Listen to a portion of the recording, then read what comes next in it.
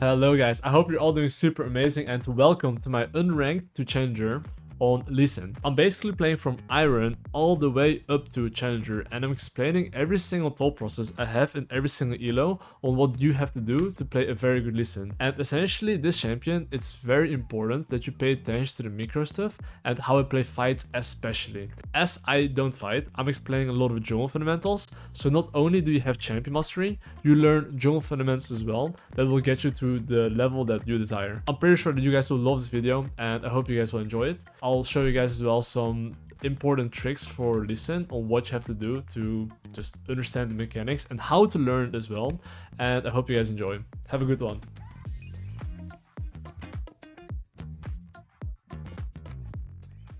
Alright guys, so I'll be explaining you guys like the very important combos for Lee Sin in general, like that you have to know if you want to climb Lee Sin. So when you watch my Unranked to Challenger, you'll see as well me using some of these combos, but I need to explain you first the essentials, okay? So let's start with Q, okay?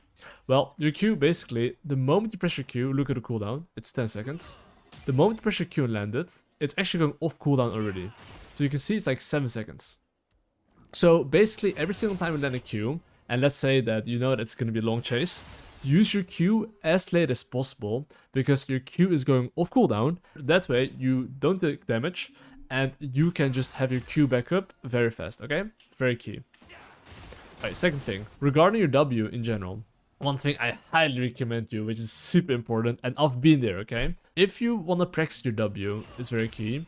You should be able to ward hop without hitting your Q2. So you saw what I just did, right? I Q'd and I didn't hit the dummy. It's very important that you should be confident in your ward hops, that you don't have to like spam like a maniac like this. You never want to do this. At the beginning, when I play Lee Sin, I actually spam like a maniac, like I spam my W permanently because I'll be afraid I would miss my W. But you want to be so confident in your ward hop that you're like, okay, I don't have to be scared at all. I know exactly when I should press my ward. And if you know this, it makes your insects and your confidence so much better, okay? So the mission you should try to accomplish with W is that try to like ward hop, that you don't have to like hit the dummy, okay? So if you're like a bad Lee Sin, you might like hit it first and then ward hop. But what you really want to be doing is just like Q, very smoothly, ward hop without hitting, okay? There I failed it, but you get the idea. That is something you want to be really mastering, okay? As for the next thing, regarding E, well, your E is slow, but I think one thing you have to keep in mind in general, if you use your E, never use your E instantly. Because if you use your E instantly, your like energy is gonna get so drained. If you don't have blue buff, it's gonna be, you know, not good. So try to always like E, alt attack, and then press E, and try to weave in as many alt attacks as possible in general, because your passive restores energy, okay?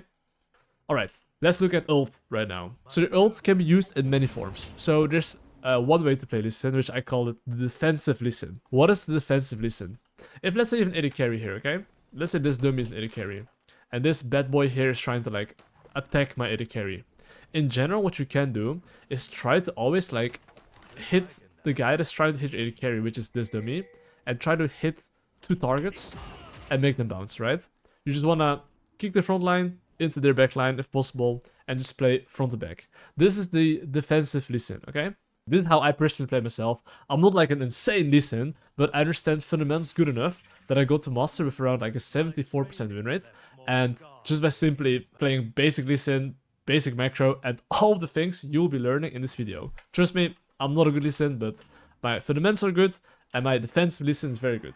But now, I'll show you guys the very aggressive Lee Sin in general, okay? So here, I'll be showing you like an example on how to do it, right? So essentially, the goal will be, okay, to do the following, which is this dummy right here. I always want to be at the right direction, making sure that this dummy is being kicked into this dummy and this dummy, okay? That way, you're gonna, you know, use your ultimate and it's gonna give you extra damage too. So, look right now. This is something you can just practice in like, you know, custom game. But you want always have like the direction hitting the multiple targets. So at the beginning, if you practice this, it might end up looking like this. Like you maybe miss the target, right? But you really want to hit. Okay, so you see this target, okay? This guy's my dummy. So I'm going to bait him in here. And now I'm going to try to kick him into dummies. You see? That's essentially what you want to be doing. and making sure you hit like multiple targets almost always. If you do that consistently, you can actually play Lee Sin the most efficiently, and it's the best way to play if you can pull it off consistently, right? But you can see targets in general are moving, so it will be a lot harder in general to like hit them and the moving target. But if you practice enough, you can always hit them like this, okay? That is something you want to look to achieve, especially if you play Lee Sin, and it's going to help you a lot, and it's very important you just like master this, okay? But I personally, like I said, I played defensive Lee Sin. I'm not doing anything fancy. I am just literally kicking frontline, playing macro, and playing skirmishes very good. And I'll show you everything from Ivern to Challenger on how I'm playing differently in every single elo, explaining my full thought process, and you'll be able to understand how to get an insane high win rate, even though you're not like a very good Lee Sin, okay? Let's get to the game and enjoy. It's gonna be a no mega banger. You guys will definitely learn how to master the fundamentals and champion mastery. Have a good one, boys. See you in the Unranked to Challenger. Okay, guys, if you're an Iron guy, still the same things. I would say just knowing how to pilot your champion, right? So as you can see, we're playing a little Iron elo, and I'll just explain to you guys how to play micro on this champ especially. Let's focus on the game here. So one thing you should kind of think about, especially in Iron elo, is try to think which laners will play aggressive. So how can you know which laners want to play aggressive? So do you see top lane? It's melee against melee, right? Usually if it's melee against melee, it's... But what's going on here, by the way?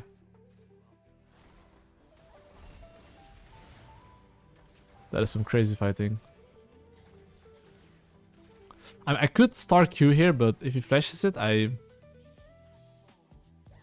I'm off. Okay, well... That was an interesting fight. I think we can all agree with that, okay? But... Right now, what will I do?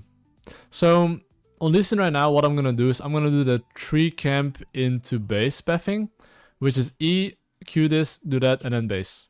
That way I can buy a longsword, and if there's any fight, I can join it. Honestly, on Lee Sin as well, you could do the 5-second rule if you really want to. I could do my buff here, and then I could look to invade him, but I'm playing as a Trundle, so he's gonna beat the fuck out of me, so I'm actually not gonna do it. So I'm just gonna do 3 camps, base, get a longsword, and then go into top side. So usually I would actually path top to bot, but because in this situation right here, I have basically, well, I tried to kill them on bot lane here, so I was too late to start on top side. So that's why I'm starting in the bot side here. And I'm just gonna do 3 camps. So one habit I would want you to create, especially in Iron, I think this is super important. But not just in Iron, any elo. The moment you finish 3 camps, the enemy team finish 3 camps. So think what you can do right now. So let's say Trundle is a psychopath. You see I'm pinging like careful here, and my Lux instantly walks back. I basically get his attention, and he knows the reason. I'm pinging him, hey, maybe Trundle is gonna gank you. And I don't know that, but in Iron elo, people are very impatient, and they would do 3 camps and go for a gank without thinking too much about it. And as a jungler, if your laners are fine, which they should be on paper, you should never have to help them.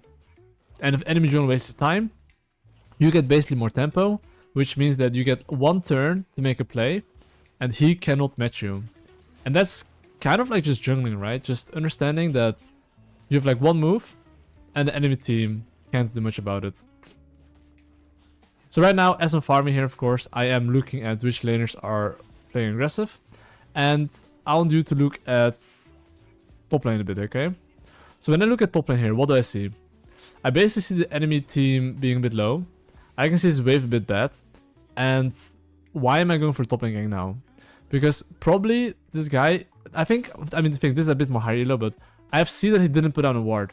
So look when I'm gonna go for a gank. You see this minion right here? That minion right here, he's gonna walk up, and when he goes for the minion, he's blind. So when I say he's blind, I basically mean like he doesn't see that I'm doing that minion, you know? Or like, I'm going for this gank basically.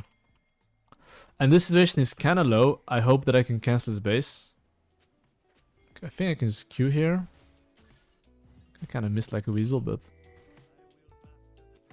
Okay, I mean, just like a small thing, right? But I'm just gonna ping the... Oh, hold up, bro. So, I mean, you see his HP. So my boy is probably gonna tank too early. he survived at least. Okay. I'm basing here. A lot of people in Iron wouldn't base here, but why am I basing here? Because I do not have my Coalfield Warhammer, and my camps are kind of far away. And because of that, I'm actually basing here. And now, look at bot lane. Do you see how Vayne is half HP? And basically that he's kind of low, and he needs to crash his wave. Because, especially in Iron Elo, what sometimes might happen is that when they crash this wave, they actually will not base. So if this guy, for whatever reason, is going to hit the tower, I'm ready to kill him. So right now you can see that their bot lane actually is staying around a bit. So I'm looking maybe for bot lane gank. So think from their perspective. He sees the Jinx very low, and because he sees the Jinx very low, he probably wants to stay here. Look. I think this might be warded maybe. I guess warded. And here, I mean, this is like a bit higher elo trick, but basically the last thing they saw is me staying in this bush, so they might think I'm still chilling in the bush there. So they're gonna be a bit more afraid. But anyway, right now, as I'm basically oinking around a bit, what do I want to do? So every single time you make a play, whether to go for a gank, you do an objective, you try to gank, you just didn't farm basically, you have to kind of think about what objective and laner do I want to play for. I'm pressing tab right now. You can see my mid's winning, my bot's winning, and Gribbies are spawning in 10 seconds. Because the Gribbies are spawning in 10 seconds, and I would say that I would like to play for that, I would basically, you know, look to play for the Gribbies. And if you want to play for Gribbies, because you think you're stronger, obviously, I hope, look at top lane, look at mid lane. This information is going to tell you, okay, if you can fight it or not. So now you see how I'm pinging my top lane in his face. I'm basically telling him, hey, can you try to push and move your booty? So you see here, I know that the mid lane could move first, and my mid lane is in base. Even though Malzahar was I still have to be mindful that he's here, right? But you see here how my top lane is moving right now? And now, the moment he gets close to me, because of man advantage, I can Omega Send it on him.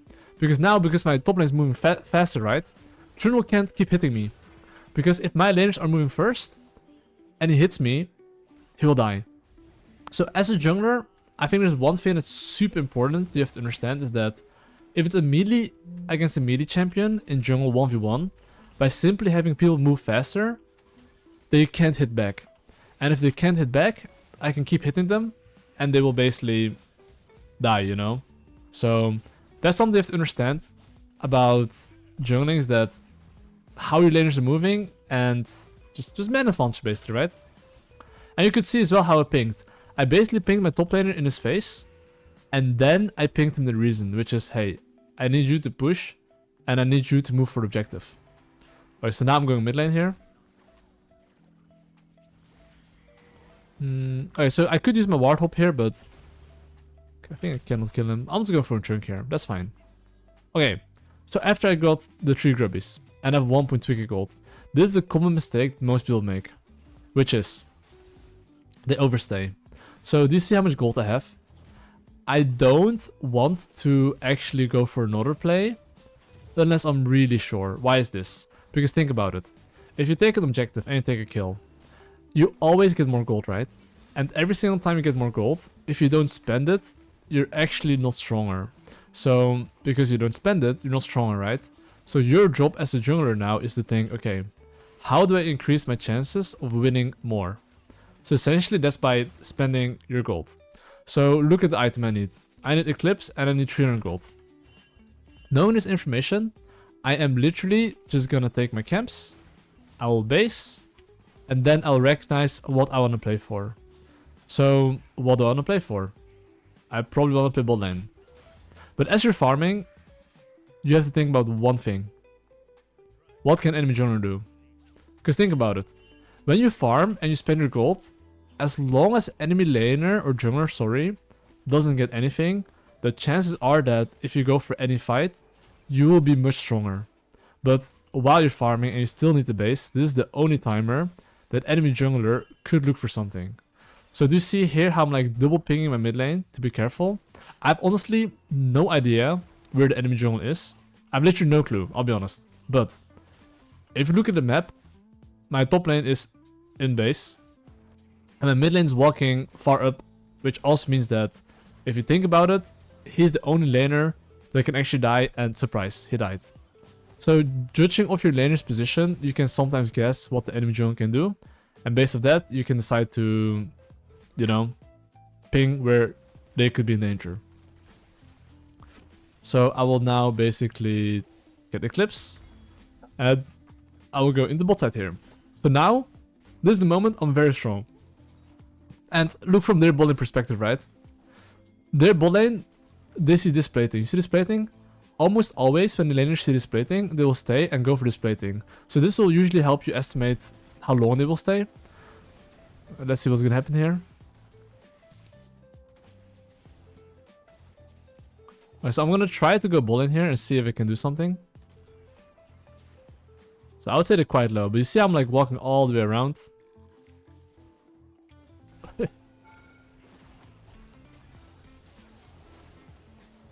Banger. Okay, so if you look at my HP, I'm pressing B instantly here. So this is a bit more advanced, but basically, if you have gold and you're low, and your camps are far away, which is low-key far away, just base, spend your gold, and by me doing this, okay, I basically have better availability. When I say I have better availability, let's say mid or top is fighting. Now, because I spent my gold and I'm healthy, I can look for any fight. And in solo queue especially, there's more than 1 kill per minute. And because there's more than 1 kill per minute, as long as you have good base timers and you don't run around like a donkey, you can get more kills than you think. So right now, because I actually base right, look at mid lane. I now can go mid lane and maybe kill him here. Oh, hold up.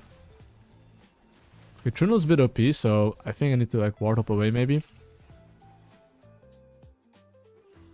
So one tip that I have is that wait as long as possible and then use your Q. The moment you use your Q, so look at my Q cooldown, okay? This is just like champion mastery. You see how it's off cooldown? Like, basically the moment you use your Q is already going off cooldown. So every single time, if you can, wait as long as possible, you know? That way you can actually have a faster Q. In that case, I could only use 1 Q anyway, but my point's more that... Hold up. Let me check his items.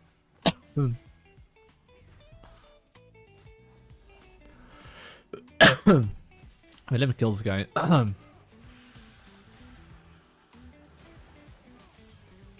So I'm gonna kick him towards my Lux, because I'm a bit low HP. This goal's low-key just fisting me, but it's fine. Oh, wait. I'm looking like a bronze kid.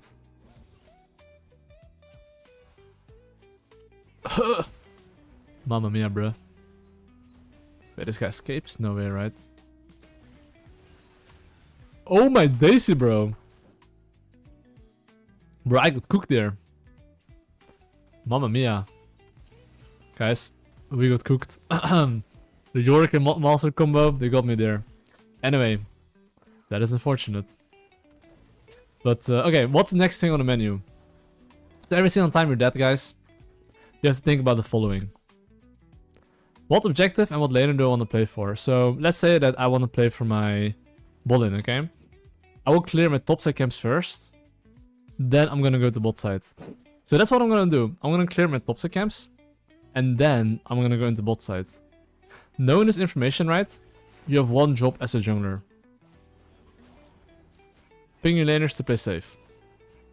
Because this is the only timer where your laners could technically be dying.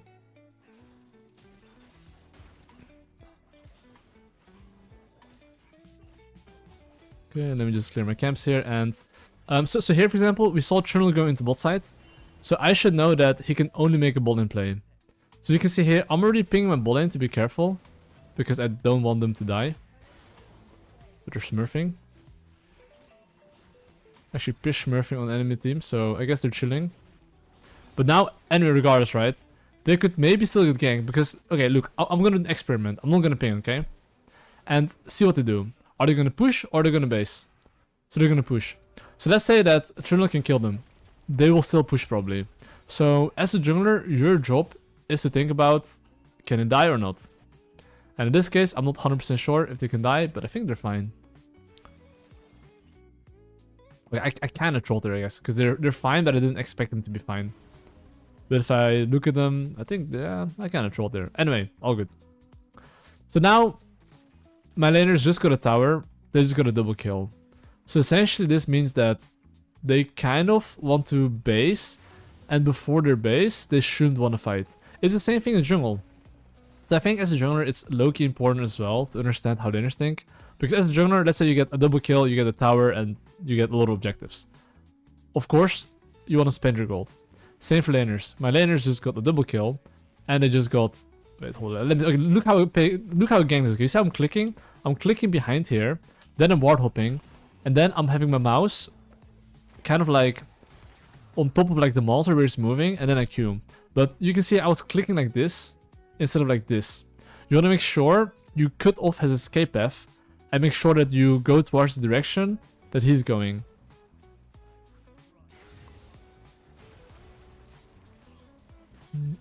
So you see here I'm waiting as long as possible. Okay, Trundle's so fucking OP, bro. That's why this champ's so OP in low elo. Am I dead?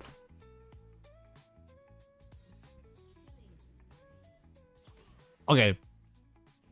So usually I rate these champions in low elo like A tier at least. But in high elo I would say B tier. So why is that? On paper, okay, on paper. I had Eclipse, Tunneler, and this little fucking dog is 1 level down, and he does not even have Triforce. But he still wins against me, because his champion is just more OP 1v1. But in a team setting and a team fight, his champ is more useless than mine. And smaller skirmishes. But pure 1v1, in Iron Elo usually, you need to understand which champs you can beat 1v1 and which champs you cannot beat. So even there, it's funny, I'm fucking challenger, and I tried to fight him, thinking I can win. But I couldn't. Now imagine I was actually Iron, I wouldn't even notice. I would just fight till death and be like, oh wait, he beats me. So that's why it's important to understand a bit your champion on like which matchups, which if you win, if you lose, you know, things like that. But anyway, I'm gonna show you a bit about gang execution. So I'm gonna gang mid lane here, okay? Same thing. I'm gonna go behind him and I'm gonna try to kick him in towards my teammates, close to the tower. And as well, look at my clicks, okay? This might be very small, but as I'm... Okay, here as well, I'm trying to use my Q as late as possible. Because, okay, you see how I'm waiting for my Q? I'm waiting for my Q there. I'm dead, but it's fine. I'll take it. But there, just to explain a bit my thought process, I was waiting a bit for my Q there because I was waiting to see if he's going to move left and right. And in case his flash, he would maybe use it in advance. So there, because I was waiting a little bit of my Q, and I saw he use flash, I used W, then Q. But as Lee Sin, it's very important to understand how to click properly and how to use your abilities. Because if you don't know how to do that, this champion doesn't like skill like a cards, you know? Like, you actually need to hit your skill shot. If you don't hit your skill shot, you are kind of doomed. I'll be honest, right? but yeah, basically it's very important to understand a bit how to play the champion, and only then basically you're basically able to, you know, get out Iron Elo if you play the champion. And the things I'm explaining, honestly, is not just for Iron. I think that... Oh, hold up, let me just... Okay, I mean, they died. Okay, so this is just lines, okay? Do you see how deep my bowling is? So when you see my bowling deep like this, they'll probably stay till they die. So as a jungler, if you're like in this line, right? Which is... Hold up, just... hold up, let me just cue this little weasel here.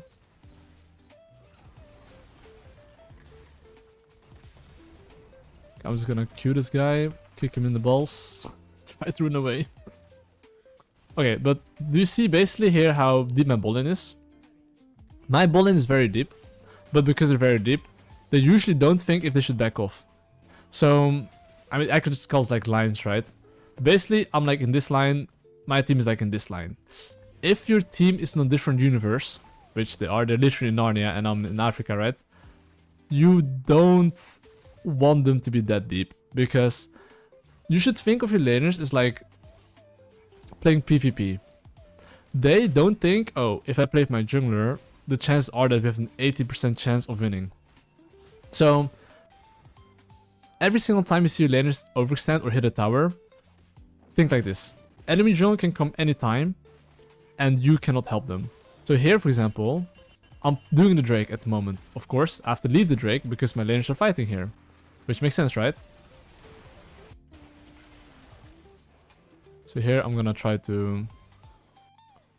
But yeah. But basically, you can see that my laners will play aggressive. Okay. So just to give you a very easy blueprint on what you should do. So at the moment, look at my gold. I have a lot of gold. Usually if above 1k gold, I would recommend you to check your shop and see how much gold you need for an item. So let's do that first. Well, I can technically take his boss camps here, because he just took the Rift Herald. So I'll take his camps first, okay? So after this, I'm already thinking a bit, okay, which lane would I like to play with? And why is this decision so important? Because essentially, if you think about it, by you knowing which laner you want to play for, if you play for the strongest laner, the chances are that you're going to have the highest chance of winning skirmishes with that laner, okay? So what is the strongest laner? It is my Jinx. So okay, just an example. I'm going to go to my boss camps here. Let's look what my bot lane is going to do. Or my mid lane. So usually as a jungler, you have one job. It's ping your laners to not fight. So how do you know if you should skip camps or not? So in this case, I'm actually not going to skip my camps. Why is that? Because my laners on paper, okay, have no reason to die. On paper. Because I have no reason to die, I will spam ping them back and I will clear my camps. Because if Trundle tries to go mid lane and he doesn't get anything, not only are his camps not respawning, if he dies, it's quite bad for him. Because then his camps are not respawning. But right now, since I'm around, and you know, I have nothing much to do, I do plan to now do the objective. I'm gonna kick him in the balls. I'll kill him here and I'm gonna fight. But you see, now I'm kinda joining the fight. And look at my Q, okay? My Q, I'm low-key holding it. Why am I holding it? I just wanna see... Oh, baby. But I kinda wanna see a bit how they move, because... Like, this is just something you have to understand. Like, listen, this is just champion mastery. People will usually move like this. Let's say they see me, okay? Let's say I'm gonna put a ward here. Let's say this is Listen, okay? He's standing still and using a Q. As a laner or jungler, usually if you know it has Q, people are gonna walk like this, right? You know, like zigzag. So you kind of want to see and read their movement, because it's like a pattern in the end. And in my opinion, if you can't hit your Q on this champion, don't play Listen. Because without your Q, I'm telling you, this is not a champion. So just being very patient sometimes with Q, and then seeing how they move and play is important, okay? So here you could see Monster walking literally in a straight line, and you see here I'm like waiting for my Q as long as possible, and my Q is back up in 2 seconds. By just understanding, if you wait for your Q as long as possible, you're gonna have your Q back up. Oh, how did I miss, bro? Like, this is personal, buddy. I'm gonna do something to him that he wouldn't. Oh my god, I'm bronze as fuck. Oh my goodness. This works? No way, right? Okay, I got a double kill. I'll take that. But basically, that was really Ivern. But what I'm trying to explain is just more kind of like how you want to think is Listen. Understanding basically that if you use your Q1, your Q2 is gonna go automatically, you know, off cooldown. So understanding a bit how people move, when to use your abilities, and basically just knowing your matchup a bit is gonna help a lot. Alright guys, we are playing in the bronze elo. Iron and bronze, honestly, I'll be very honest. Like, it depends on how low in iron you are, right? But I would say champion mastery is everything. You can have legit no fundamentals, but as long as you can understand what your champion does, what enemy champ does, your matchups a little bit, right? And like a bit of fundamentals, like knowing when to gank, when not to gank, a bit of base timers, you're chilling. Like, I think this game, I might explain a lot of base timers a bit. I think base timers, ganking, champion mastery is like the key to success in this elo. Okay guys, so we're currently playing in like a bronze elo. And the things I'm gonna explain to you guys, right, is basically how to carry. Like, honestly, my content that I'm making in general is not just to be average. The content I'm making is for you to understand just how to 1v9. It's really not just like, you know, oh, his cleanse. So even here, right, you see how I'm like alt-attacking him and insta-moving? Like, it's very important spacing. Understanding that when you hit an enemy team, you insta-move. I would highly recommend to practice that in custom game. Which is that you want to like hit, move, and see how fast you can hit the move. without having too much buffer in between. Like, even I am actually not really good at that, but that's something that's just so crucial. But okay, right now, their bot lane just used their summoners, right? So why am I asking for this here? I'm gonna teach you guys a very fucking good trick that's always gonna work in low elo. Like, always. Okay? This is like a 100% elo hack trick, okay? If you get a leash from your bot lane, and it's melee against ranged, what's gonna happen usually is that their bot lane, they will try to play aggressive. And my bot lane is gonna get pushed in because I get a leash, okay? And now, what's next?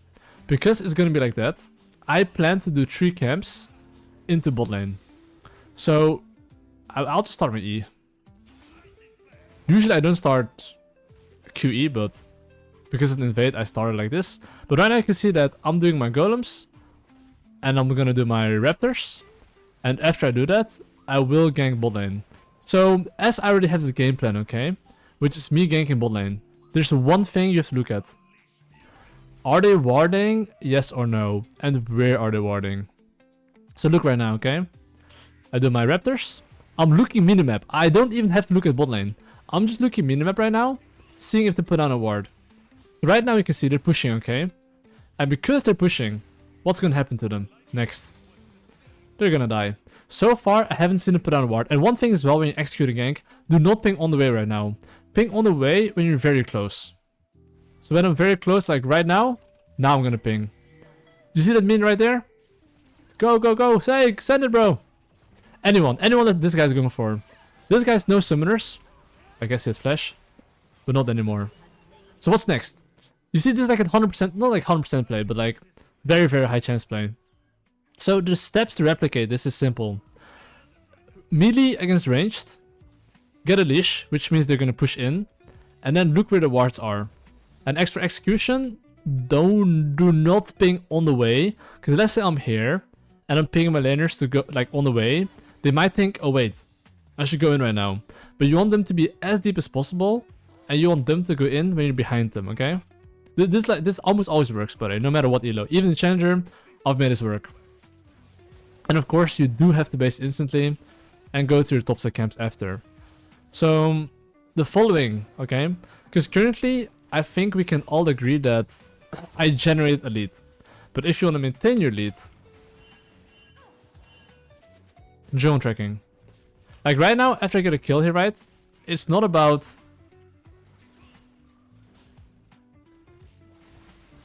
Hold up.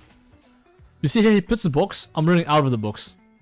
He's trying to pull me into the box, but I'm not. You see? And did you see my laners? I was waiting for my laners to come here. Like, I kind of trolled them a bit mechanically, but all good. But basically there, yeah, just don't walk in this box. Simply said. Oh, I'm gonna go Eclipse. I played it a bit mechanically bad, but all good. But anyway, so I was trying to explain more about the moment you generate a lead, you have to maintain a lead. And when I say maintain a lead, try to understand that you can't go for a bot lane gank and expect the enemy jungler to be full clearing and be complete AFK.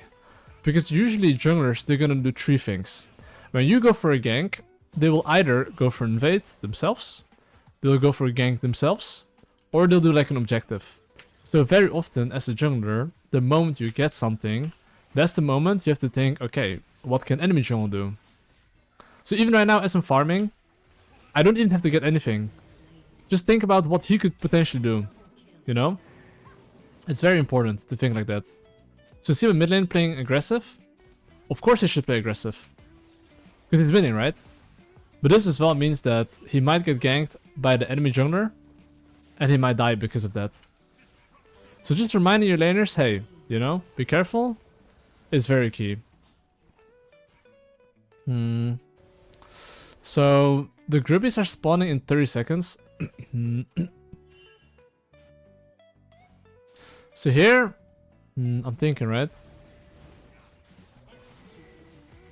You see how I'm pinging? I'm pinging my bot lane. Hey, can you try to push? I want to do this objective here. So if I tell my bot lane to push, I'm basically telling them, yo, I need your help. And why do I do Drake here? Because I have mid lane push, bot lane push. That's why I do the Drake here.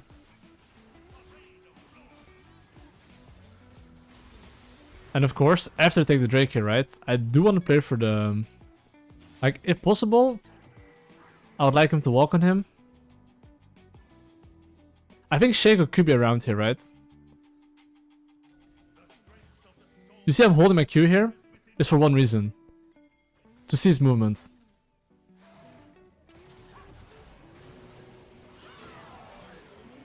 So, as a jungler, especially as Lee Sin, you kind of want to hold your Q a bit and see how they move. Because imagine him keep moving like this, right? And Morgana is walking straight in the line. Morgana can even ult him at some point. And if you hold your Q, and if you basically see his movement, your Q is going to be easier to hit as well. So it's like a win-win situation. Just by holding your Q, you can have your Morgana gap close, and you can see his movement and have an easier time landing your skill shot. So be patient with your abilities. So here I'm moving top lane. Why is that? Because I think Garen can survive till I get there. And look, I'm gonna W on him. Then I'm gonna E. See if I need to ult. So you always want like, okay, I don't know which one's the real one. Okay. I think this guy, okay, this guy's ruined Africa.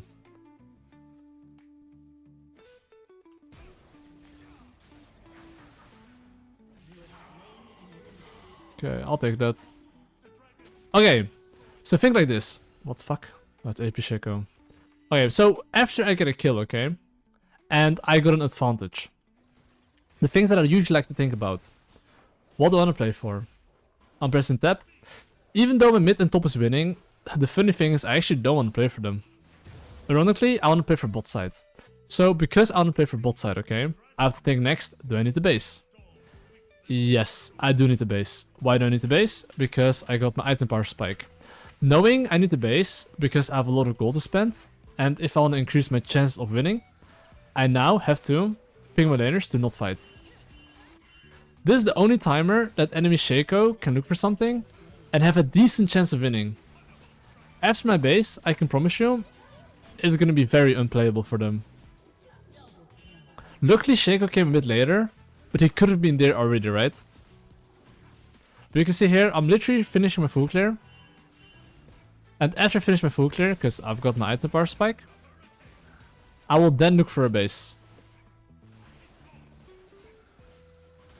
So now I would look for a base. And of course, as I'm walking from base, which takes as well 40 seconds, I can't do anything till I'm back on the map. So currently we can all agree that I've generated a lead, and if I want to maintain a lead, I have to make sure I have very good drone tracking. So you see top lane wave. This wave right here, this tells me that if he wants to go for last hit, he'll stand in this position. So if he's usually in this position, and let's say it's a ward here, I can easily kill him. So right now he should not even die. So see I'm walking? I was like, what's up, bro? I'm holding my skill shots.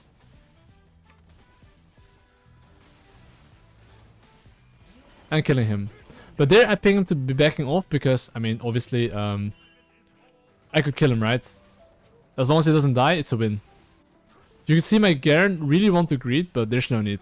But basically, I got a free kill there because for the following reasons. His wave was bad. Because his wave was bad and I had a really good base timer, I knew for sure I would win that. So that's why I killed him basically. So what's the next thing on the menu? The Grubbies are spawning in 30 seconds. And because the Grubbies are spawning in 30 seconds, I obviously want to play for that. The general rule before objective is to make sure you recycle your camps, look for a good base if possible, and then go for the fight. So right now, I would say that I want to, instead of doing Raptors, I want to go for mid lane. This is just like how to play for Grubs properly. I didn't have that much time to clear my Raptors and go for Grubs. So before I go for Grubs, you see it's spawning in 10 seconds. I'm going for mid lane gank first. So why am I going for mid lane gank first? Because I want my Morgana to push and move together with me. And here's the thing. Even if I didn't kill the enemy mid laner because he played safe, that's still a win. Because in the end, as a jungler... What the fuck? That's the fake one, bro. but I'll still kill it. Basically, I want to say is that even if like as listener, look, you see how you have Q and ult. In general, you always want to ult then kick, because your Q is like an execute, and if it's low HP, it's better. You never want like Q and then ult, always ult Q. And I mean, here I have a lot of gold, right? And after I get a kill in general, you kind of want to think what you want to do, because, well, basically I just killed the enemy team. And the only thing I'm thinking about right now is that, okay, I don't play for bot side. And I want to make sure that as I'm farming, which I am, I'm taking this and this, I am just thinking, what can the enemy team do? And what can the enemy team do? Let me think about that one. Not much. Let's say right now I have no idea where the enemy jungle is, okay? No idea. I can judge based on my laner's position. Look at top lane. If he's gonna hit tower, maybe he dies. I don't think he would die, but you get my point. So, okay, you see how I'm gonna fight in river here? I'm pinging my mid laner in his face. And then I'm pinging him assistance.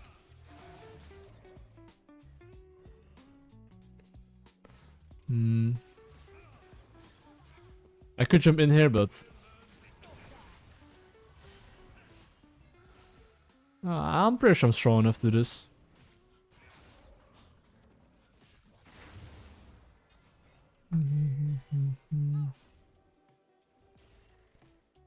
So now I don't really want to fight here. I'm just gonna do the Drake.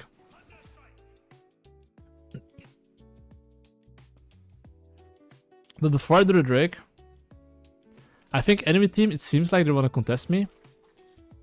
So there's no reason for me to start a Drake if it seems like they want to really fight me, right? So now this guy's dead on my screen.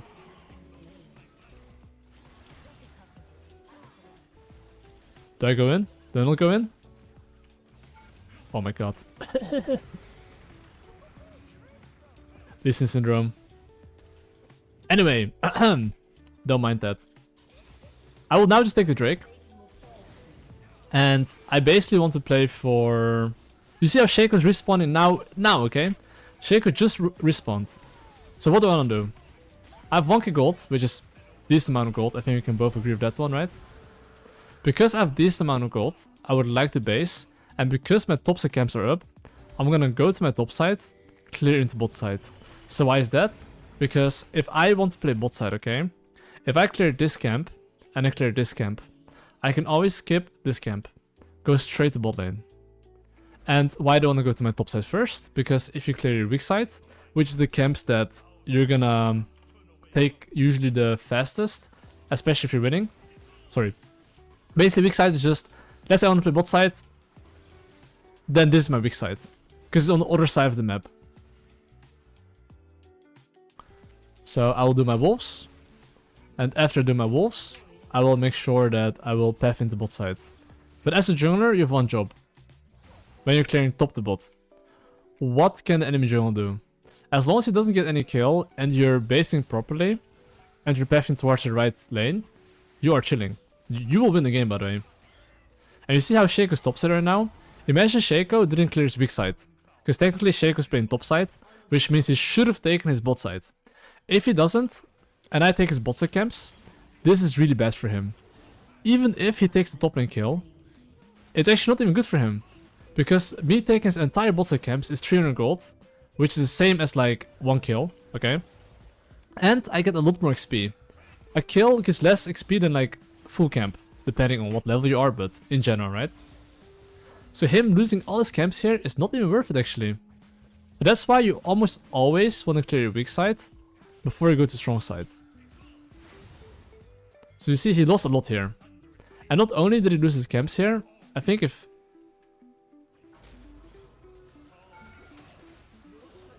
This guy was watching TikTok, by the way.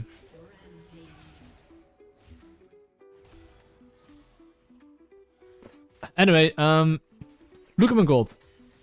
I've got 1.3k gold. What would I like to do? So because I have 1.3k gold and the Rift Herald is spawning in what, 1 second. Okay, their mid lane is a bit low, so I could maybe try to kill him.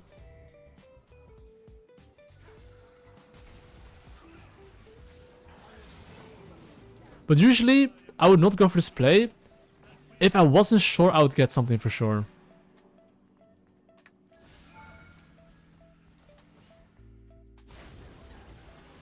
There's no way, right?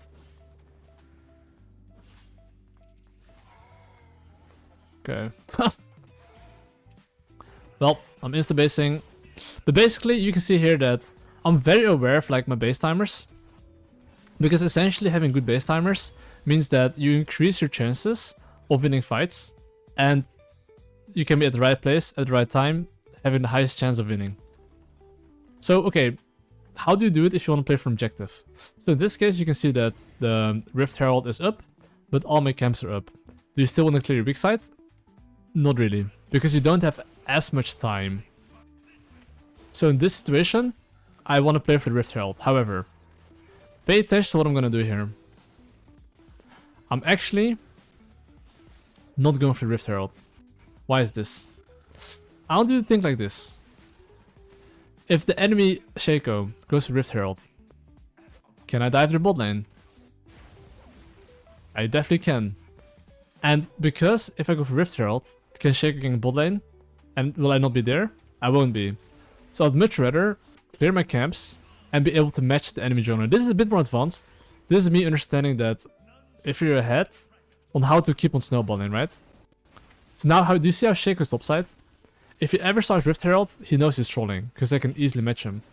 And now if he makes a top lane play, I can easily run bot lane and get a 100% bot lane kill. Why can I get a 100% bot lane kill? Because my bot lane can control the wave.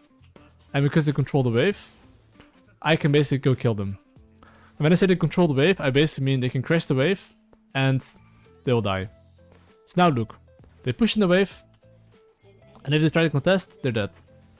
Just saying, you should never trigger. And as well, if you dive this, let your well tank, and then you go in.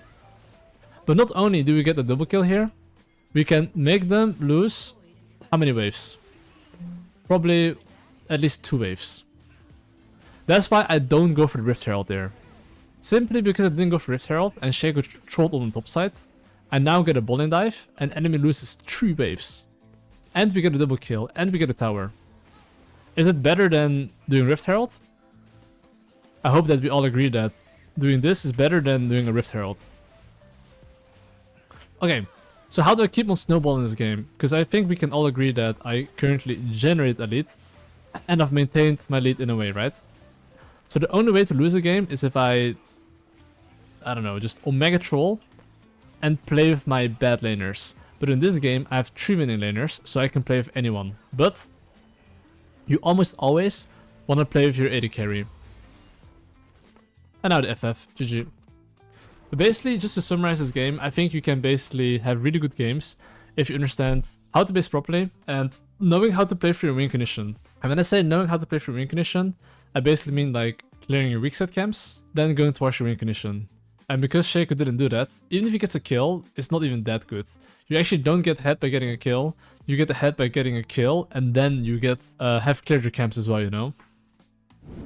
Okay guys, I will show you guys how to clap these weasels. So when you see this draft, okay, I'm pressing tab, let's look at this draft. I have Urgot against Aatrox, so I'm gonna explain matchups a little bit as well. So it's like low-key volatile, because Aatrox needs to play a bit aggressive, but he doesn't have to play that aggressive, right? He can just Q max range, farm. I would say mid lane's more volatile. Pantheon, in a way, has to jump in.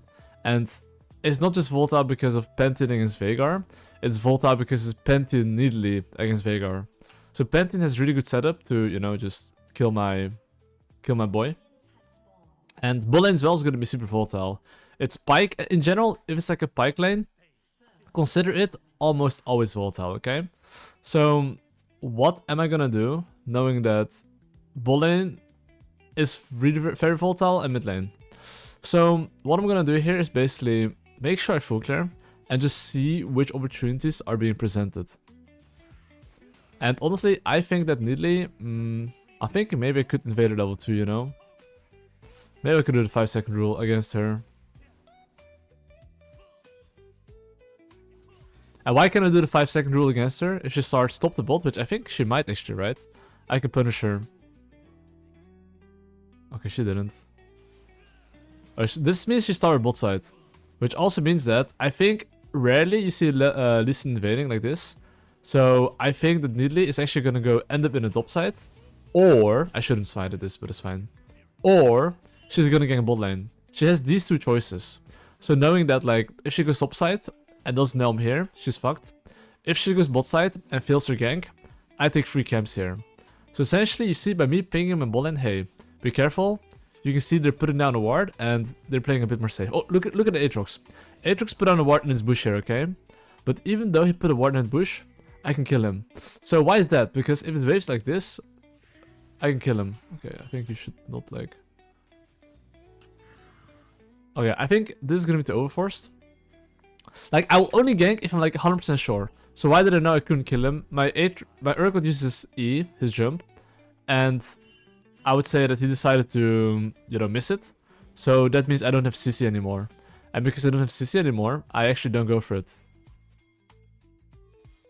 Okay, there's Nidalee here.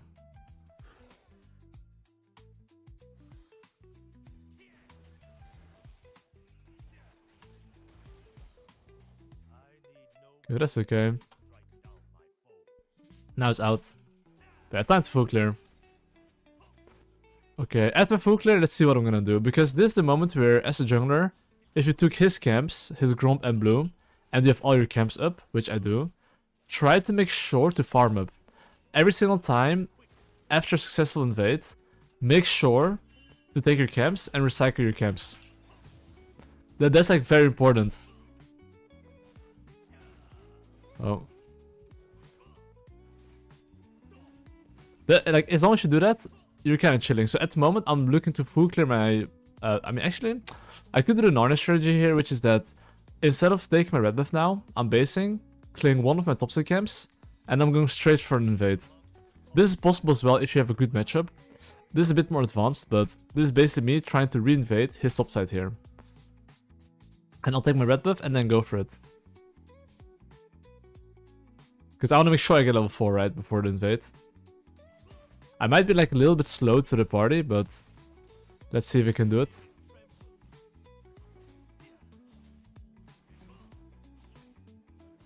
Because you can see here right now, hold up. I want to wait for my jump. Oh, this guy doesn't know that.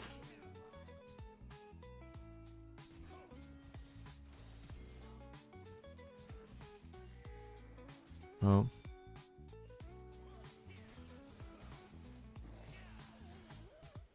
Okay. I'm on the way, so this should be a good play. He kind of has to run to me though. Okay. We take this, we take this. That's not too shabby. But you can see here, Nidalee hasn't base yet, and I did base. And because of that, I managed to kill him.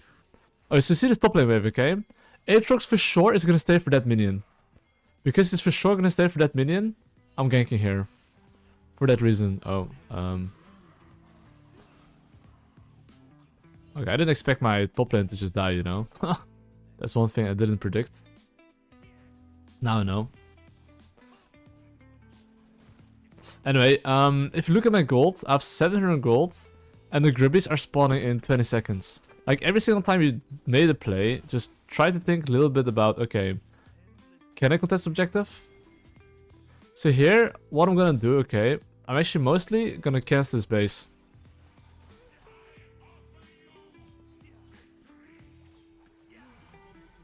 Okay, fuck. Okay, that was not canceling his base. That's a bit sussy what I just did there. Okay, anyway. When I say I want to like... I mean, okay, I did actually cancel his base, I guess. But then I was feeling it, you know what I mean? But that's why champion mastery is important, guys. Just knowing if you can kill someone or if you cannot. But all planned, my top laner actually managed to kill him. Thanks to me. You know? Okay, let me just see, because... I think right here, I definitely want to like... fight them. I'll just take the objective here, I guess. But anyway, let's see. I'm gonna look to see what I can take in the top side here. So I'm gonna wait here a bit. Oh, there's a fight here, so I'm gonna help my teammates and see if I can do something.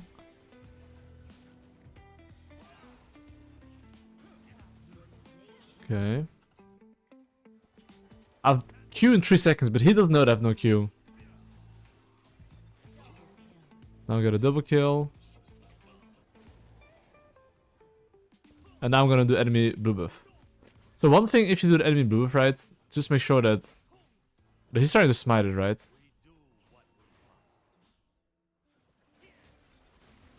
My goal is just to take the blue buff pretty much. And my goal is now to die. Okay. Like, I'm kind of trolling here a bit. But it's fine.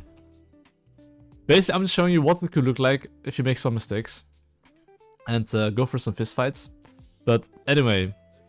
That's just me basically fighting without thinking about one simple thing. The only reason I died there, what is it? It's actually not looking at mid lane and top lane. Because usually there's like always 2 rules, right? Which is why people usually in Silver Elo die. Which is that, you know, you basically don't look at mid and top before entering river or enemy jungle.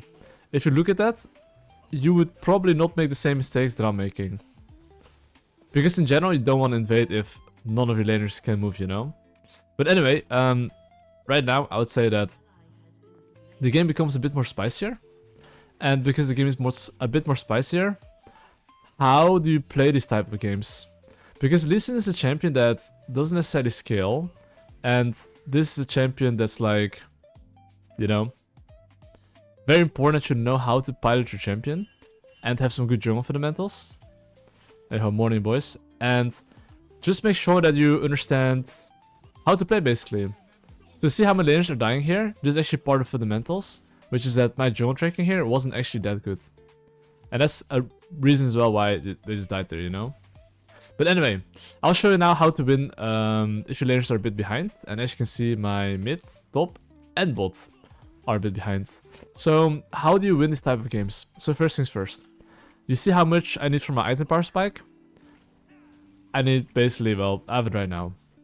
So as I have my item power spike, okay? It's not like you have to base, but I would say that you should look at lanes a bit. So do you see how Caitlyn is playing? He's hitting the tower, right? Okay, because Caitlyn's hitting the tower, I try to look for her maybe. So right now I do have Eclipse. So in general, if you have your first item power spike, I would usually recommend you to not look for a place. I would almost always recommend you to look for a base. So right here when I see Pyke here on my screen, I'm actually not looking to fight here. Because at best I can chunk him.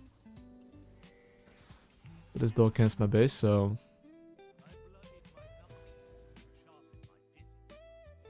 Goodbye, boy. Okay, hopefully he's not gonna cancel my base. But you see what I'm doing right now? I'm essentially doing jungle tracking. Because I think that my laners can die. And because my laners can die, I'm making sure to ping them, hey, I'm not on the map, try to play safe if possible. Oh,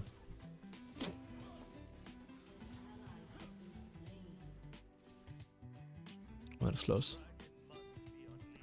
So yeah, I mean, at the moment, I would say that... What do I want to do? Right now, every single time your camps are up, you have to think about the following. What do I want to play for, kind of? Like, which objective? And where's the enemy jungle, right? So the Grubbies are up, so in general, I would almost always say I would like to play for Grubbies.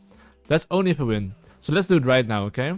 I will look at top lane, I'll look at mid lane, before I go for the Grubbies. And I'm looking at items a bit. You see my mid lane, he doesn't have one item power spike, but both top laners do. So this should mean that on paper, we should be a bit weaker. So would I like to fight the Grubbies? Only if my lanes are like low-key winning, but none of them are. So I'm not gonna do that. Like here, Pantheon probably wants to jump in. I think. Just, okay, don't go too deep. If it doesn't go in, then I keep farming. But in general, Pantheon should want to jump in, but he sensed a gank there. So he backed off. But basically, I think we can all agree here that they're probably on the Rift Herald. So because they're on the Rift Herald, I am not gonna go there. I'm pinging my top lane to be careful. And I'm gonna look to take his camp here. But you see this ward? This is actually a ward you can dodge. If you hook the wall here, it actually doesn't see you. The ward has to be perfectly placed here for it to see you. Otherwise, it just doesn't see you, you know? But you can see here, the Nidalee did not take his weak side. Okay, I can see Caitlyn going for one more wave. So I'm gonna go ball in here. If he's not going for the wave, I'll just press base. Okay, he's going for one more wave. I'll use my Q here. Okay, I missed. So you see how my Q's off cooldown? I'm waiting here a bit. And in general, it's literally always on the ult into Q. That way, you basically cannot miss your Q. And use your Q as late as possible because your Q isn't executed in the end. You can see that it's based off enemy's target missing health. So try to use your Q as late as possible, in general. Okay, let's go for base here. And now let's start playing top side. So the enemy team is very low here on the top side. I want to see if I can make it.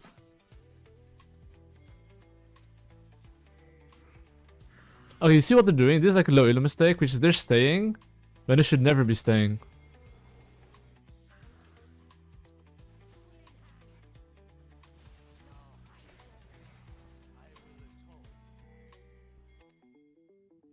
Okay.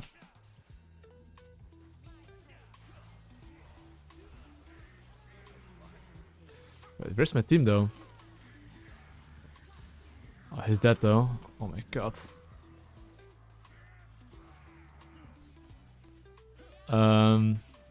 Yeah. That was a bit unfortunate. Okay, there's no way we didn't kill him, right? They're all 1 HP, but the Eclipse shield's kind of balanced. I gave him a 200 shield. Okay. We can win, guys.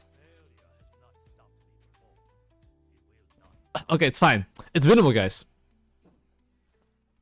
Okay, so what do I want to do to win this game? Currently, I have not the greatest laners, and I wouldn't say I'm too ahead either, right?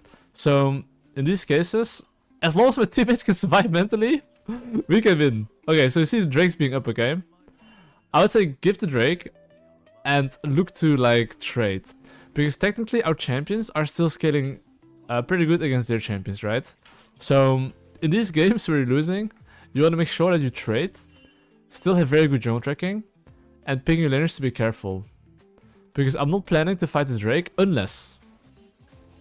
Oh. Feels in the wrong position. Okay, I'll only look for a pick here, basically. That's how I have to see it.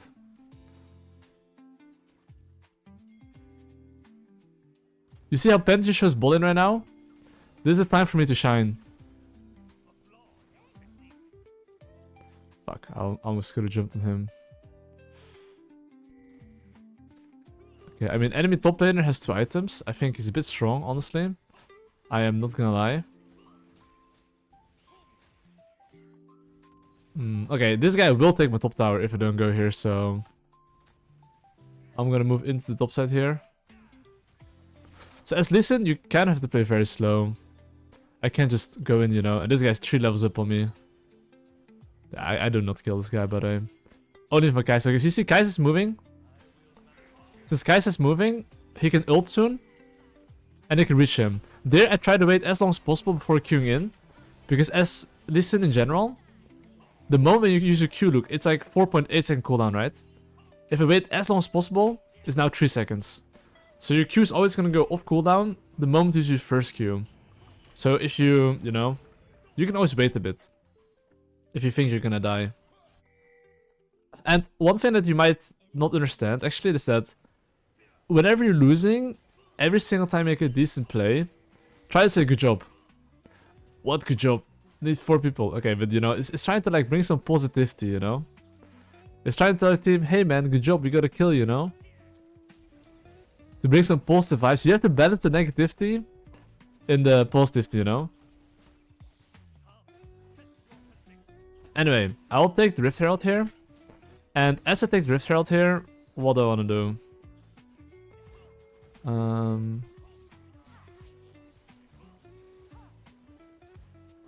Let me join this shit first. I think we don't want to fight here.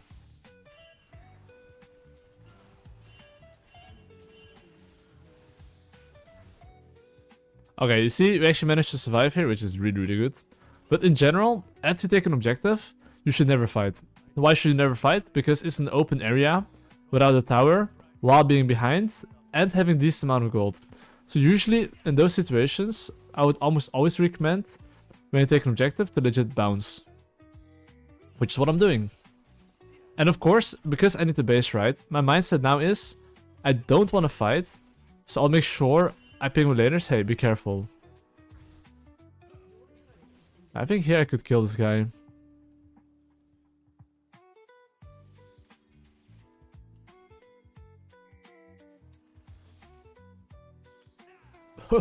Oh my god, no one saw that, guys.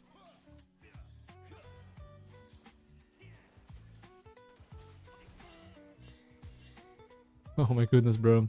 The Lee Sin mechanics.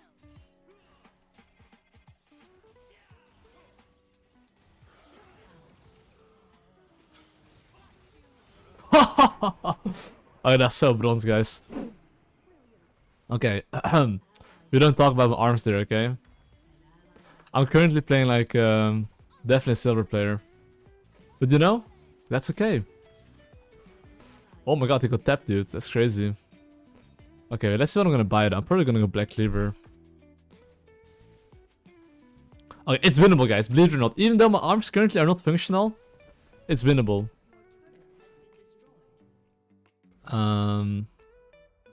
Wait, let's see though.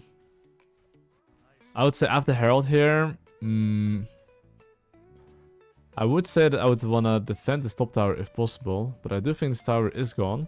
But anyway, so this is the moment where it's kind of all about looking at item power spikes. So when I say look at item power spikes, I mean more like, how much items do we have versus how much do they have? Okay, I saw Pyke moving towards me, and I think Aatrox's pretty OP, so I do need to be slightly careful here. But you see here how I'm pinging my Urgot to group a move, because now if Aatrox shows top lane, we have a small window of man advantage, and this small window, I really want to look for a fight.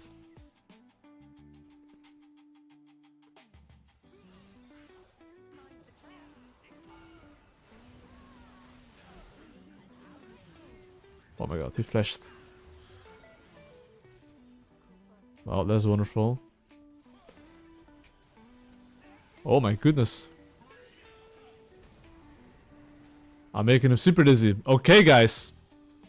Now we take 2 towers. Drake's in 50 seconds, right? So, even though we take these 2 towers, I think we should back off here. We should really back off here. Why should we back off here? Because Drake's in 40 seconds. So you want to base instantly. Even if you can take this tower, you shouldn't go for the tower. Because just setting up the objective is much more important.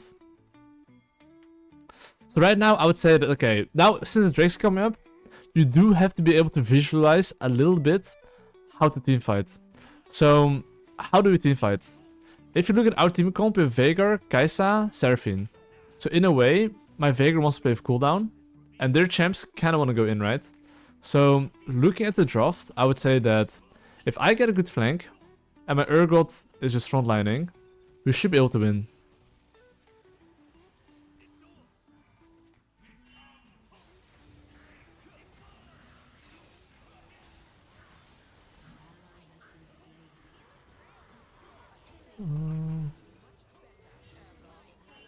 Okay. Let me see. Oh.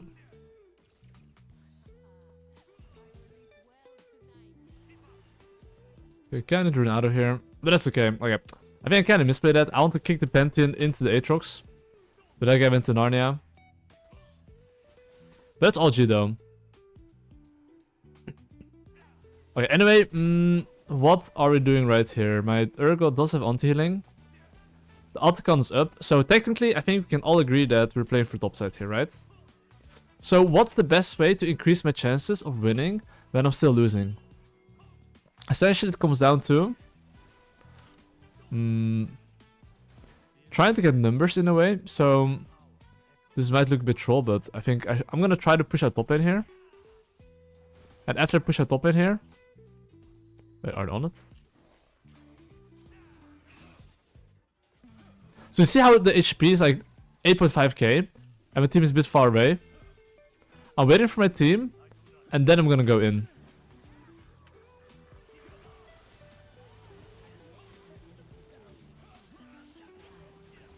Oh my god, I'm such a grandpa, bro. I couldn't press flash. I'm 28 years old. Actually, that's why. I'm 28. But anyway, we got the opponent, and it's slowly but surely looking bright. But basically, you can see there, they should have never started the objective when we were 5 alive. Like, they made a mistake of just, you know, feeling too cocky, but they should have just looked to choke us out. But in lower elo, people don't know how to choke you out. So they will usually just like make these type of mistakes where they hit the objective and see what happens. And that's why usually if you take an objective, you kind of want to run away. Because usually if you just run away and enemy team has to like play very good to take your towers, they will usually greed and die. Same for objectives. So right now, okay, how do I want to play this game? I would still say we're not really winning. So how do I want to play the game? So this is the moment where I'm thinking, okay, Baron spawning 2 minutes. How strong are we? Do we need to stall the game a bit? Do we need to fight? How are our items looking? My mid lane 2 items, AD carry 2.5 items. Basically, our items wise, I would say we're pretty decent to fight. So I don't necessarily think that we cannot fight. It's more about how do we want to fight. And if I look at my draft against their draft, I would say that honestly, I have one job, which is stay with my team and kick the front line. So I will actually just look to play with my teammates. If Aatrox, Pantheon, anyone tries to go in, I'll kick their balls. And then I'm just gonna play front to back.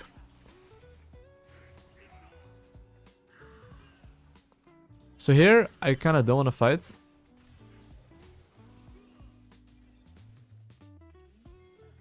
Oh, actually I could have went in.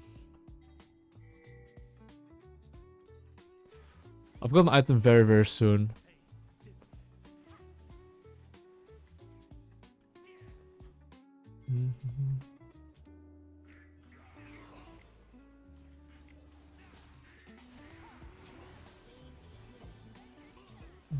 Oh my god, the Q went to Narnia.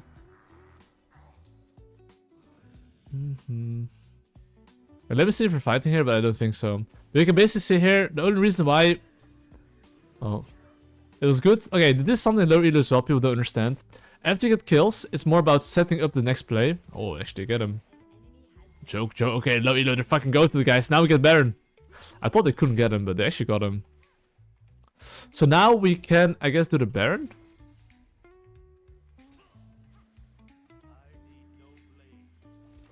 Because, well, they're only 2 alive, right? But, however, Aatrox does have teleport probably, but Kai'Sa does Baron super fast. So, well, Baron spawning, or like, well, Drake. 1 minute. So I really want the base here. Okay, so pay attention. Right now, we just killed the enemy team, right? And I think we can all agree that the most important thing right now is to play for the Drake. So right now, especially right now, you see how my Viego is going bot lane? Ping him to group. What did I do here? I pinged him in his face. I pinged him, hey, go mid lane. If I wouldn't do that, he might go bot lane and just die. And that's bad. So you always want to like low-key control your teammates on how they should move. Because this bot lane wave is not going to win us the game. What's going to win us the game is taking this mid lane wave together. Moving towards the Drake together. And then team fighting together. Only then we'll probably win the game. So right now, look, Aatrox stuck mid lane. We have now man advantage. So because we have man advantage, I can look for any fight basically.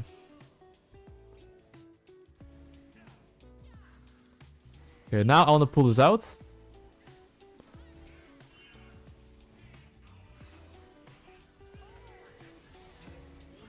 Now we got 1 kill. Now I could kick Nidalee in the balls if I want to. Yeah, my team is zoning him really good. And now we go mid lane and siege. Remember previously how I said I want to play my team comp? I want to play front to back, which means I just ult whoever's going in because we should hit team fights. So we should win team fights, you know? So basically, I am, you know, and that's how I plan to play. Unless I see a very good insect, I'll go for it. Otherwise, I won't do it.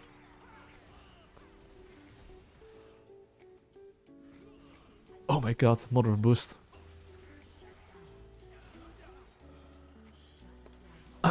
Okay, I saw a very good insect, guys. I did. But I'm not Chinese enough, actually. I'm actually 100% Chinese, but you know what I mean. You know?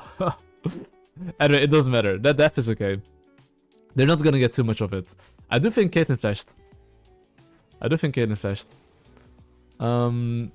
Okay, anyway. What am I doing right here? So, if I look at the current situation of the game, there's no Drake, no Baron. My laners have 3 items. And how do I want to play the game? So this is a moment where most people struggle in lower elos, which is that you see how all my camps are up. Right now, basically, this is just fundamentally how you play jungle, okay? You want to clear your camps first. And after you clear your camp first, you then want to look to play with your teammates. So what's your job? Till you have cleared your camps, you're not really fighting, unless there's a 100% play. So do I see a 100% play right now? I do not. So because I do not, as long as I see my laners like not overextend too much, I'm chilling. But if I see my laners walking river or pushing a bit too deep, I would ping them to back off. So right now, for example, all my laners are in the same line as me. They're like super safe and they're close to our towers. So in this case, I'm not too concerned. But the moment they go for more, I would ping them back. So see how my Kai'Sa is grouping mid lane? If he went towards the top lane, he would have died. So everyone is like not showing and Urgo's showing bot. So now they're 5, we're 3. And because that's the case, I am, you know... Okay, I could chase them slowly here though.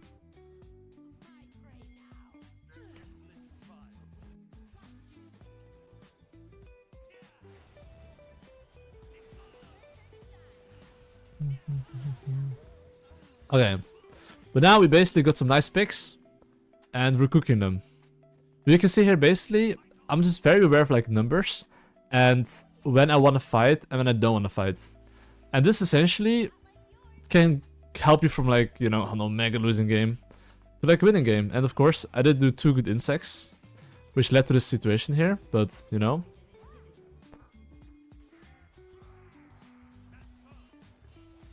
And now this guy's doomed as well. And now we can probably end the game.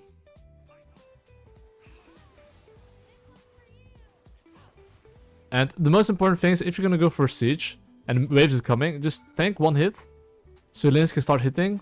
Don't go for an insect here. Okay, now I might go for insect.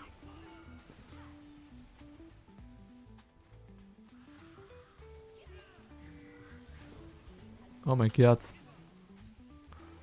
Mother of boost.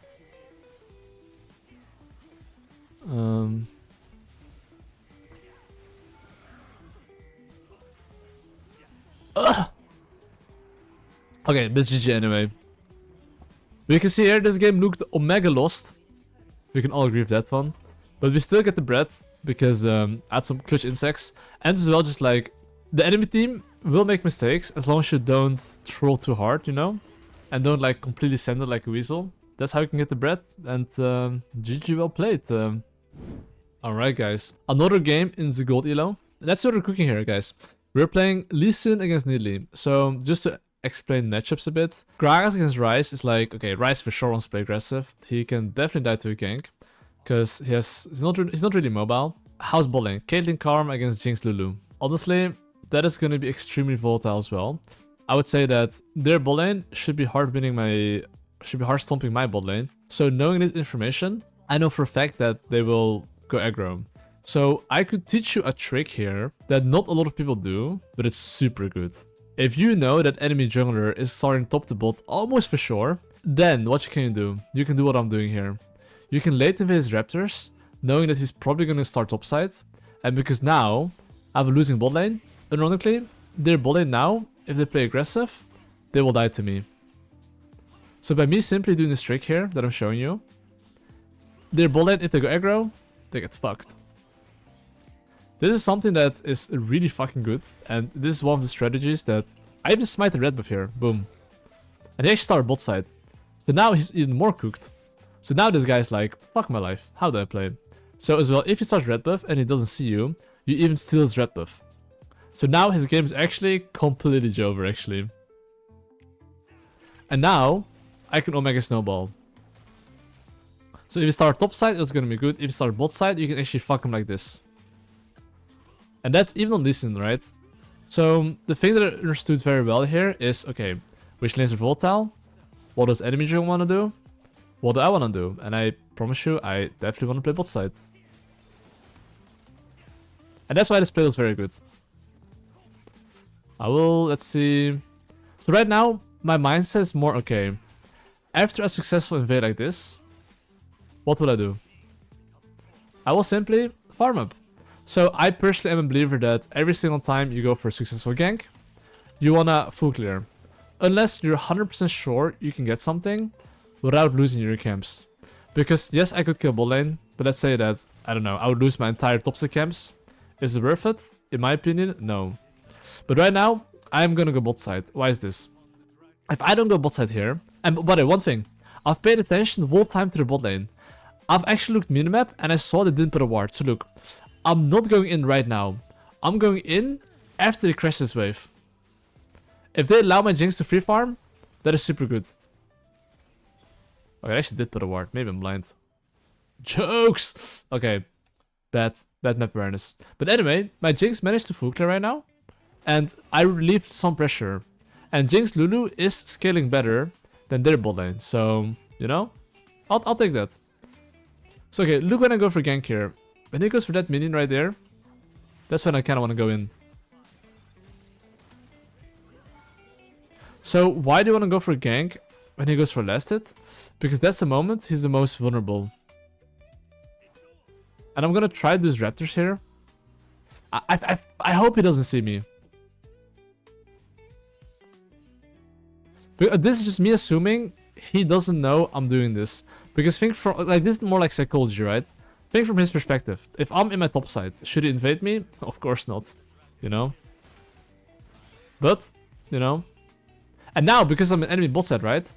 I can gank bot lane here. So think from Caitlyn's perspective. He's for sure gonna try to push this wave. Hey, cancel his base, bro. Hey, it's base. Oh my god. Is he here? No, it's not. Okay, I think Kaden tried to base there, I think. Okay, time to ping him back. Okay. I think this guy wants to play 1v2. Sadly, it didn't work out. Anyway, what's my game plan right now as a Lee Sin? So, as a Lee Sin, I am just gonna full clear. So you see top lane being low. The question I ask myself here is that, do I make it on time on top lane before he crashes this, yes or no? If yes, I would sprint there. If no, I would keep on farming. That's usually how I can recognize whether I should skip camps or not. Whether they can crash on time or not, basically. And in that case, I would for sure say I wouldn't be able to make it on time. So now, because there's no camps on my top side, I will now look to just clear my bot camps. But the Grubbies are spawning in 20 seconds.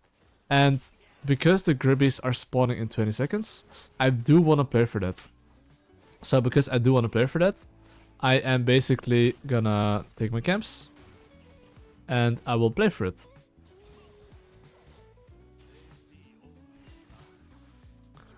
I'm gonna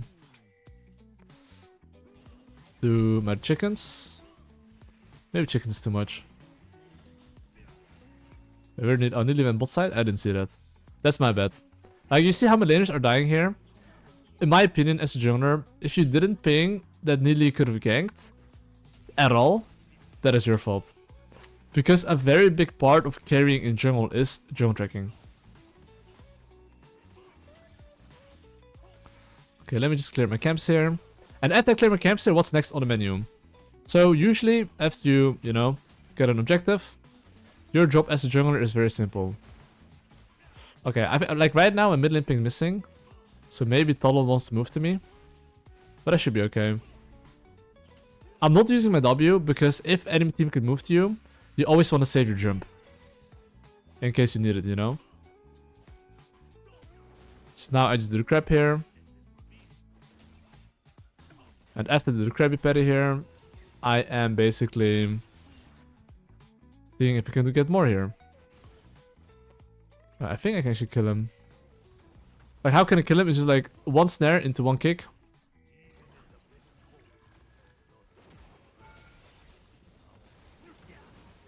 Oh my god.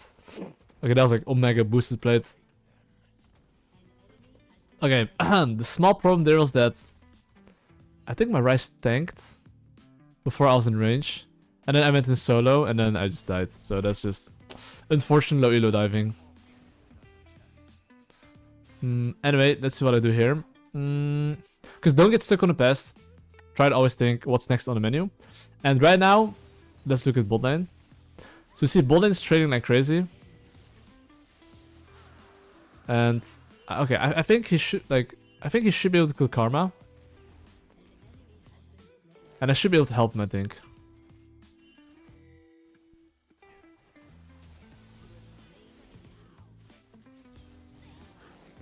Okay, I'm making sure I couldn't escape path. Got him. Okay, so one small thing about Q here. The wave is good. You saw Nidalee walk this way and then walk this way. Very often, how people move is like they walk like this, they walk like this. So every single time I use my skill shot, I predict your movement. Oh my god, Brohan, my goat, dude. Thanks for the raid. Thanks so much. My goat. Really, really appreciate it. Hope you had a banger stream. And got some W's. And got some bread.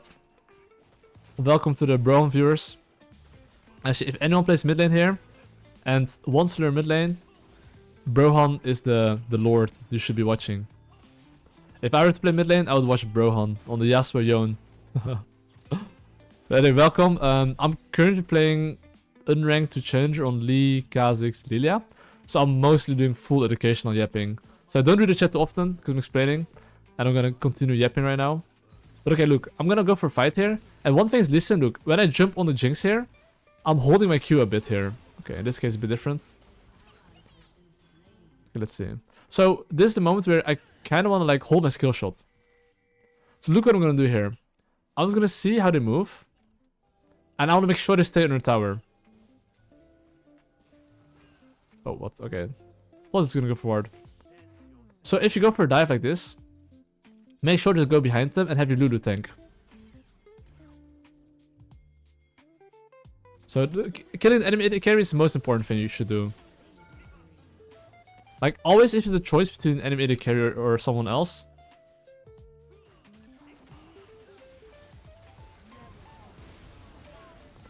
Okay, Q in 2 seconds.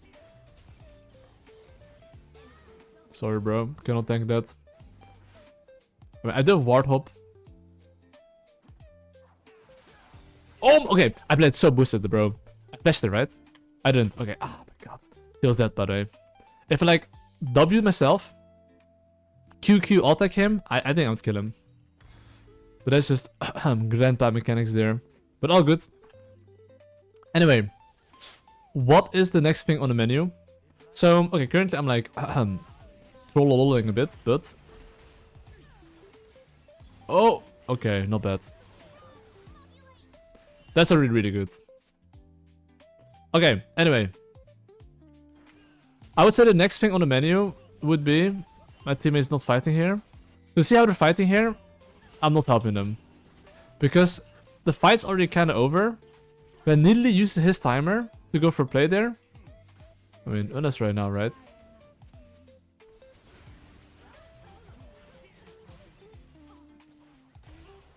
Even a small chunk, as a listen, is super good. I would say we need to get out of here. Like sometimes, listen, you don't have to like fully kill the enemy team. Just chunking them a bit is sometimes good enough. Because you can always heal up, but the enemy team cannot heal up.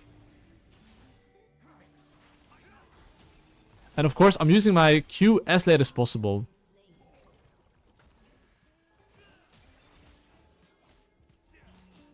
Okay, I do have kick.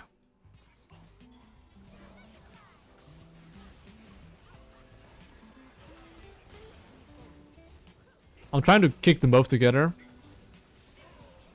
And now, okay, look at my Q, okay? Every single time you want to use Q, okay, first of all, I kind of want the wave to be crashed.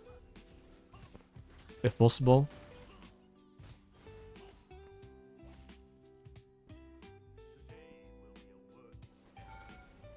Oof, this guy's playing fire.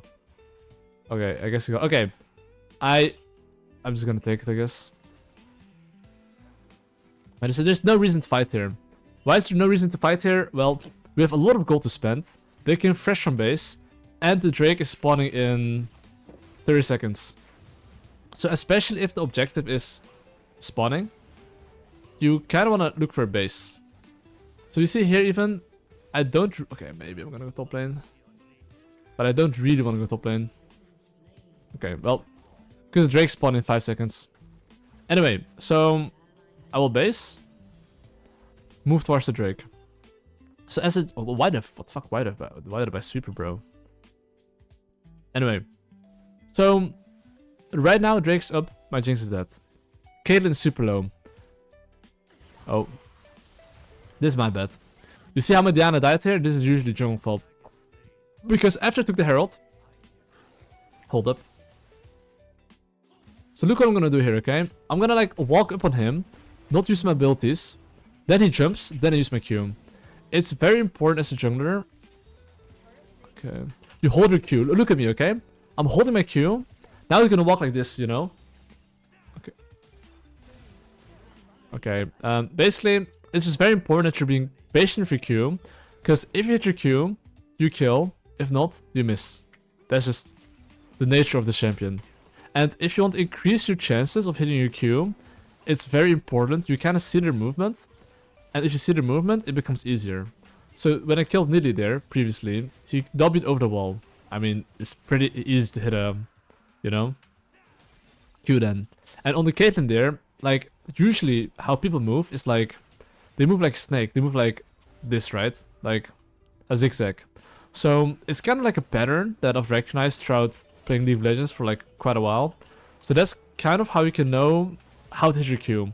I'm not even good mechanically, I just understand the logic behind using skill shots. Like, trust me, if I have to like clutch a Q super fast, I would miss it. But if I can see a pattern and I know how they're gonna move, I will hit it. That's how I have to see it. And if you don't focus enough on your Qs and you miss them, either you work on that or you don't play Lee Sin. But yeah, I've got my item power spike here, and this time for real, I will have good jungle tracking.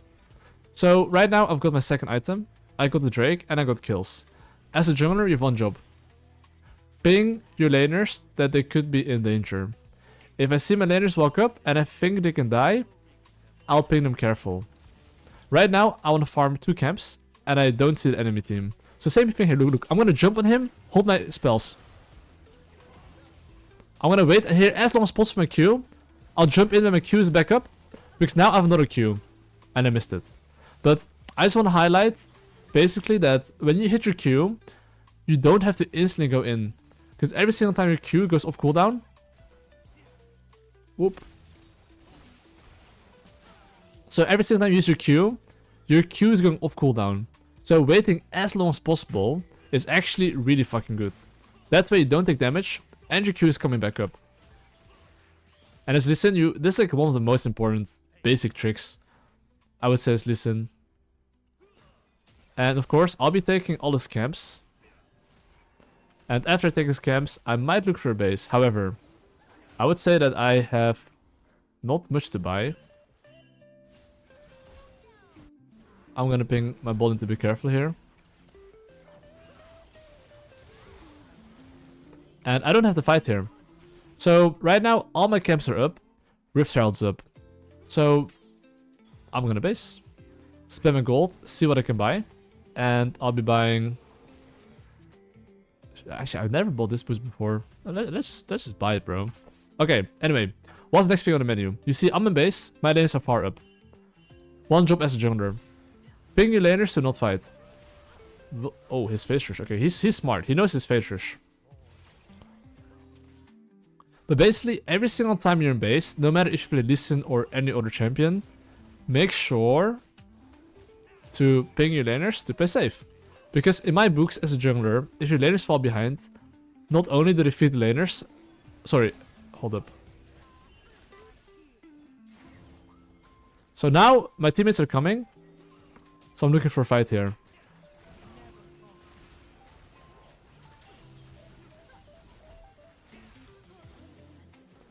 I'm just blocking his shit here.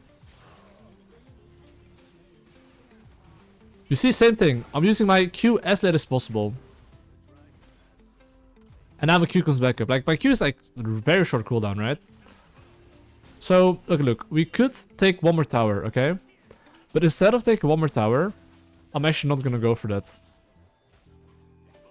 I am just pinging my laners to play safe and mom shouting. So now, basically, what I want to do is base. So even though Rift Herald's up here, and Drake's up in 1 minute, you press B and don't take the objectives. This is something that is like very high fundamentals, which is very important high elo. But if you can do this in low elo as well, you're going to be so much better than any other player. So I'm basing right now and not taking objectives, okay? What happens now is that if there's any mid or bot lane fight, I can instantly join it. If I do the Rift Herald and then I base, I can't join the fight instantly. That's why sometimes if you take mid tower and you have a lot of gold, instantly basing, then going on the map is much better. Because this way you can join your teammates in the same line. And when I say join them in the same line, do you see here how like my teammates are in river? I can join them in river. They want to go to the enemy jungle? I can join them. This way, especially in lower elos, you don't allow your teammates to fuck up. Because you're going to be there to help them. And now, of course, look. Basically, I plan to play for top tower. So look how I'm communicating. I'm basically pinging my mid lane. Hey, don't fight. We're playing for top tower. Okay, seems like there's a fight. But I think that's a winning fight.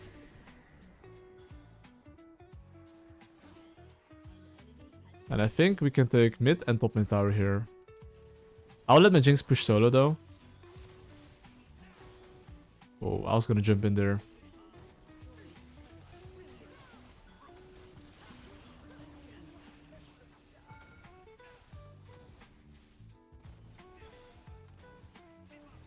Okay. Anyway, my Jinx having a blast on top and we're having a blast on mid. Basically, yeah, I'm just gonna push here.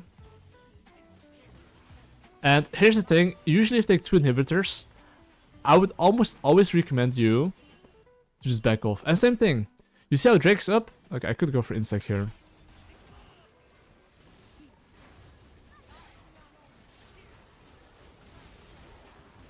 Oh my god, I'm boosted. Okay, I just want insect, guys. But anyway, it's fine. It's on... No, sorry, Lee. That's my bad.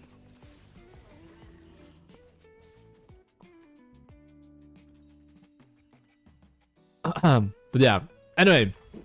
I did say, though, that you kind of want to take 2 inhibitors and base. But then I saw like a very good insect opportunity. So my brain told me to go in. But there, imagine, okay? Look at the gold ahead. At 1.5k gold. My teammates for sure had 1k each, which is over 6k gold to spend. So usually if you take objectives in general, almost always you want to base. You could go for a fight, that's like a higher risk. Or you could play it safe and back and just play high percentage. But anyway, I have to sneeze. Be right back. Mamma mia. Okay. There's a fight here. Okay, same thing. Look at my Q. Okay, in this case it's pretty easy. Look at my next Q. Okay, they're just dying left and right. I would say we should play for the Drake, yeah.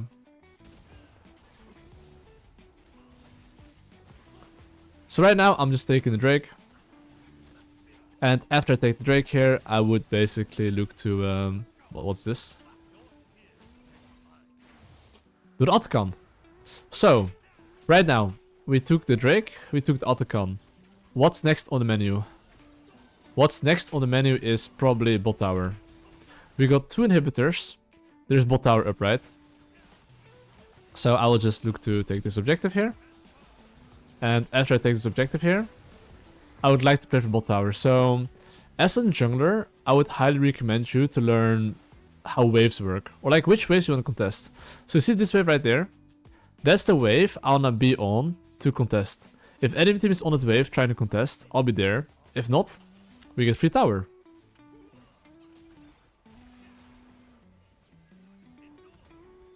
So right now, look what I'm gonna do. I'm just gonna stay behind them. This is called threatening, right? I'm actually not gonna go in. Unless I'm like really sure I can kill, but...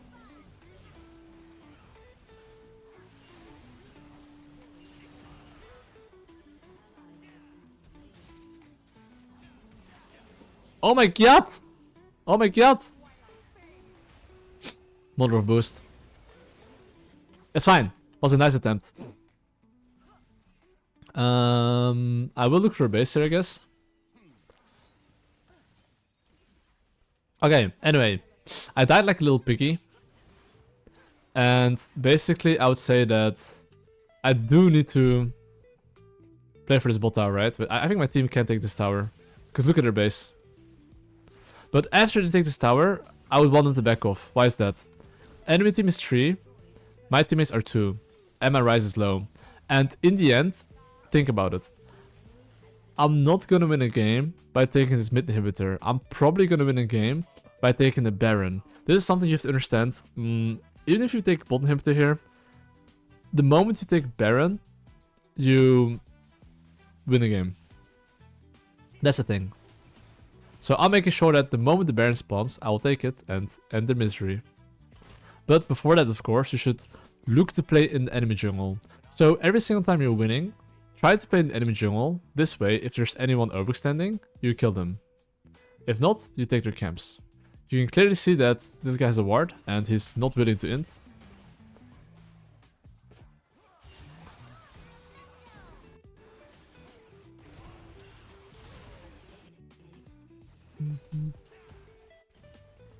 Okay, our Ryze has arrived to the party. And now, well, you see how he's moving? You see how he's moving like left, right, left, right, left, right? Look, he's gonna... Oh, fuck, he jumped. Yeah, basically just understanding how people move makes it easier for you to land your skill shots.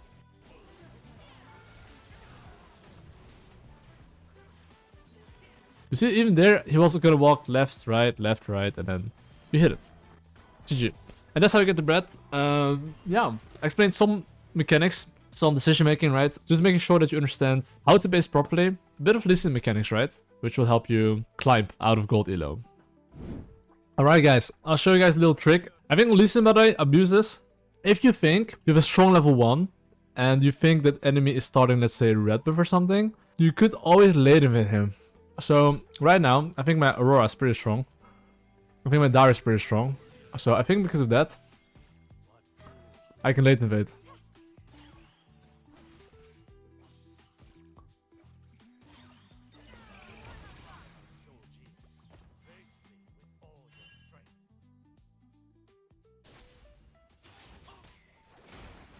If they don't realize I'm invading here, then I'm for sure cooking him, you know? I'll like make sure I kite a little bit so I don't take too much damage.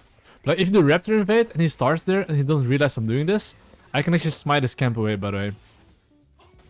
Or I can barely find him.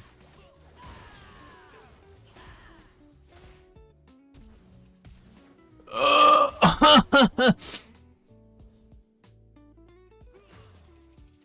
my god, man, I fucked it up.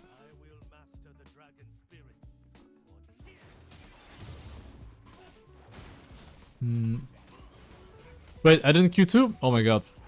I'm boosted. Okay, this is how bad my listen is. I want to show you guys the fundamentals how to clap this beast. Wait, I didn't Q2? Oh my god, that's boosted. Anyway, I just had mercy on the enemy drone here, okay? But basically, I'm just trying to explain to you guys, when you have like strong Raptor invade champion and you know they're gonna start topside, you can basically look to abuse them. That should be the takeaway. Of course, my Darius was sadly AFK under tower, so that wasn't as nice, but just in general, this should help you understand how to clap people. Anyway, so right now, as a jungler, okay, this is just fundamentally super important. Whenever you play any jungler, the moment you're level 3, okay, usually the enemy's level 3 as well. So what does this mean for you? This means for you that you basically have to think, okay, what can he do? If you look at the bowling wave right now, it's technically low-key slow pushing, right? And I think we can all agree that Vi is probably in the bot side. So the faster you ping your bot lane that Vi is in the bot side, the better. Because laners can't instantly fix their wave. They need actually like usually 15 to 20 seconds to fix their wave. So that's why in general, you almost always want to ping in advance. Okay, he's actually in my bot side. He took my raptors. So here I'm gonna sprint the bot lane, knowing that Vi could come from behind maybe. But you can see my laners are respecting.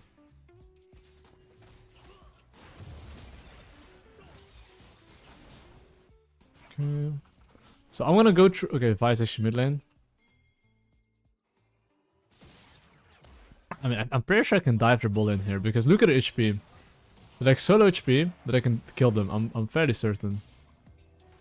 There might be a ward here, so he might see me. So because of that, I'm ward hopping instantly, seeing if I can do something, and then found on Caitlyn. Okay, I'm gonna show you guys. You wanna die here fast. Like this looks a bit troll, but I can promise you, this death is so fucking good here. Because now I actually get home guards, and the home guards that I get, I now can speedrun, you know? Because like the home guards that you get now, after the nerf, is like, look at move speed, bruh. I get this move speed and slows down, but you see how long it lasts? You can literally just get insane move speed, get a fast base, and now I can do my camps. And I didn't lose anything there. You see, he was actually pinging me question mark, but that was actually good, you know? But of course, I know that I didn't get hit by an enemy team. That's why I can do that. Anyway, so right now, what's my game plan? It's simple. My bot lane is doing pretty decent right now. They saw me here, but I'm gonna look. I'll go for the enemy raptors. Pretty sure enemy raptors should be alive, so I'm gonna just take that, you know. Oh, it's not alive. What the fuck? I thought it was alive. Oh, I guess enemy golems are alive. I'll take that. Yeah, right now the grubbies are spawning in like 15 seconds. And I kind of want to pay for that. So because I kind of want to pay for that, right? I'm going to make sure that I ping my team that, you know, enemy jungles may be going bot side. Top lane seems very low here. Let's see if we can hit. Oh, nope. All good. Yeah, I'm going for 3 grubbies here. Of course, in return, I do know that I might maybe lose my raptors / Drake, but I think 3 grubbies, especially if your top lane's winning and you have a 6 in your team, that's pretty nice. And my mid lane's winning as well.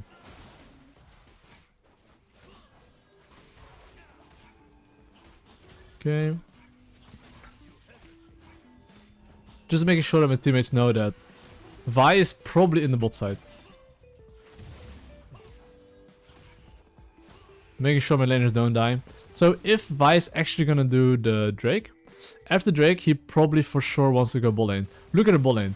Their bot lane really cannot play. You see their HP is like super low. So instead of me clearing my topside camps or even enemy camps, I'm actually clearing my own camps. Because now he can't invade me, and by me playing like this, right, my bot lane can keep playing aggressive, which is the most important thing. So now you see how Vi is going to our top side? Because their bot lane is super low, I can now dive their bot lane. So if I was in the bot side, so look at my Q. I'm holding my Q as long as possible. Oh, dude, okay, that was a random fucking Q from him, but...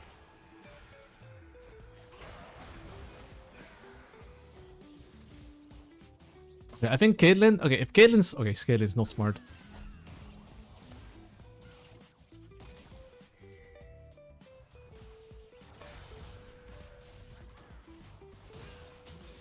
Okay, like, I was just seeing how he's moving, because, like, you can kind of see if someone has vision or you're not, but in that case, it clearly seemed like he walked in a straight line, so I could use my Q in a straight line, right? But okay, we're like currently 6 kills, enemy has 0 kills. And I got a lot of stuff here, okay? So, you want to always think about the following. What can enemy jungler do? The only play I can see him making is basically top lane gank. Like, I don't even know where he is, but he can only go top lane. Mid is in base, bot lane is in base. Where can he go? Only top lane. So if you can ping in advance, that's actually really good. because that way he doesn't. So your laners actually don't troll, you know. And know, okay, if enemy jungle's around, I shouldn't fight, because as long as my laners don't die, and I can farm, get my eclipse, it's like really hard for them to like play, you know. Why is my Ziggs crying? Anyway, so like I said, I really want to get my item power spike. So because I really want to get my item power spike, I am not gonna look for any play unless I'm like 100% sure I get something. If that's not the case, you get your item power spike and base instantly. Until then, you have one job. Ping your laners to play safe while you're not there. So I mean, the only thing I can do is just, you know, ping him to back off, to not have any funny ideas. But if he dies, it is what it is. But him dying there though is actually my fault. I didn't recognize how deep he was, and I actually didn't ping him back at all. And because of that, he got cooked.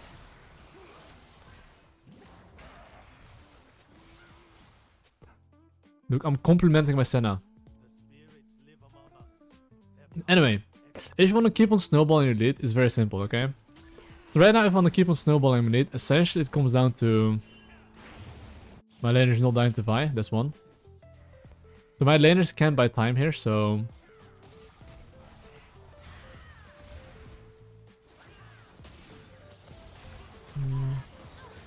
I have Q in 2 seconds.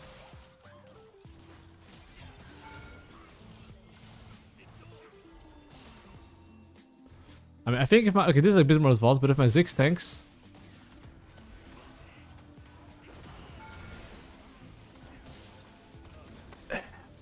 Okay, I think he... Fuck, he tanked a bit too early, but all good. Execution was a bit off, but no problem. But in general, if you want to go for a dive as a melee champion, always try to let your ranged champions tank if possible. But okay, anyway. I basically just died. The grubbies are up. I'm gonna go for grubs. So look, I'm gonna ping all the way to grubs. I wanna see if my Senna is gonna move to grubs or not. Look, he's not moving to grubs, right? Look now. Fuck, my pings don't work. Yo! Hey, yo! My pings, hey, yo! Oh, now it should work. Now he should probably wanna go to grubs, right? Right, guys?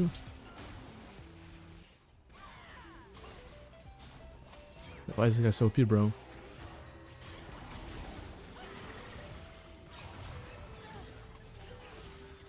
Okay, my Senna came. He's coming. The fight's over, but hey. At least she came, you know. That's the most important thing.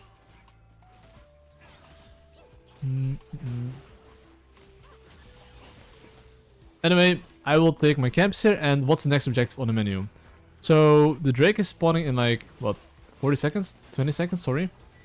General rule that I have as a jungler. This is like the most consistent way you can play.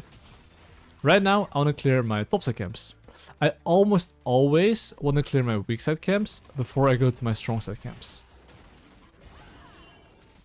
So my weak side is basically my top side, because I want to play bot side. It's always the opposite side of where you want to play. So right now, even though Drake's up, okay, by the time I finish my wolves, even if he starts it instantly, I can late contest him. So you don't have to like ignore your camps to go for Drake. You can literally clear your camps, then go for the Drake. And in this situation, because he hasn't even started the Drake, I can even clear more camps.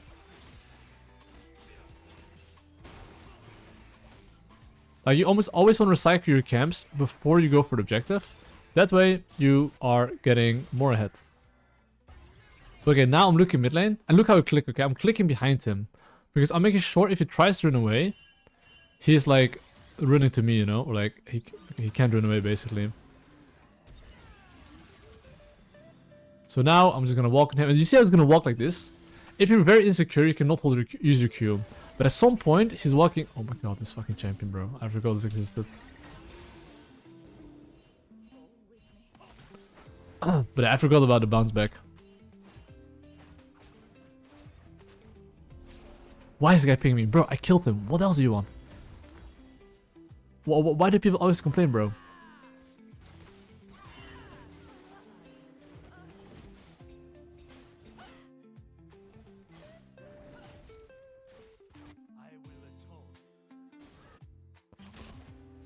What? Why is the guy running it? Wait, I'm confused. Why is he running it?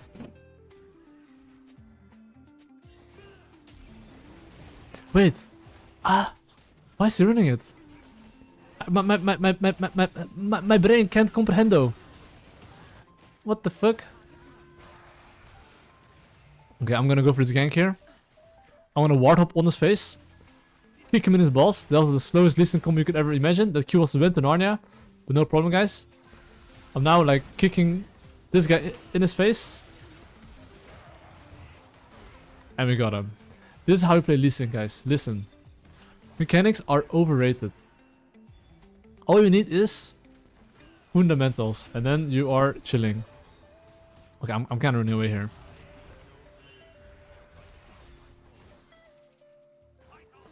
Okay, I mean, if you look at my gold, I literally have Sundered Sky.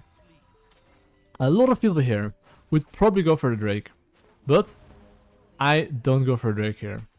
Because if I base right now, okay, and I clear my topside camps, what happens next is that if I actually see him ever do the Drake, I would sprint to him, of course. But right now, because he's not on the Drake, if there's any top or mid fight, I'm at the right place at the right time, and I'm very strong because I have a good base timer. So essentially right now, what's happening is that I'm recycling all my topside camps. And because I clear my weak side camps, and after I clear my weak side camps, okay, I will now look to play for bot side.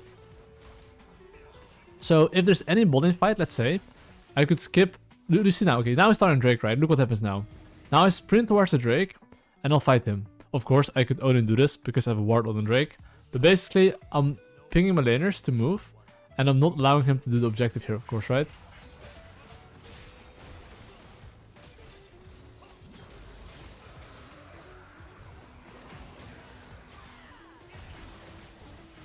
I'm gonna play a bit slow. You see I'm waiting for my Q. He's probably gonna walk left and right. And the moment he walks left and right, boom. Triple kill. So like the general pattern, you can recognize as well from laners how to move. They're gonna walk up, they're gonna walk to the right.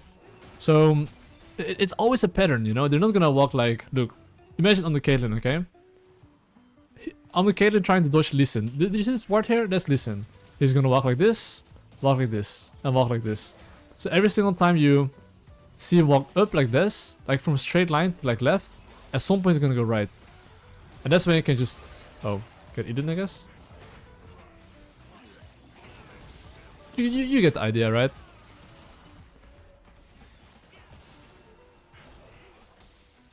This is just me explaining a bit on like how to think when it comes to like micro stuff on Lee Sin. I'm not an amazing Lee Sin, but it's just that I understand how people move. And because I understand a bit how they move, I basically, yeah, get more kills that way, you know? Okay, so I have 1.6k gold, Rift Herald's up. Same thing, I'm just basing. I'm not going for Rift Herald right now, because I'm making sure I'm as strong as possible, and then I'll go for the objective. I'll just buy this, fuck it. I can buy anything I want. And now I would go for the objective here. I'm not sure if Vi is trying to sneak it. But you see how I'm pinging my laner in his face? On the way to the objective. If he's on it, I'll be here. He's not on it. That's fine. Now my Ziggs is leashing me. And because my Ziggs is leashing me...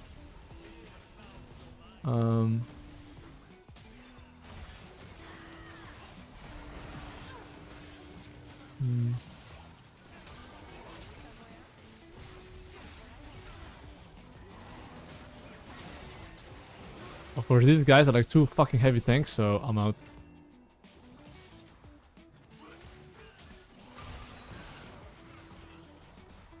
And now I'll do the objective here. Okay, but basically right now, I would say that I'll just pop the Herald top lane and break some towers here.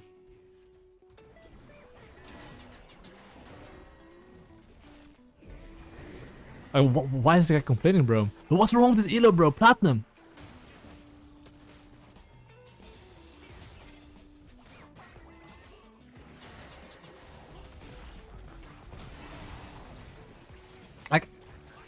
At first, I didn't even know why Aurora was trolling, by the way.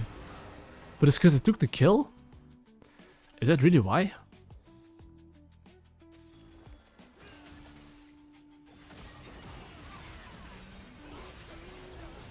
Ouch.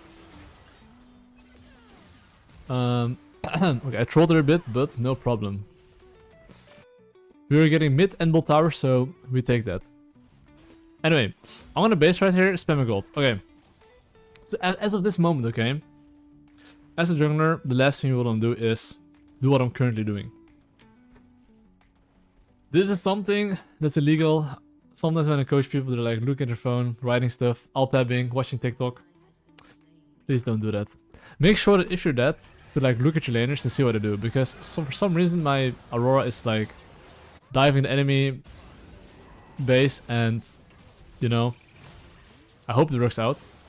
Nice, it worked out. But basically, you don't really want your laners to do this when you're not there, so just be mindful that when your laners are going that deep, just ping them back, because laners in general at every single elo don't care how strong you are. They actually do not care. League of Legends in the end is a game that you kind of just wanna, you know. Okay, so you saw this Vi as well? He went left, right. And that's why I hit my skill shot here, because no one's gonna keep walking left usually. Boom, hit that, hit that. But in the end, we're all playing like a video game, and honestly, in a video game, instead of using fundamentals, playing for win condition, playing safe, and you know, like increasing your chance of winning, which is what I'm doing. I'm just a very boring player. I'm actually just teaching you guys how to win with fundamentals and how to play with brain dead, you know? Okay, it's not brain dead, it's actually like, you have to actively use your brain, but it's like you're actually playing like a strategy game, the way I'm playing it, right? But in most elos, people just like to fight. Unless you're in Challenger, people usually would just perma fight for fun, you know? But if you want to win, you need to be, yeah, just understand the boring stuff. And yeah, okay, let's see. I'm gonna go for a fight here.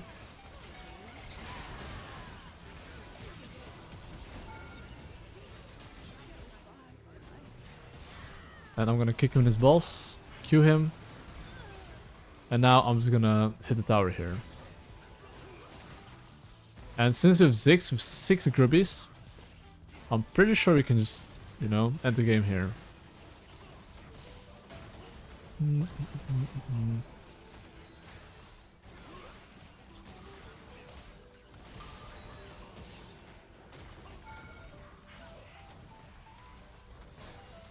The end. Okay, I mean, we don't have to fight here, you know. Obviously, we can just back off. Take the tower the next time. I have like 1.7k gold, a full item. After my base, it's gonna be GG upgrade. Because then I'll spend all my gold. After I've spent all my gold, I can literally just send it. So, I mean, we can ARM and end. Send us a vote. Bro, would this guy rather have Tom Kench, bro? How can this guy complain? My Sen has 4015. That's kind of crazy to me. What are these people's standards, bro? I know, we're on the chase here, bros. Okay, wait. I'm gonna kick him towards me. Oh.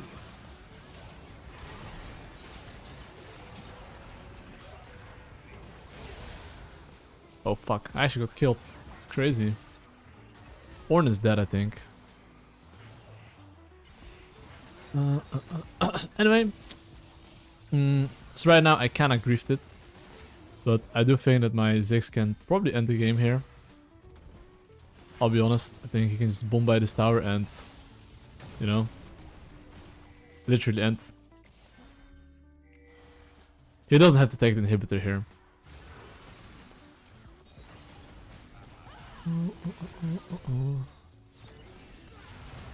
Yeah, goodbye to that guy. And that should be game, right? I mean, Tahm Kench is low-key OP, so I guess Caitlyn is respawning in 2 seconds as well, but I think if you have 2 inhibitors down, With our team comp, if they get healthy, we just end the game here pretty much.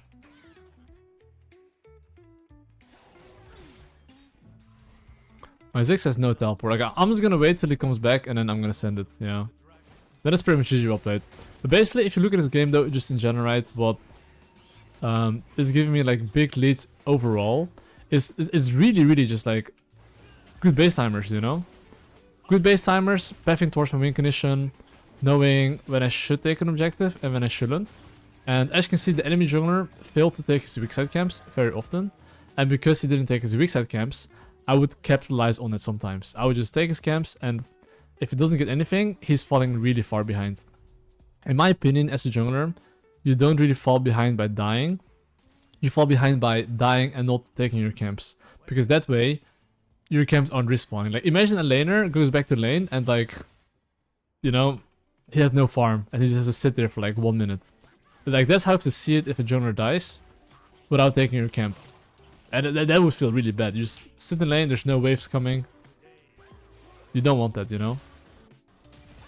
But okay, I mean, 1 tower respawn, I guess. But okay, with this team comp though, I have Ziggs Senna. I just have one job. Just get the Vi off my teammates and let my teammates poke. If I do that, then, you know, we can slowly but surely poke them down and end the game.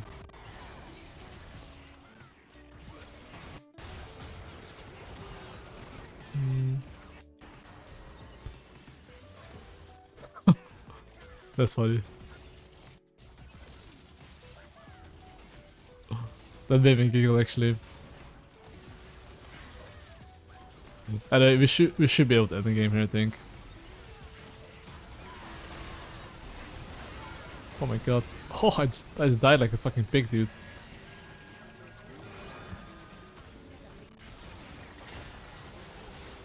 Okay, my Aurora's clutching it. Let's go, team. Okay, now it should be GG well played, right? Yeah, GG well played. Yeah, basically just those fundamentals, you know, gets you the bread. And honestly, these are the type of games that just like, it seemed very easy, but it's like, of course you need some decent mechanics, but in the end just good fundamentals is key, you know? And that's how we get them bread. I mean, this game I kind of have to play clean, because I think the champs are actually not too shabby. The Nasus is gonna be quite annoying later on. I'll path top to bot. So this is a game where essentially enemy has like decent scaling, and because the enemy team has decent scaling, right, I would say that I would like to play for my Jinx Elise. If my Jinx Elise gets ahead against Ashe Janna, we can actually snowball. If they're not ahead, we won't enjoy it. So yeah, that's why I'm gonna play bot side, making sure they get ahead. And let's get the bread. So let's see what Mr. Ivern is doing. I think Mr. Ivern probably is not gonna look for too much. But it's, of course, as Lee Sin, you have to think which laners can I get a kill. And essentially, I think this is a game where it might be difficult to get kills on mid lane. It might be difficult to get kills on top lane. The only lane is bot lane, basically. So, by being as consistent as possible, which means that you should just base properly, and tracking where the enemy jungle is, you will always have good opportunities. You see how a mid laner is pinging here, hey, gang mid lane, is the most dogshit gang ever. He's full HP, has summoners, his wave's not even bad, it's just a bad gank. As a jungler, you almost always want to farm, unless you're very sure you can kill him, you know?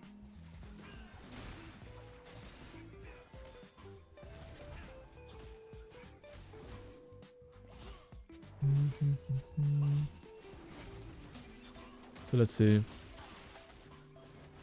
My laners are literally invading the Ivern. It's pretty goated.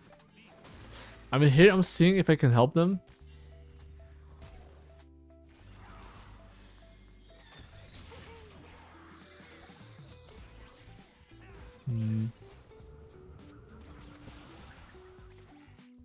Okay, I'd low-key waste a bit of time here, but...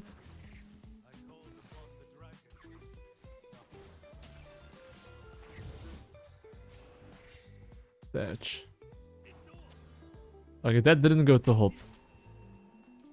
So what I did there is like I thought I could maybe help them, but because I couldn't, I actually fucked up my tempo. So now Ivern can make another top or mid play and I cannot match him because I was late on the map, you know. But here though, I can maybe look for a play because I think they haven't put down a ward. And because they haven't put down a ward, I could walk from this way and gank them. But never, it seems like they do have a ward. Like, they're playing very safe the moment I enter Tribush. You can see he's trying to cancel my base, but... I'm not, actually, I'll be honest. You know what goes super hard this game? I think Serpent's Fang first item. Are we cooking? Or am I fucking trolling? Hmm.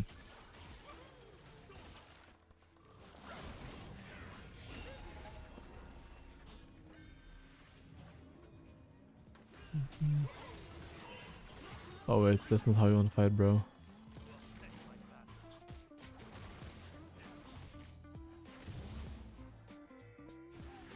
No, I think probably Eclipse is still better. Because Janna, Ivern Shield's like... kinda whatever, you know?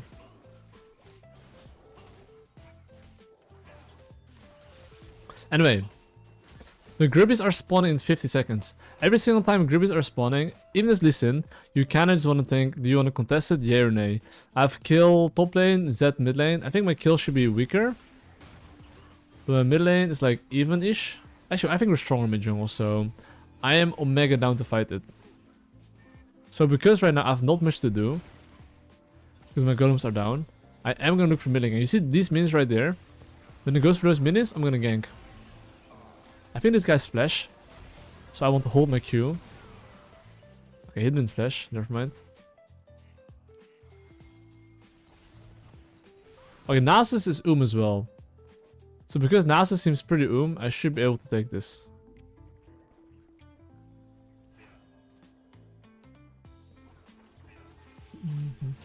It always says listen if you do Gribbies, you can save your E for all the small ones. So you can insta one-shot it.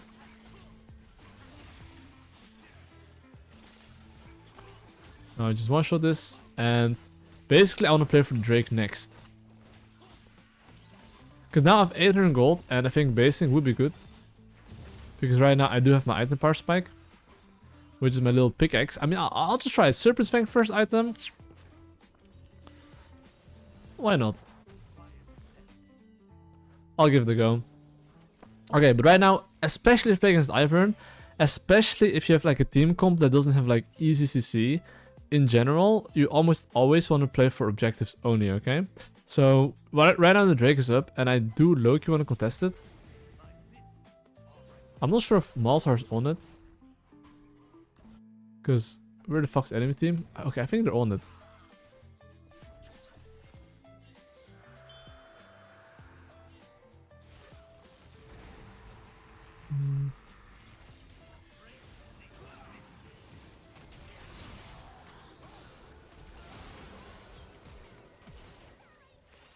He does not have Q.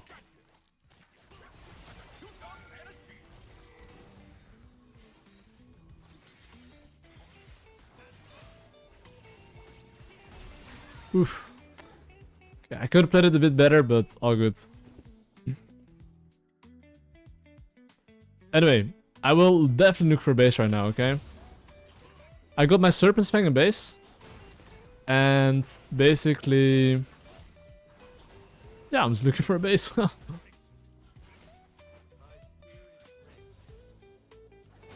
Because right now, their bot lane use some summoners, I believe. So they have no summoners. If I press tab, my mid lane is quite strong and I'm quite strong. So as long as I play with my mid laner, we're hard chilling. So what's my game plan at the moment? My game plan at the moment is to clear top to bot and make sure I play through mid lane into the bot lane. But till then, if you identified which lane you want to play for, make sure to just think about what the enemy jungle can do. Because as long as enemy jungle doesn't get anything, it's a free win.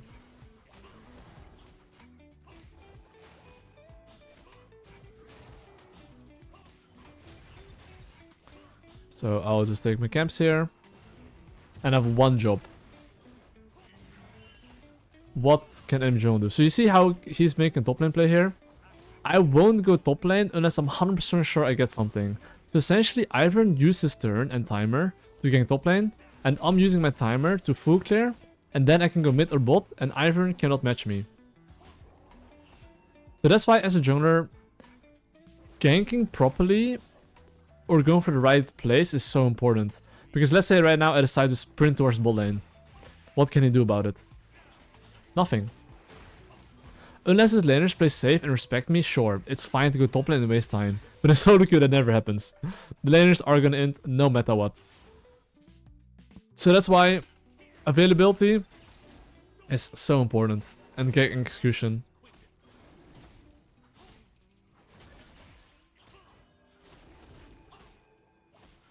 Okay, I was farming.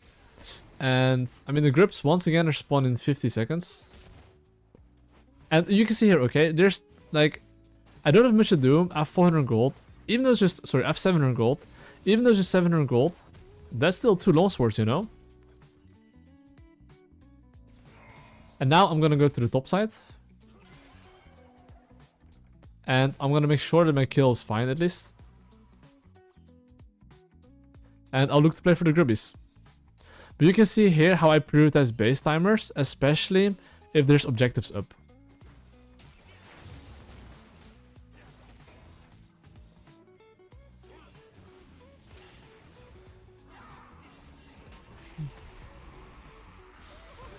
Wait, what the fuck?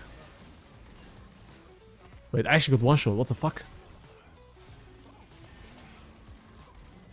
Whoa! Okay, I honestly underestimate Malza, but then again, I'm as well full squishy, right? So, but still, what the fuck? I got Omega one shot.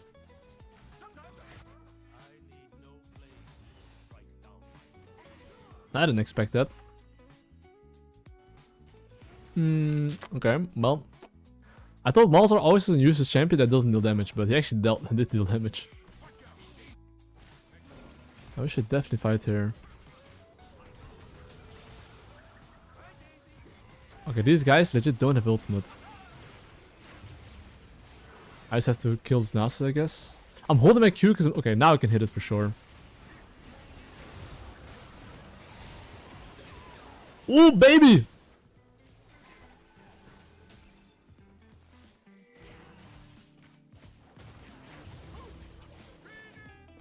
Oof, that was beautiful.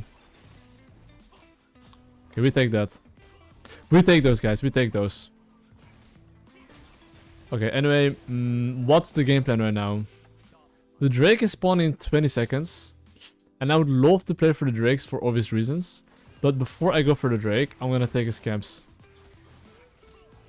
So after I take his camps, I am looking for a base. And I'm gonna play for the Drake. I don't have time to do my own camps because Drake is up very soon. I am thinking about buying Mercs though. I think Mercs and some additional HP is gonna be very, very OP this game. Because now I can never get one shot. And just in general, right? I'm playing against double mid AP jungle.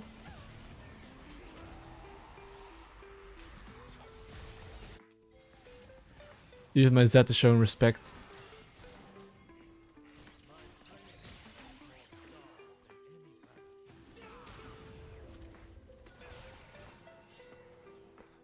Oof. I hit that, I send it straight back to base.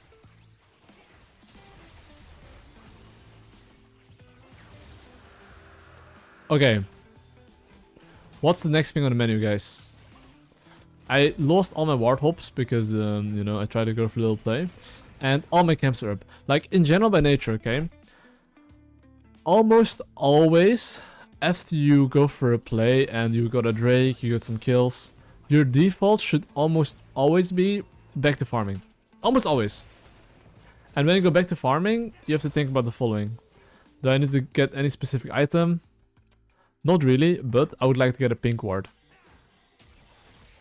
So right now, I basically don't really want to look for any play.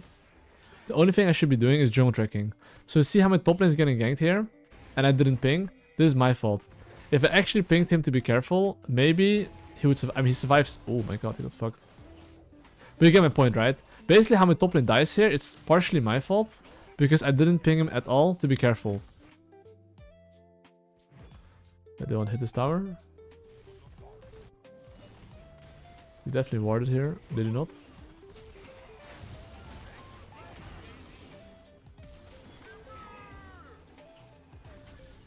Bro. It's not slow, so disgusting. Wait, this guy's so fucking fast, bro. Like, I'll just take the camps here.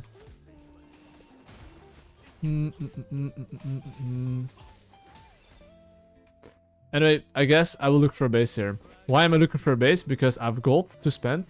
And, you know, running from here all the way to here, if you have gold to spend, in my personal opinion, it's much better to just press B, spend your gold, and after you spend your gold, to then, basically,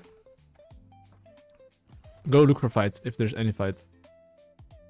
And now, every single time you're in base, just try a bit to think about what lane you want to play for. I want to play for Jinx.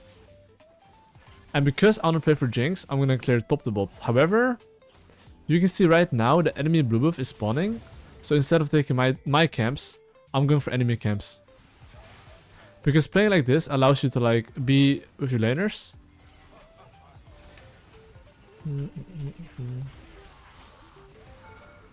Bum. You see here, simply because I'm actually invading enemy team here, I got this mid lane play. Most people here would have done their gromp. But especially if you're winning, right? You really want to be doing what I'm doing, which is, you know, taking enemy camps. Because now if there's any fight, I can join the fight.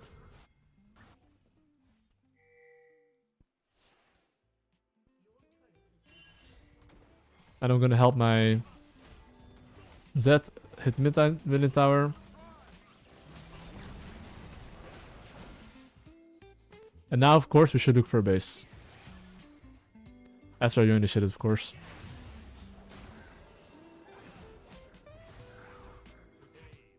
Oh, I think it's fine. That's fine, that's fine. You see here, we basically took a lot of objectives.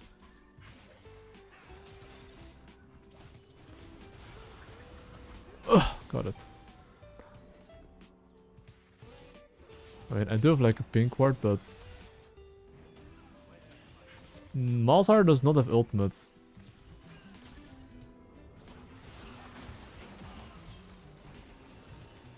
Could have played it a bit better, but... Jan is 1 HP right now, though. Can we do this objective? Definitely think it's possible.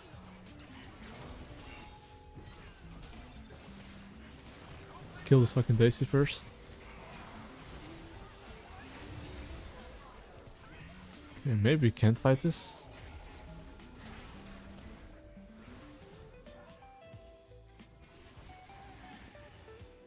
I mean, this doggo just walked up my face and he just, you know.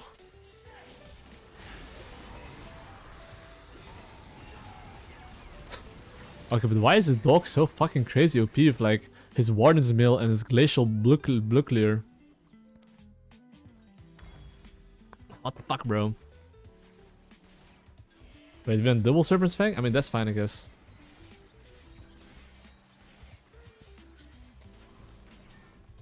This doggo, bro.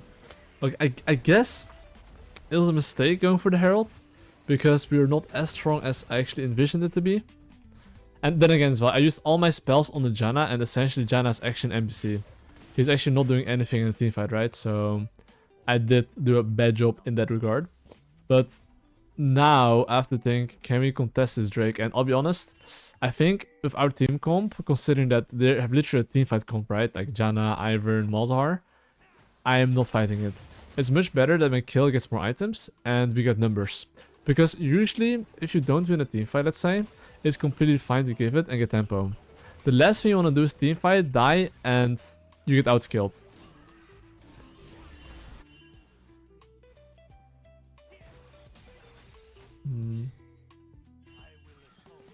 I'm not trying to do that. Oh wait, they're really chasing. That was kind of crazy.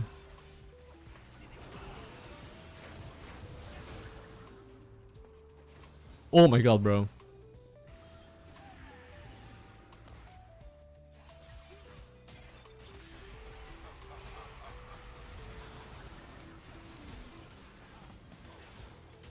Oh my daisy, bro.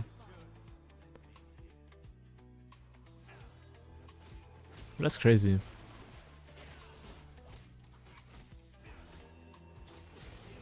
Why so hard?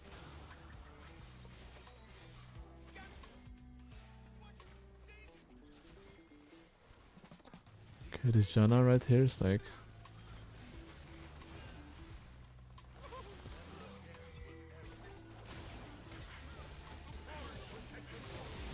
making sure I get the last hit. Okay, okay, guys, not too shabby. Opticon spawn in 30 seconds in the bot side. Need to make sure my kills getting some farm.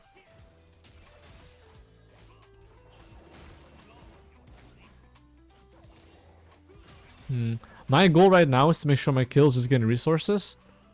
And I mean, this Nasus, right, has like full armor build.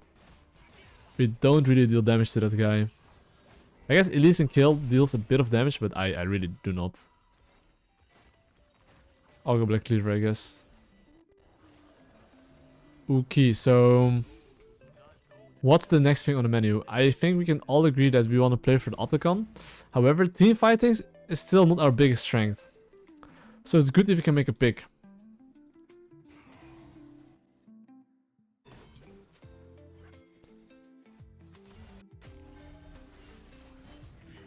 This guy's crazy amount of armor.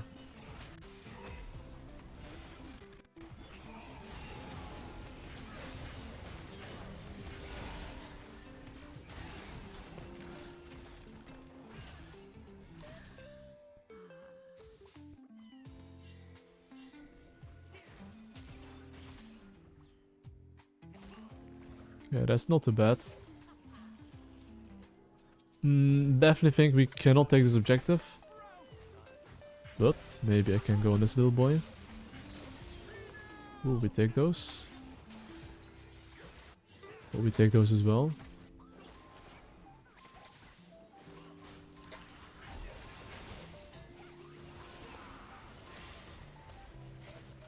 Okay, I mean... that is not bad at all.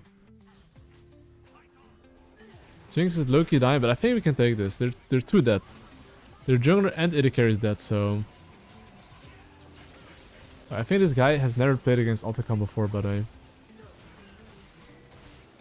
This Jinx keeps staying on the outer layer. Bro. I legit think he doesn't know what Otacon does. Anyway, that is not too shabby though. We take those. I have 1k gold. I kinda need to look for a base. And Jinx is 4-0. He's kinda strong, right? And this is the moment where fundamentals is super important if you're winning. And what should we want to do if we're winning? You want to identify what objective you want to play for? I would say I definitely want to play for top tower. But I need the base first. Because I need the base first and I'm not on the map, my laners will fight like donkeys. And because they're donkeys, okay? I'm making sure I ping my laners to not int. And, you know, make sure they don't die. If my laners overextend, I would ping all of them to back off. Oh, I think this fight could be good though.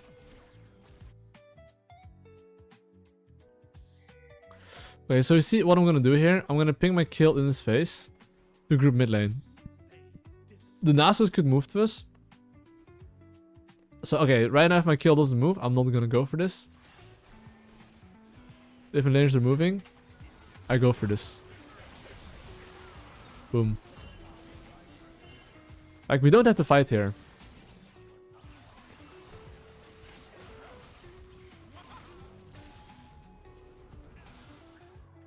I mean, I don't have kick anymore, and we don't have any engage.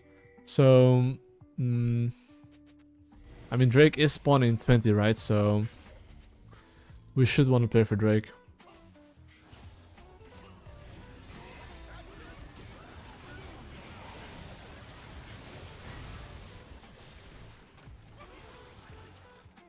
Okay, now we got a Drake. And that's a banger. But you can basically see here, I'm very aware of like numbers. And if I get numbers and my laners are around, I'm basically fighting. We can see here I'm permanent pinging my laners to push and move basically.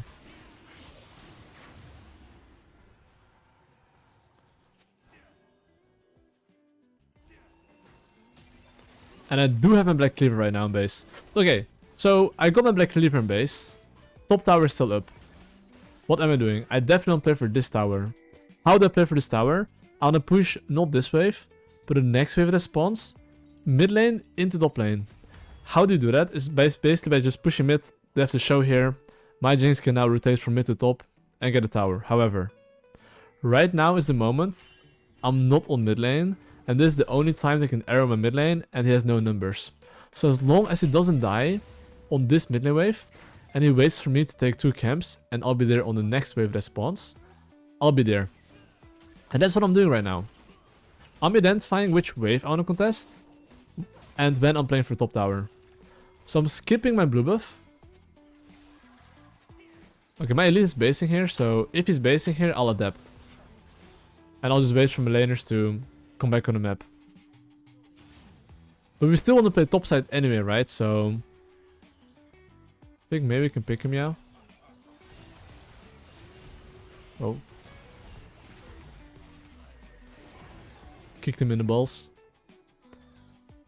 Okay, so we shouldn't want to do this. I think we should not want to do this, honestly. Ashe is dead, but I don't think we're that OP. Okay.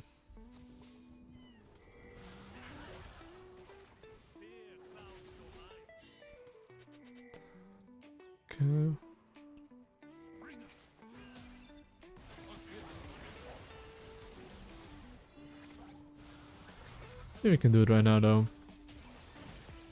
We killed the Daisy, we made him sweat a little bit.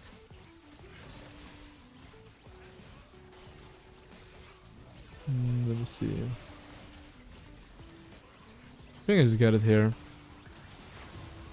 But you can see here, I didn't instantly start objective. I made sure to like see if they're gonna face check me. If they're gonna face check me, I'll be able to cook them, right?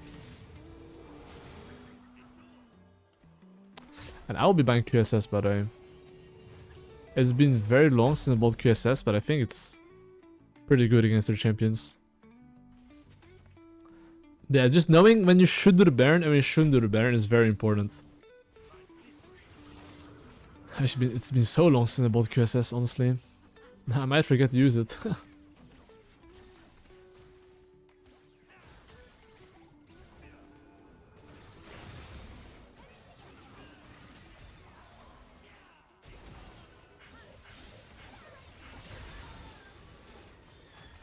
Okay. I'm holding my Q, seeing how it walks.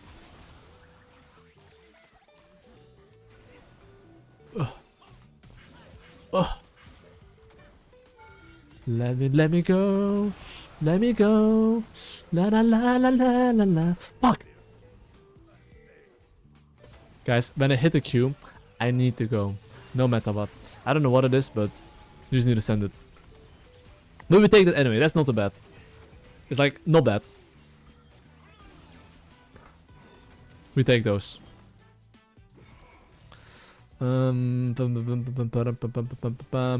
Wait, Drake spawning in 120, okay? So every single time there's a Drake coming up, ping your laners to play safe, tell them to base, get as strong as possible, and then play for the objective. So now hopefully my teammates are spending all their gold, and then I will set up the Drake. And we want to play for mid tower and bot tower.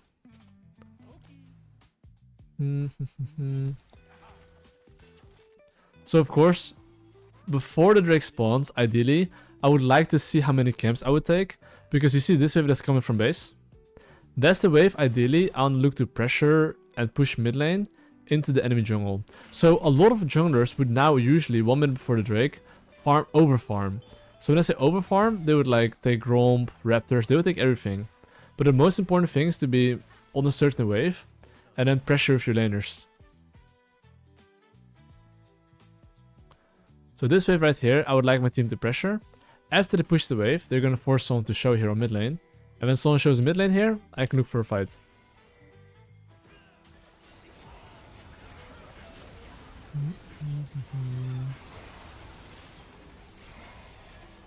Okay. And now basically, Boombaya. We cook the enemy team. And now we get a Drake. We see here by me just knowing which wave I should contest and understanding when my laners push, getting numbers, you get the bread basically. And now I do think, can I Q him here? I'm just holding my Q and I'm sending it right now. Boombaya. And the enemy team is dead for 10 more seconds. So I'm gonna tank one tower shot here. So my teammates can start hitting. And then GG, well played. And that's how we get the bread. But it's very important to be thinking about which wave you kind of want to contest. And if you know that, then you know when to fight and when not to fight. And yeah, that's how we get the bread. But yeah, remember though, don't focus on the LP. I always preach this, right? Focus on the process. Focus on the fundamentals and don't get too cocky. Because in general, it's really bad to get stuck with the mindset of like, I really want to climb. Even though you go from Emerald to Master, at the coaching session, just make sure you keep focusing on, you know, what you have to work on. You will get the result you want as long as you focus on the process, not on the result. So what do I want to do to clap these kids? This is a game where I am playing Heimerdinger against Darius, Irelia against Ari, Kai'Sa against Rakan, okay? So this is a game where I would say that, what is my win condition? So I would say my win condition, honestly, is just making sure my volatile lanes are okay in the game, okay? And as you can see, I'm low-key dying to Golem, but that's fine because I plan to take Golems and base here. Get one long sword. We see Mr. Nidalee, he's pathing into the bot side. And I'm gonna path into the bot side. So now I'm just gonna clear top the bot, and basically I'm gonna make sure that I am making sure that my teammates are chilling. I would say that I'll just, yeah, clear top the bot. And I do know Nidalee is gonna go into bot side here. So now I'm just tracking, he's going into bot side, making sure he doesn't die. But if you get my current Patreon courses, you're gonna get for sure like a discount, you know? The discount that's like gonna be almost equivalent to like, you know, just, yeah. It's worth to get my current course if you're gonna get my new course. Let's put it that way. But anyway, I will go into bot side here. And I'm gonna make sure that I'll basically just play bot side. Okay, I don't know how my top lane is getting fucked this hard, but that happens. So even though my top lane is dying here, it's okay. Because as a jungler, there's always gonna be more opportunities.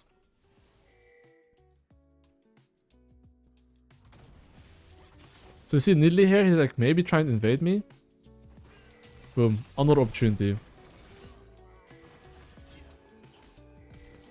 You see how, look at this, like, I'm holding my Q, now he's gonna move like, and because he's moving like this, I can just hit him till the death, you see? And now I can use my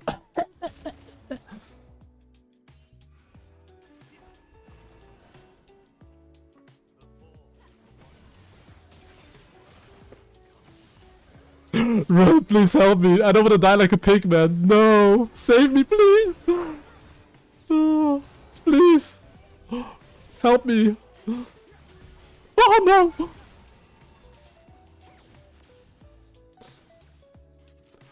Okay, Jesus Christ. Okay, listen guys. I was just trying to explain to you guys like how to, you know, think about how Lee Sin works if you hold your Q, okay? Because if you hold your Q, he's gonna move like this. And when he moves like that, you can just attack him till death. But there were a lot of occasions where I could have actually pressed my Q. But I just want to show you guys like an example on, you know, how you can, the power of holding Q, okay? The power of holding Q. And listen guys, these are mechanics, and in the end, I'm an uncle that's just explaining you guys fundamentals, okay? Don't mind my mechanics, don't look at that, okay? Don't look at that, nothing happened. Okay, Grubbies are spawning in 40 seconds. 40 seconds guys. And because it's spawning in 40 seconds, okay, I'm gonna play for that. So what's the best way to play for Grubbies? Clear your camps, get level 5, then you can play for that. And meanwhile, have good jungle tracking. I'm just showing you guys how to win without mechanics, you know? Just good decision making. Ironically. Like, actually, you guys will just learn my fundamentals. And if you have good arms, you will climb, you know? It's that simple. Okay, so look here, okay? Before I go for the grubbies, look what I'm gonna do. I'm hovering... Okay, actually, I don't think I have to hover mid lane. I think it's fine. You see what I'm doing here? Because I'm in the top side here, okay? And I'm doing the grubbies. I know that Nidalee can only do the Drake, gank mid, or gank bot. Because I think that he cannot contest me on the top side. As long as I take the grubbies and none of my laners die, I am a happy man. And if Nidalee does this, essentially he's just wasting time. And this is really bad what Nidalee does. This I call revenge chasing. It's like when something is gone, he's still trying to contest it when it's not there anymore. By doing that, he essentially lost his turn to make a play, and I get immense amount of tempo, which allows me to match his play.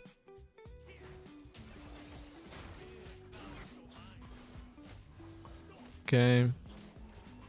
Okay, I'm top lane smurfing. Okay, and now I will basically look to... yeah, clear my bot side camps here.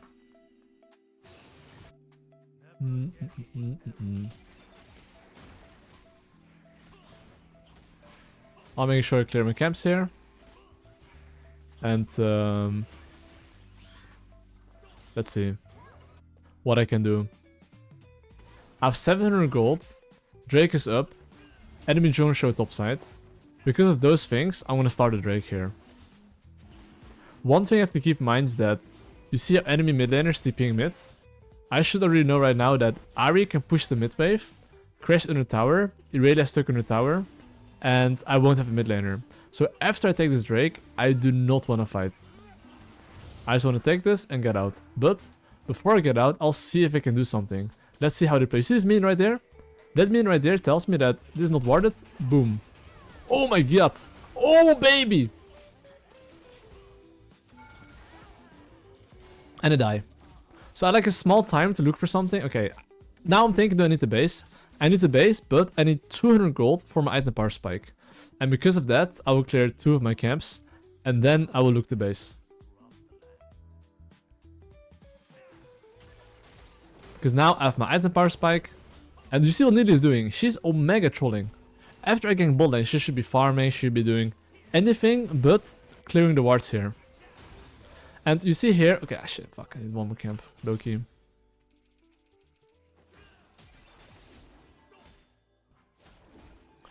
Okay, in this situation, I will look for a base. Because I've got my item power spike. So, how do I snowball this lead? I'm 2-0, Nidalee has 0 kills, okay? How do I snowball it? Essentially, it comes down to understanding that you want to play towards your win condition, also known as my Kaisa. And because I'm pathing towards the bot side, I'm gonna clear top to bot, ping my laners to not fight here, because as long as they don't die right now, and they wait for me, game is over. But you have to remember, out of 3 out of 10 times, they will still die. But it's very important that you ping your laners, hey, you're not gonna get help, you know? So you see my mid lane right now, he's playing very deep. What if he gets ganked? He might die, right? So I'm gonna hover here.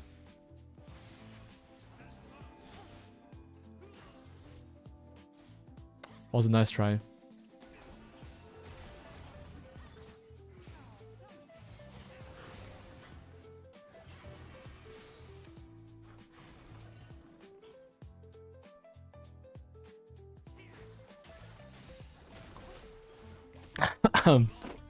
It's fine, guys. It's fine, guys. Listen. I will still hit Chandra with Listen. That's the funny part. That's actually the funny part. That's actually the funny part. I will still hit Challenger even though I can't land my Qs. Like, imagine what you guys can do if you guys have like some like 18-year-old mechanics and my fundamentals. Okay. What's my game plan? It's very easy, guys. Grubbies are alive. Because Grubby's alive, I ping my support in his face, going to Grubby. You see what I'm doing? I'm telling my teammates, move your ass. Even if I miss my Q, how can I lose if my support is moving to me? Tell me. I cannot lose. Even if I break my arms, break my legs, and I'm like on a wheelchair, I can't lose. Look. My support's now moving like a good dog. If there's any fight, no problem. Listen, you don't need mechanics to win games. You need some mechanics though. You can't be too boosted, you know. But now, of course, I got objective, so I don't need him anymore. Thank you for your service. And, of course, right now I do have like decent amount of gold, 800 gold. 800 gold is usually the amount where you can buy like Amplifying Tome, a Ruby Crystal, 2 long swords. So I would usually recommend for you to base if you have 800 gold. It's a very nice base timer if your camps are far away. Okay, so... Whoa. Okay, Nidalee is for sure tilted. Okay, he's not tilted because my mid lane has... he felt the montage right there. Okay, I do think Ahri is gonna stay for one more wave. And he won't have his ultimate anymore. Because why is he gonna stay one more wave? Irelia is dead for 13 seconds, right? So I'm gonna wait to use a Q. Or W. Anything. And I'm gonna go for him. I need to go. Do I wanna go? Okay.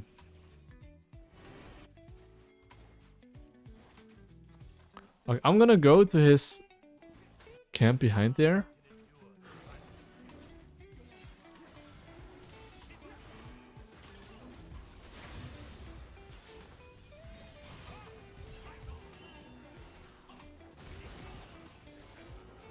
Oh my god.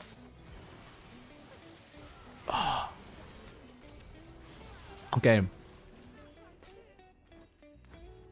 Why am I so bad on listening, guys? Crazy. Okay, I didn't keep in mind Ahri teleport though.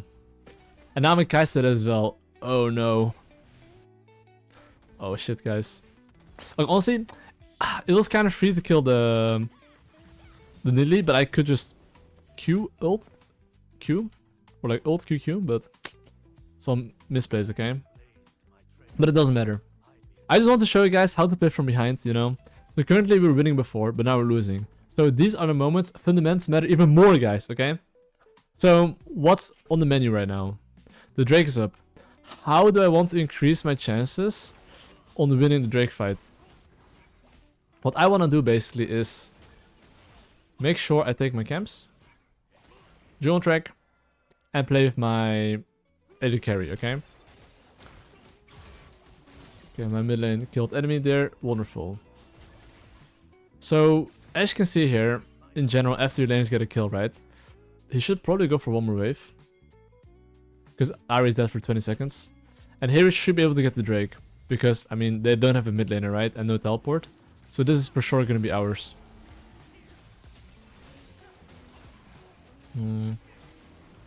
My support does have a ward, so technically if you want to, we could easily put down, you know, some wards there. And let's see if I can go for invade here. No purse, but that's fine. I will just back off here because there's no play. And I'll farm my camps here. So you see my Irelia has literally 4 kills. He's omega strong. I think right now, he doesn't think that maybe Nidalee can gank him. So I'm just making sure he knows that I'm not there. And Nidalee could move to you.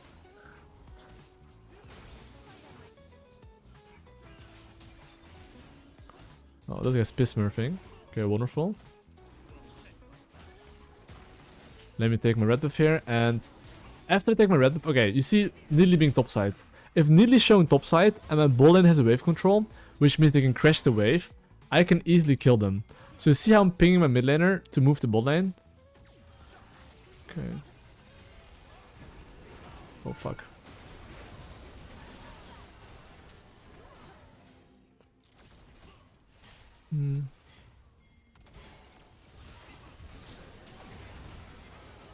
We take those.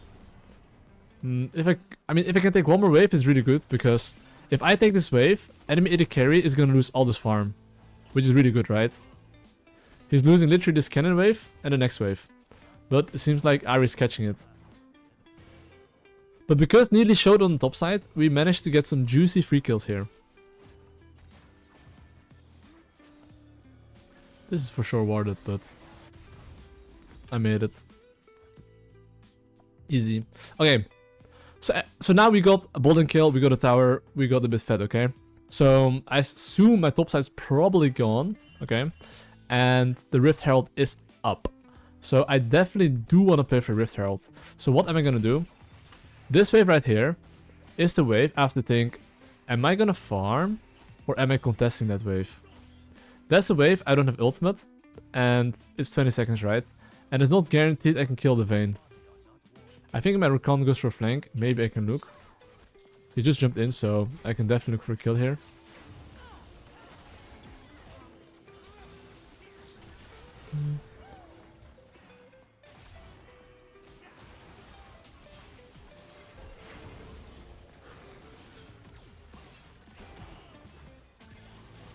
Bonsai. We got him. Okay, but there the only reason I kind of went there is because my Wukong was flanking, and that's the only reason I went, because there was a chance that we could kill him. But anyway, now I'll take the Rift Herald.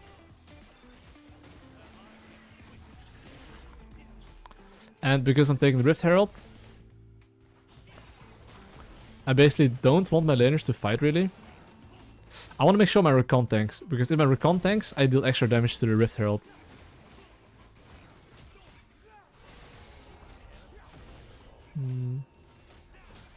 Okay, let me get this bad boy and let me base now. So I've got a lot of gold. I should base here and spam my gold. So against enemy team, I think Mercs is pretty decent because they have Nidalee Ahri. If you're playing as mid jungle, that's AP damage. Going Mercs goes kind of hard. And it's pretty simple now. If you want to snowball the game, just identify these two things, okay? Which laner do you want to play for? And when are you going to be there? I'm going to be playing with my Kai'Sa. So probably this wave that's coming, right? But as I know I want to play with Kai'Sa on the next wave that's coming, I'm thinking, can my top or bot die? Because I know for a fact that if I'm going to play on this wave, I have enough time to take one more camp. But after this one more camp, I'm making sure that I'm around mid lane. Because if there's any fight, I'm there. If there's no fight, we can use the push to rotate towards bot lane. So look how I'm pinging right now, okay? I'm pinging my Kai'Sa in his face to move bot lane here, basically.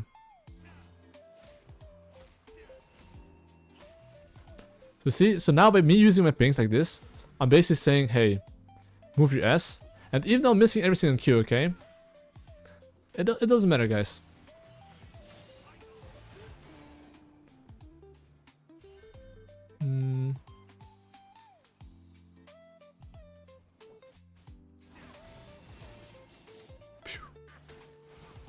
Oh, wait, there's a fight here.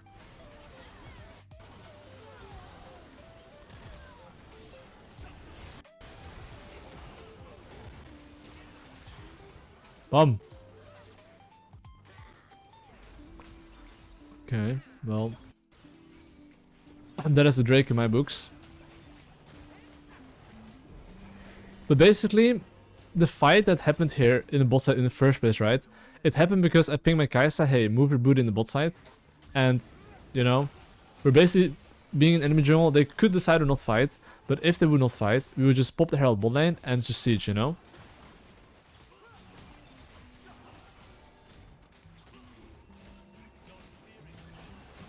So I'll just take the Drake here. Hope my laners are gonna survive. And after this, we should play for the Otacon. So the Otacon spawning in the top side. So well, we do want to play for that. So right here, I would not really like... Okay, I mean, Irelia is literally flanking right from behind. So I'm gonna move here. I need to go. Oh, baby. I hit the fucking Q, guys. Let's go. That's how we do it. That's how we do it, boy. Anyway. What's next on the menu, though? It is this tower. And then it's a base. Because right now, they just FF and then GG, well played basically. Okay, despite me breaking a bit of my arms, my team was smurfing though, so I gotta give them that credit. But just knowing when to fight, when not to fight, a bit about base timers, it does help your gameplay a lot, guys. Alright, let's get the bread. Let's see what they're cooking this game. This game, I'm playing against Shen, Viego, and mid lane's kind of AFK, bot lane's kind of fighting. I guess looking at this game, I would say my win condition is my bot lane. Bot lane is going to be a shit show. So I am just going to path in the bot side. So what do I want to do this game? This game, I kind of want to make sure that I play around... Yeah, mostly my bot lane, right? So this is Master Elo, and basically just jungle fundamentals is going to be quite important, I would say. Just like the things that I'm going to be doing this game very much is basically the following, right? Which is making sure I play around objectives properly and have good base timers and understand tempo. So if you do these things and have good jungle tracking, you will be chilling. And of course, what's Viego gonna do? Viego probably is gonna play bot side as well, right? Because even if he tries to go top lane, I don't think he can get anything. So he's probably gonna go mid slash bot especially. Very likely. So the moment I'm about to finish 3 camps, he's about to finish 3 camps. So I'm pinging my bot lane instantly to be slightly more careful. So they don't have to like die to the enemy jungle.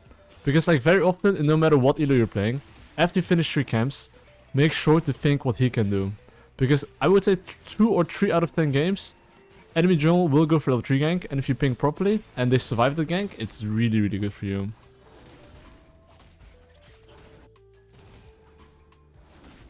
And I think this guy should be on the bot side, right? So... pretty sure about that one. I was gonna smite the buff here because me having smite for the crab or not doesn't matter. Because if I get bot lane priority, I'll get the crab anyway. So look what I'm gonna do, okay? Right here I'm pinging all the way to the crab. Currently, because I'm a master elo, usually you don't have to ping them in their faces. They just know that they should be moving, you know? Like, very often in high elo, they, you know, will actually move their booties. So before I go for a crab, I will look for a gank here.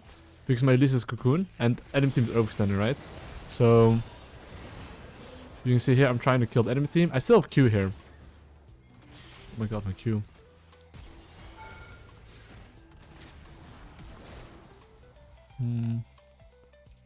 Well... this guy's pretty cooked. What do I do next? I insta-base. Like, this crap, okay, he took it anyway, his 20 ACS. But in general, after you get a kill, you kind of want like instant base. And look at my gold, I have 1.6k gold. Usually I have 1.6k gold, you don't want to buy this. You want to buy pickaxe and 2 long swords. Okay, so right now I will just go into top side, make sure I get a top crab. And currently I've generated a lead, okay? So how do I maintain my lead? I have one job. Think what the enemy journey can do and make sure that my laners don't die. So right now I'm 100% sure that Viego is going top side. So he can only go mid or top. Knowing this information, I'm just pinging my top lane to be careful. So this is the moment where I could gank top lane. But why am I not ganking top lane here? I'm not ganking top lane here because my bot lane's winning. And right now, if I just clear top to bot, I can just full clear, make sure my bot lane, which is my win condition, that I can keep playing aggressive. Look, okay, Viego technically right now ganked mid lane. And he didn't take his camps, right? So essentially, I'm getting tempo here. And this tempo that I get, I could look to use this to invade him. Because right now you see him, his tempo being behind. Because his tempo is behind and he's oinking a lot, I could easily invade his camps right now. And since he's 28 CS, I think right now actually, his Raptors should be up. And because his Raptors is up, I'm actually gonna look to take it here. And if let's say their mid lane's trolling, I'll go for a gank here. So I think right now though, enemy mid lane is quite low. There's a very big wave. So I'm gonna look for him. I want to try to hit my Q. I missed it, no problem. I'm boosted, but that's okay. No problem, guys. That's just mechanics, you know. Anyway, okay, so every single time we get a kill, right? Try to think about what you want to play for next. I want to play for Grubbies, and what can enemy jungler do? So in my books, I would say that enemy jungler could play for the Drake here. So knowing he can play for Drake here, I'm pinging my team, hey, if anyone can ward, it would be really good. Because I'm playing for Grubs and he probably wants to trade. So I'm gonna ping Shen's level 6 as well. To make sure that my team knows, just don't fight. And a Grubs butter is super good to take. Especially if you're playing against a Shen and you have cannon. That way if you ever ults, your laners can take a lot of the platings. But right now I'm just thinking about what can the enemy jungle do on the other side of the map. He has a cross map opportunity in the bot side, so my job as a jungler is to think, okay, he can probably look to gank bot lane. And as long as my laners don't die to this, it's really fucking good. So I'm just gonna go towards... Okay, he might be on the Drake, I'm not sure. But I think I could even dive the enemy top lane. Look at my items, and we both have ultimate.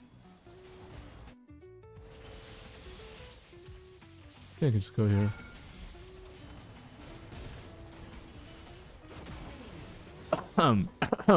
Okay, I think mechanically, kinda sussy. I didn't even ward hop. I kinda want to ward hop and kick him, but it's fine, guys. I'm showing guys the like uncle mechanics. How to do the fundamental, okay? Jesus. Okay, so right now, I would say that when I'm dead here and enemy team can do something... Fuck, I bought 2 ping parts. I only want to buy 1, but it's fine. But basically right now, I'm making sure that I ping my mid lane. Hey, enemy might move to you, and I'm not gonna come to you. Do you see how my farm is up here? I will prioritize taking my farm instead of helping mid lane here. Because my mid lane on paper should be able to play safe, and there's no reason for me to like help him. Especially if he's fine, you know? So I'm not gonna help him. And of course in this case I can hit both targets with my E.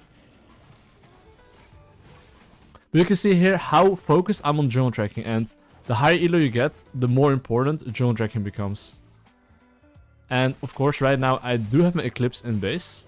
So because the Drake is up and I've got my Eclipse in base, instead of continue farming, I'm just gonna take my base. And after I take my base, I will then look to go to my bot side. The thing with doing this is that I'm gonna be a bit slower on the bot side, but the benefit of this is that I'm basically a lot stronger, and if there's any fight, I can join it. And I'll be able to, you know, win the fight. So I'm gonna go towards my golems, because I kinda wanna see if enemy jungle is gonna do something. Like, he could walk through here, right? We have ward here, we have ward here, but this is like, you know, the only loophole that my bot lane could die. But you can see here, basically, I'm like very, very aware of like what enemy jungle can do. And as long as my laners don't die to enemy jungle, and I get to take all my camps here, that would be really, really good. Because then I can just play for the Drake, right? Which I want to do. So here I'm communicating to my team, hey, I'm going to take one more wave, and then I want to like play for the objective. So right now I'm going to hover bot lane. So why am I hovering bot lane? Is to make sure they crash the wave. And the moment they crash the wave, I'll do the objective.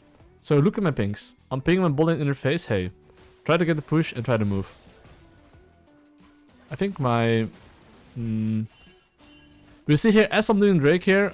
Okay, let me see if he needs help. Oh, he went really deep. I think he's kind of trolling.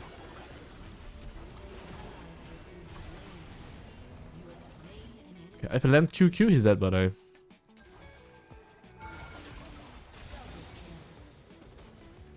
Banger alert. But okay, you can basically see here that, I mean, enemy team really overextended to like, you know, try to kill my boy. Okay, after I got these 2 kills, okay, you see how Viego's respawn in 2 seconds. I have one job as a jungler right now, and that is thinking, what can he do? So currently I'm yoinking his entire top side camps, okay, which is really fucking good. So after yoink all his camps here, what's next on the menu? It's a base. After I get 2 kills, if you want to increase your advantage and increase your chance of winning, let me just hit him a bit. He has really bad items.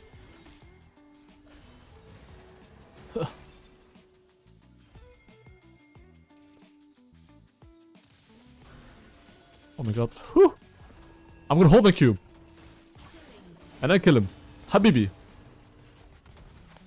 Oh, I think we can kill him actually.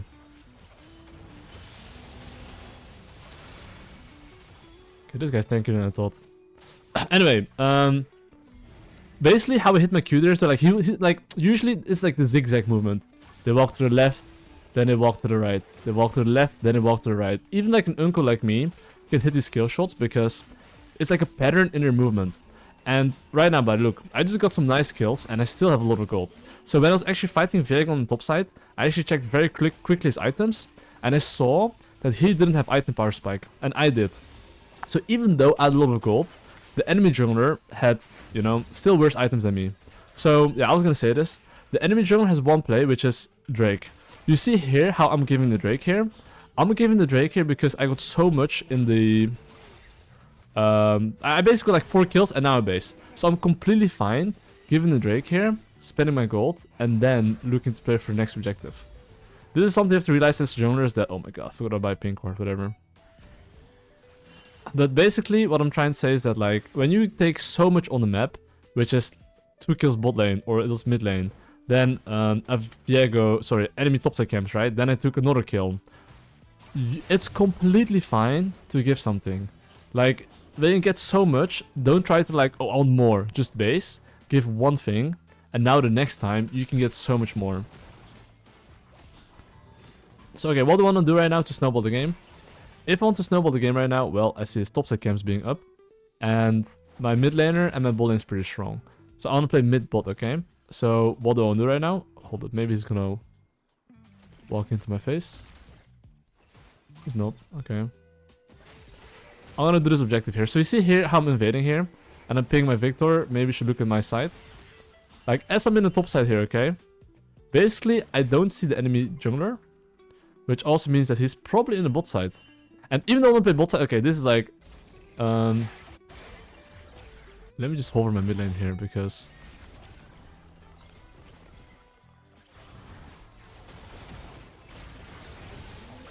No. I don't have Q. Okay, I didn't even try to aim there. This is practice, okay? My skill shot practice, okay? Anyway, I don't have wards anymore, so I can't like ward hop like crazy. Anyway, I might as well buy this item called Coalfield Warhammer and just base. Why am I just basing here? Well, usually if I have 800 gold and there's not much camps to take. Oh my god, oh, my items suck, bro. I don't have a pink ward. Okay, I'm kind of trolling with my buys, okay? But no problem. Anyway, what's my game plan right now? I really want to play for this tower. So how do I play for this tower? You see enemy blue buff? It's actually spawning right now, fuck. I kind of... Okay, so a general rule that I have is that if you're winning, instead of taking your own camps, try to take enemy camps. But since my laners are basing, I changed my mind, and... Okay, I could actually ping them to stay, because I think they're actually quite strong still regardless. Okay, in this case, I think I can help my top lane. So because I think I can help my top lane, because I think Kennen can press ult and buy enough time, I'm moving top lane here. Yo, relax, dog. Oh, yo! Okay, but then again, what happened there? I guess I didn't have ult, Viego got ult, so we got cooked. But my Kennen didn't fuck them that hard. Anyway, all good. Lol, okay. Okay, I'm trolling a bit here, guys. Okay, so here's the thing. The reason why I'm in top lane is because I thought I could actually help him and kill him, because I'm very strong. And I thought Kennen could make enough time. But there, my judgment was that, okay, we'll probably win that. But because we didn't win that, that's really bad, because essentially, Viego is using his turn to make a play, and I use my turn to match his play and die. So sometimes, if you're not sure, it's better to like keep on farming and then maybe like dive to the bot lane instead, or invade his blue buff instead, you know? But now, because I fucked up, it's a bit harder. However, because I have mid lane push here, bot lane push here, I should be able to invade his blue buff here. So you see I'm gonna ping. I'm literally pinging my laners. Yo, let's get it, you know? Let's get the bread. Hey, yo, yo.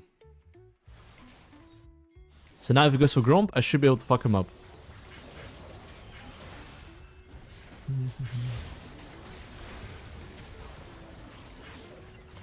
This guy doesn't have ulti this time. Okay, I'm gonna press R on him, and then kick him, Q him, fly to him, ward hop you out, and get out. But you can basically see, like, just in general, right? Especially if you're winning. Make sure... Hold up. Let me see if I can... Okay, I'm playing a bit boosted, but it's fine.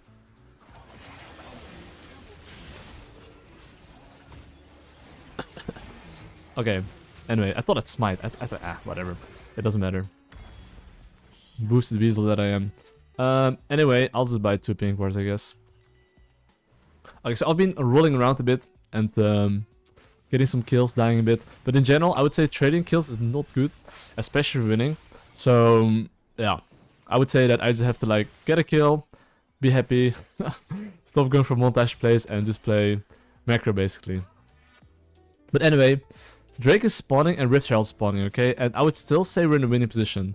So at the moment, you should, like, look to press tab and think, who do I want to play with? My Corki is strong and my Victor is really strong. So, especially if you're winning, try to match the enemy. So, if he went towards Rift Herald, I would have went towards Rift Herald. But in this case here, I would say that if he's going bot side and maybe Drake, I'll make sure to match him because I'm, you know, quite strong. Because if you look at my items, I have 2 items, he has like 1 health item, right? So there should be no way he can win this. But right now, since he's in the bot side, I just want to play for the Drake. So what will I do here? Before I play for Drake, I'm going to make sure that my Victor can take the bowling tower. His bowling tower is like 1 hit. And, you know, I would like to take it. I'm checking choket items before. Okay. Oh my god, I'm so boosted. I was playing mechanically really fucking horrible. That's the thing here. And I think the goal should have been just to take the tower, but it's fine. Okay, my Victor is dealing some damage here. This is still pretty good though. I mean, Corki took tier 2 top and full wave, so I would still say it's worth, but just dying here is just not it, right?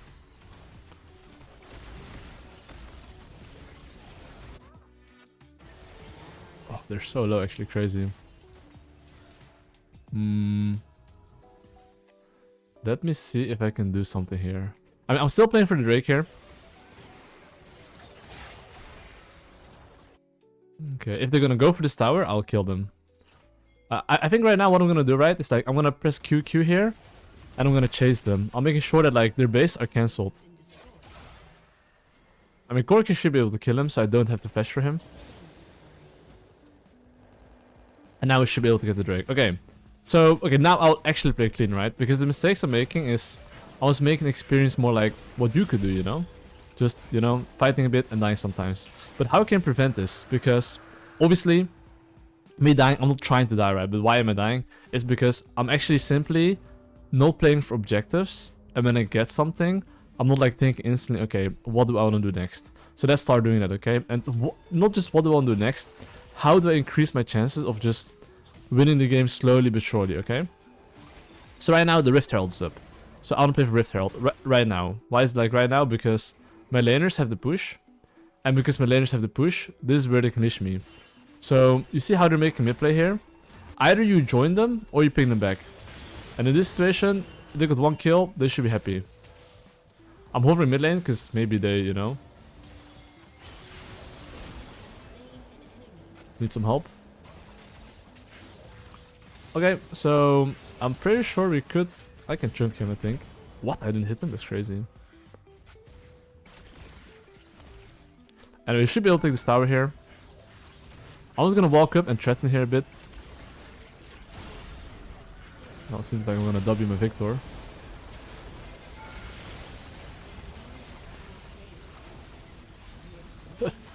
Goodbye, senoritas. Okay, well, anyway, now we should really look for a base. Why should we really look for a base? Because the Otacon spawning and the Rift Herald is up. So we just want a base as soon as possible and set up this bad boy, okay? That's the game plan right now, setting up that bad boy. I mean, enemy team has a decent amount of poke, but it's fine. So, okay, since Otacon spawning and Rift Herald spawning, what's the game plan here? So, it's really simple. I will basically look to match the enemy team. If Viego is around the bot side, I'm gonna play for Otacon. Why is that? Because if Viego is in the bot side, and, you know, I go for Otacon, he cannot take the Rift Herald. But let's say if he's in the top side, I'll go to the top side. Because that way, he cannot take the Otacon. So right now, for example, he's in the bot side, but I don't think they can start Otacon. But in case, I'm just gonna hover, right? Better safe than sorry. But this is only because I'm winning, you know? Yo, dankjewel Cribbywell, appreciate it. For the happy birthday. Okay, so here I would kinda like ping my laners to back off. For obvious reasons.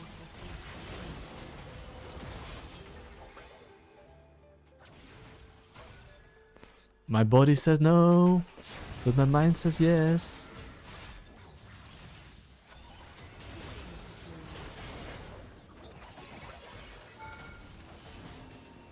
Okay, I need to run here. Okay, anyway, that's an autocon for us. We killed 2 of their people. Free objective. Okay. Whoppa, Gangnam Style. But you can see here, basically, well, he was maybe concerned about objective, but we get the kill here. And now we get objective. Okay, so do you see how he gets objective here, okay? Usually if you're a master elo, this is the thing you really want to do and understand. Enemy team has 1 turn to do something. If they cannot succeed this 1 turn, the enemy team is cooked. So when I say they have 1 turn to do something, I essentially mean like, right now I need the base, I need the farm, I need to do whatever, right? Like let's say I'm gonna farm right now. Now is the moment I want to change my mindset from like, okay, yes, I'm very strong, but the enemy team has 1 opportunity to do something. There's 1 opportunity they can do something, what can they do? I have no idea what they can do, but if I look at the minimap, the Victor in the river. So what will I do here? I'm gonna ping my Victor, hey, try to be careful, try to not get too funny ideas, and play safe. And okay, you see how my team is doing the Rift Herald here? Instead of me being dictated by them, I'm dictating how I want to play. I know I have a lot of gold, I'm gonna base first and then go for it. If I see that the enemy team is contesting this, I will ping them back. But in this case, enemy team is not contesting them, so they're kinda chilling. So we're good, you know? And you can see as well now Drake's 50 seconds. But you can see here basically, I'm very aware in mid game when I want to fight and when I do not want to fight, right? So right now I'm gonna go for the objective here. And it's spawning in 30 seconds, so I'm gonna take Raptors, and then next wave that's coming, which is this one. This wave I kinda wanna pressure into the enemy jungle. I'm pretty sure my team can do this without me. Usually I have like a rule which is either I'm there or I ping them back. But in this case they're able to do so, you know? Maybe not right now, but I want my laners to take a mid lane farm. And after that we just take the Drake. But you see right now, I'm kind of just playing guaranteed in a way. I'm just waiting for the objective to spawn. We're pushing mid lane. We're pushing bot lane. And then we take the objective. You know? And after we take this objective, we're gonna play for the next objective. Which is bot tower. I mean, Cho gets mid lane, but I think... I don't want him to get this tower, so... I mean, can I beat him up? This bad boy. I see Senna here, never mind. But like, basically I see 2 people mid lane. My job is just to make sure that, you know... We now play for the Baron. So especially in higher elos, I would say that just knowing how to play for certain objectives is very important. So when I say how to play for certain objectives, I essentially mean like, know how to choke the enemy team out. So do you see how I'm pinging here assistance? Right now, Baron spawned in 30 seconds, okay? So their goal and our goal is to get topside control. So because they want to get topside control, look at what they're doing here. If they are trying to get any control, bam. Goodbye, you know? They die. And now, because we played in topside and they had no control and they try to get control, we get objective here. But you see here, basically, like, every single time there's an objective up, my mindset as a drone is, okay, I want to set the objective up. If they have no wards, they're forced to face check. And when they're forced to face check, you basically force a fight when winning. And that's like super important, right? When you're ahead, just knowing how to choke the enemy team out. And when I say choke them out, it basically means like deny all their vision, make it difficult for them to know if we're doing an objective or not. And then you can basically kill them. So this is the moment where, once again, right, I'm kind of like greeting for fun. Like, you know, I'm just, you know, taking a crap, now basing, and I'll just buy a blue pot or like a red pot, whatever you call it, right? And this is the moment where you have to identify one thing. Which wave do you want to use to contest and siege? Based off that, you should have your answer and know when you should be there and how many camps you can take. So this is the moment where I think I'll use this wave. So because I want to use that wave, I'm kind of just like hovering through mid lane here. Hold up, let me just...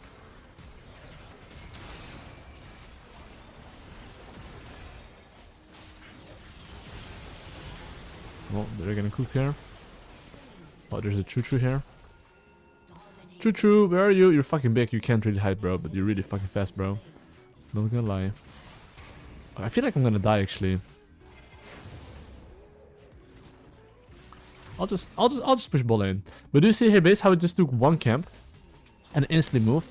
Because every single time there's a wave, you can use that wave to pressure and you can siege. And usually the enemy team, especially if they are playing against a Baron, they want to try to kill that wave. That's why as a jungler you need to know which wave you want to contest. That way, if they're ever on the wave trying to fight, you kill them like just now. Or you can basically use that wave to siege like we're doing right now. I'm just gonna walk up here. When I walk up here, he has to kind of respect me. Like, me holding my Q is like mental pressure, you know? And now when I have a Q, they have to be kind of careful. Lol.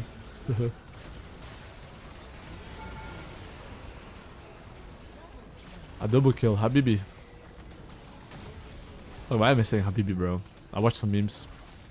Anyway, now we basically end the game here. But you can see here, if you just know how to play for objectives and play guaranteed, you are kinda chilling as we speak of. And that's how you get the bread. We're in Master Elo. We're actually playing High Master, not even Low Master. What should we do this game? I have K'Sante against Kayle, I have Corki Rakan against Jinx Brand, and I have Talia against Irelia. I would say that mid and bot is very volatile. So what can I do to basically make a difference? Because in a way, I have losing mid lane and I have losing bot lane, right? So I have two losing lanes and a top lane is like doing fine, if that makes sense. So how can I accelerate this game? So what would I do? I'm actually gonna get a bot lane niche. And after I get a bot lane niche, I can actually look for level 3 gang bot lane. So what's gonna happen if I get a bot lane niche? Basically, the enemy bot lane will push bot lane. And because they push bot lane, I can now gank them. Can do this. A level 3 gang bots. They're probably like, hell nah. Oh, it's fine, they don't know. Anyway, I'll just path normally then, no problem. I'll just start W. I was gonna path towards the top side, I guess.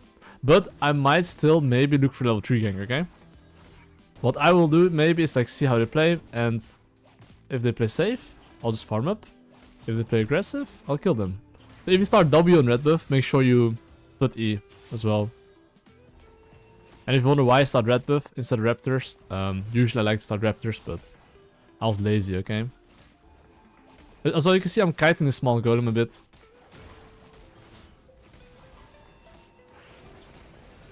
So I will just take these camps here. And I'm gonna... Well, oh, okay, I was like, it's maybe blocked. I will basically look to just farm. And now, of course, I'm looking laners. I'm looking if they put down wards. Because I'm in the end pathing towards top side, right? So when I'm pathing towards top side, I am looking at top lane.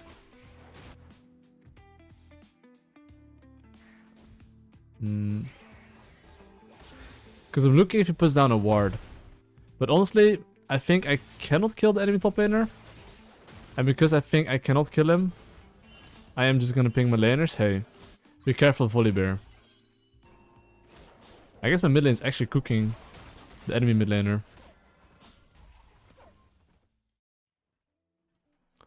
So I'm just gonna get level 4. But I do think Volibear is probably pathing bot side. I'm not too sure. You see how I'm pinging like here, hey, Volibear might be maybe ganking you. As long as my laners don't die while I'm full clearing, that is key. And my full clear is fucking slow, by the way. It's 320, it's kind of... it's like 335 maybe. Yeah, okay, my mid lane needs help, so...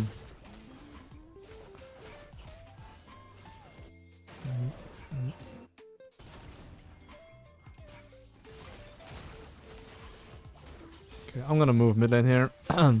Making sure he can crash the wave, because Volibear could be around. And because Volibear could be around, you know.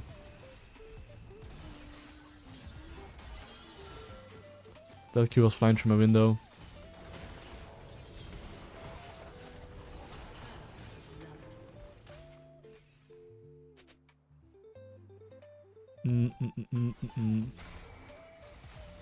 Okay.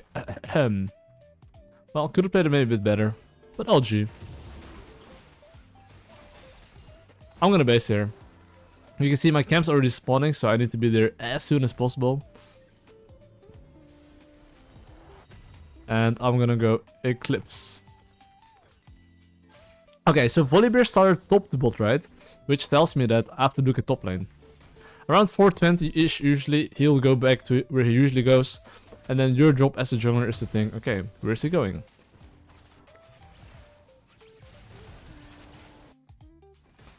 Oops. And of course, since he's pathing towards the bot side, I'm thinking, can he maybe go mid lane? Because especially if mid lane is volatile, you do have to look at mid lane and see if maybe Volibear is gonna gank him, right? And since I'm pathing towards the top side, essentially I am going for the grubbies. So Irelia Talia matchup is super volatile, so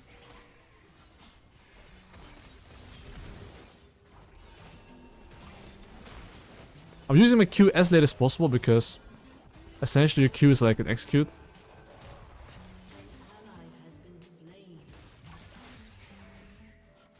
How do you not kill him though?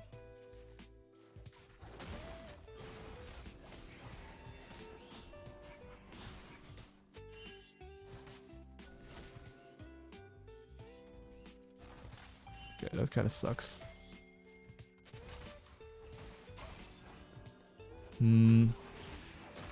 That's kind of crazy I didn't kill him though. I kind of landed a full combo there.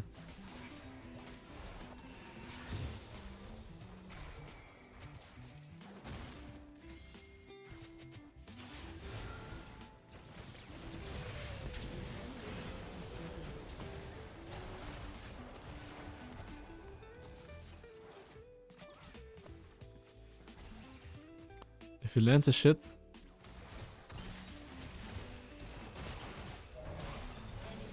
Oh my god. Wait.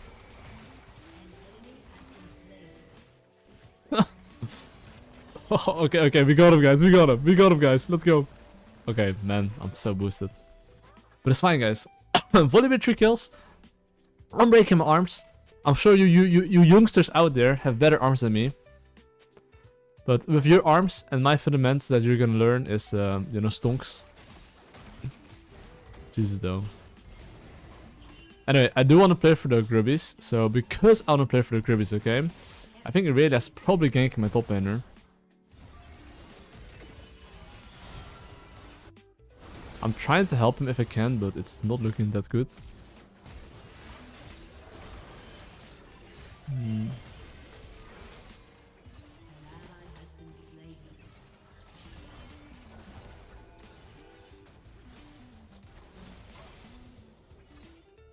Trust me, I really want to go in, but if I go in, I'm kind of dead.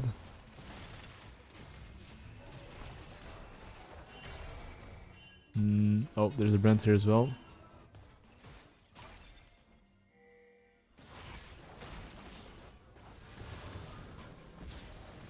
Oh, am I dead? I'm not dead. And can I farm? I guess I cannot farm. Okay, well, time to base here, ladies and gentlemen. I'm I'm out of here. And after I'm out of here, basically, I would say that the groupies are gone. Maybe my Gromp is gone, but I do know one thing for certain. I want to play with my bot lane. So right now, I would say every mid jungle 2v2 is for sure not winning. And because it's for sure not winning, I will... Oh, wait, who took my camps? Wait, what the fuck?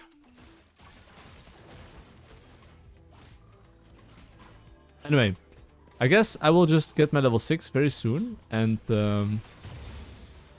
yeah, look to the bot side. I'm gonna hover top lane here, because I can see a world where my Talia can like land this combo, but it seems like Kill's playing safe. But yeah, okay, if I want to win this game while being a bit behind, okay, you have to think about the following.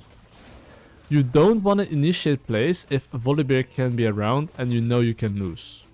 You want the enemy team to kind of start a Drake, like maybe invade you without numbers, or when they fuck up their base timer, to get a higher chance of winning any skirmish. So what I'm thinking about right now is, okay, where can I get pressure, and where can I use that pressure to rotate around the map? But of course, since all my camps are up, I want to take my camps, right? So till then, I am just farming, doing nothing else, and I'm just vibing, you know? And I think right here, I could do the Drake here. Because I have mid lane push, and I think Volibear is showing topside.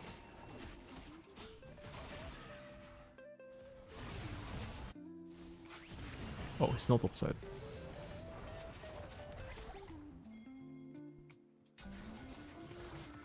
Oh, fuck, hit.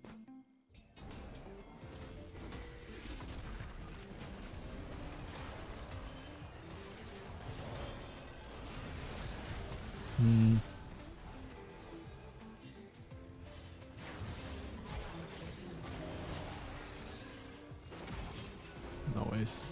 Okay, one more hit.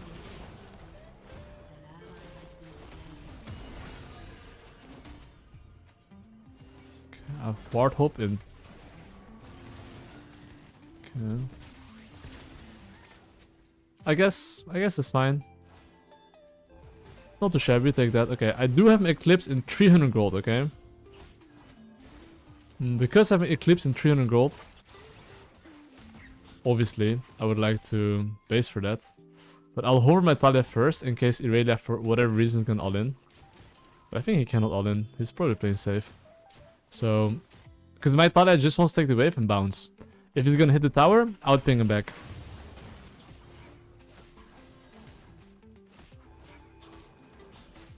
Okay. I've got my Eclipse in 15 gold.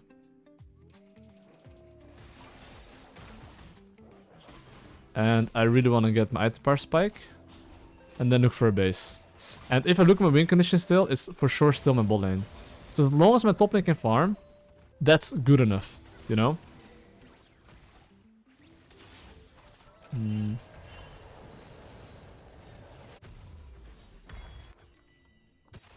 Okay, so right now their support got really fucking chunked. And because it got really chunked, if they actually go for objective, we should fight for this. Talia's moving too, so trying my best to make it. Objectives might be gone, but we'll win the fight.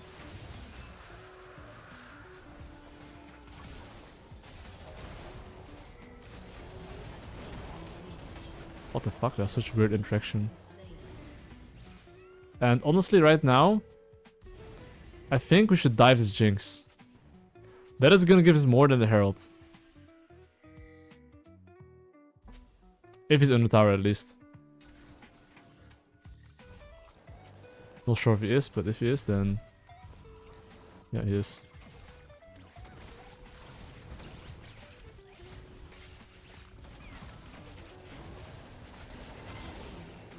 Because now, right, with this lead, my Cork is actually going to be stronger. They lose a wave, they lose a plating, and Jinx is like kind of the hyper carry. So instead of taking objective, I would much rather kill the Jinx and now go for the objective.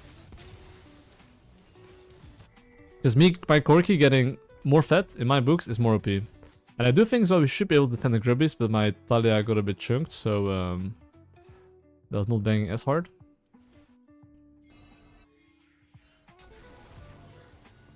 Let's see.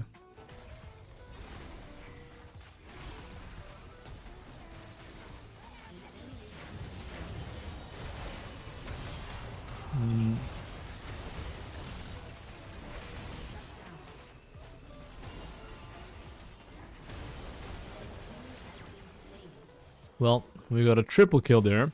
We take those. They did get 6 Grubbies, but I'm telling you, this lead that we're getting, even if the 6 Grubbies, as long as they cannot use the Grubbies, they are pretty cooked, I would say. And even though I could invade enemy red buff here, instead of invading here, in my opinion, just recycling all my camps, looking for a good base, looking what I want to play for next is going to be better because in solo queue, there's always 1 kill per minute. You can see there's literally 19 kills at minute 14. So by me just full clearing, basing instantly, looking at where the lanes are volatile, and playing for the next objective, that's going to allow me to get the bread. So here I could even take the bot crap, but I'm telling you, I don't even care about the bot crap. I'll just take my regular camps. And after I take my regular camps, maybe their bot is gonna troll. Look at the wave. You see the wave? I'm not surprised if Lillia loses patience and brain and is, you know, gonna die here.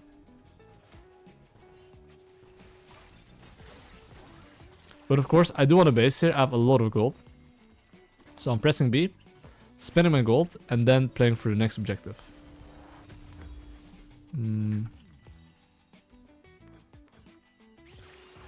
And my next objective is basically playing my Corki, right? Corki Rakan. The moment my Rakan has ultimate backup, I'm gonna play through his lane, push mid lane into Irelia lane. Because Irelia, he can't really wave clear. So look what I'm gonna do, okay? Oh, that's not what you wanna do. That's really not what you wanna do. Just push mid into bot lane. Because Irelia... Okay, I hope they're gonna survive. I think they should be fine, right?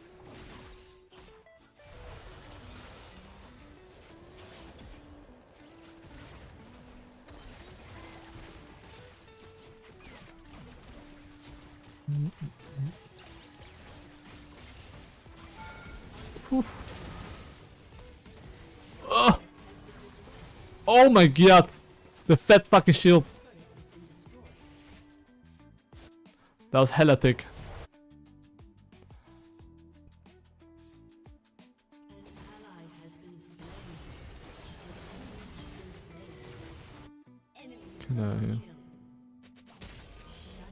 Oh wait, this kill just dove my Kissant under tower like that?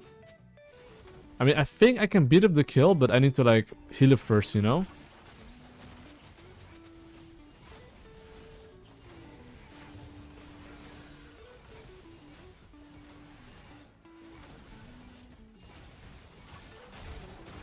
I'm gonna wait for my Q here.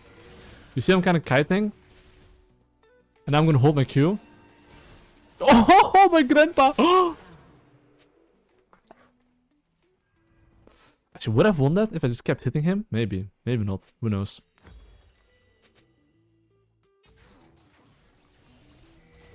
Can't win with Lee? What?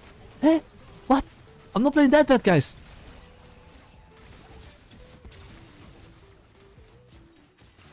What? I'm outperforming the enemy jungle, no? Cushion's grips? Yeah, okay. Anyway, it's fine, guys. It's fine. My bad, guys. I'm sorry. Anyway, can I play for Drake? Yay or nay? This is the thing. You should like sometimes mute the chat because I'm kind of getting distracted by what my teammates are writing. And that's not really good, you know? So like here, for example, my Rakan having to like ult away. Maybe I could have had good jungle tracking. And my Rakan would have survived. And then maybe, because he would have survived, I would have maybe taken the Drake. You see what I mean, you know?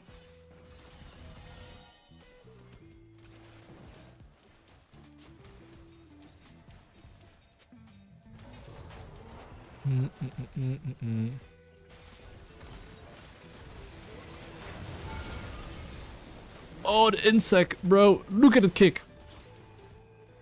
Okay, we might lose mid tower here, though. We have over-rotated a little bit, I would say. Oh, wait. Yeah, come on, Q it. Yeah, Q it. Yeah, thank you.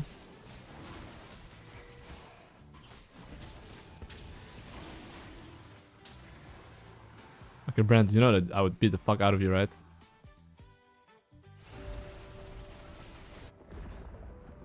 It's fine. Okay, we take that. We take that. Anyway, what's next on the menu, guys? What's next on the menu? Always think about the menu, guys. What's currently on the menu? What's on the menu? What's on the menu is my Sunrise Sky. Number 1. Get your item. Number 2. Base. Number 3. Jungle track. Make sure to be a Gigi Stalker. I'm currently Volibear's biggest fanboy. I'm gonna ask for his autograph when I see him. But currently, I don't know where he is, so I'm trying to stalk him and see where he is. That's kind of the mindset you want to have when you're playing jungle. Like, being his biggest fanboy, okay? Like, where is this bear gonna go? This bear is gonna go... I mean, I don't know where it's gonna go, honestly, but there's one way to find out where the bear is going. It's by looking at your laners. Everyone's in base, besides my, you know, my Talia. So, oh, wait, hold up. Let me clear the vision wards here first. Whoop.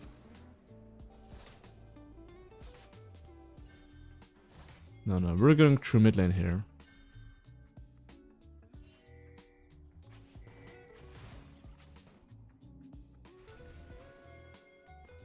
Okay. Seeing what... Oh!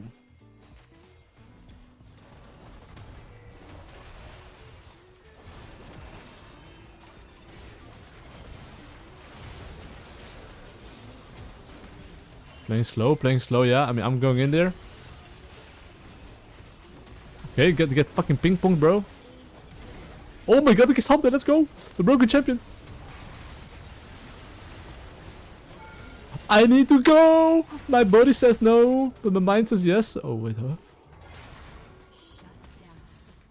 Okay, like, also, as listen when you hit Q, it's like... I can't explain it, but... That's why the champion is so fun. You just need to go in, you know, like... You just need to send it, you know, like, I don't know. But anyway, we take the bread though. Okay, we take the Rift Herald. And, you know, we get the bread. Okay, what's next though? I will buy Mercs, I think, because Volibear's Loki and Mark kill Brand, so I think Mercs goes kinda hard. And I kinda wanna play for the Otacon next. Because we got the Rift Herald just now, and I think, but what Corki is doing here is mega bad. Because currently, we're in a winning position, okay? By him doing Rift Herald solo, he's giving the enemy team insane map control. And instead, we could have had that insane map control, but it's fine. I hope that he's fine with this. But now we basically have to respect. So basically, because he's doing Rift Herald, okay? We have one job. Trying to not fight, basically. It's like, please don't fight, just no need. Because I just want to play with my Corki. My Corki has like 3 items, he's super strong. I funneled some resources into him. And I am making sure that... Oh, hold up, this is, guys, illegal, no? Or do I just want to take my red buff? I think I just want to take my red buff, honestly.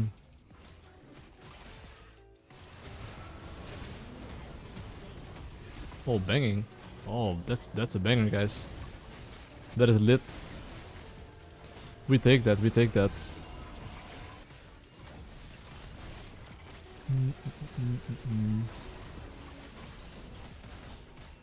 Okay, let's see. Let me yoink the shizzle. And let us now get his camps. Okay, I think Irelia's probably gonna get chunked here a bit. Oh, the movement, bro. This is just like... I want him to show respect to me.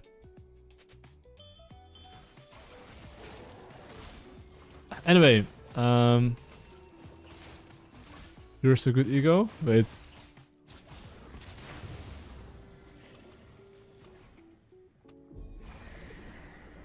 Oh, he's probably talking about someone else.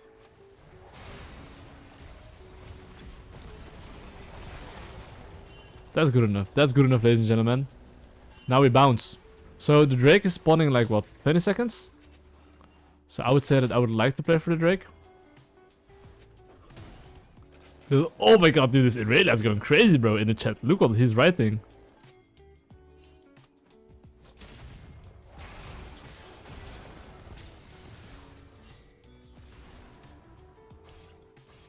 Okay, let's get the Drake here, guys. I mean, the enemy Jinx is kind of rage splitting for farm. Anyway, okay. Jinx currently leashed the Drake, which I really appreciate. So after he leashed the Drake like this, okay, what's next on the menu? It's definitely looking for... Okay, I would say that right now we want to play for the top side, okay? So currently, because I want to play top side, do I need the base? I do need the base because I have 1.3k gold and, you know, it's decent amount of gold. So I'm gonna base here, spend my gold. And after I spend my gold, I will look to basically play for topside control.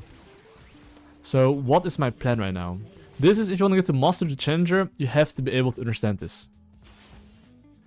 Knowing how to ping pong. If you're bad at ping pong, FF. So I'll show you how to basically escalate the game whenever Baron is up. And this is honestly why you get a lot of elo, in especially master elo, even high elo. It's understanding that my teammates are on the wrong side of the map. They managed to get some nice picks, so that's wonderful. But basically you should be playing in the top side right here. And I'm gonna just walk very aggressively here. If I see anyone, I can maybe kick him into my teammates.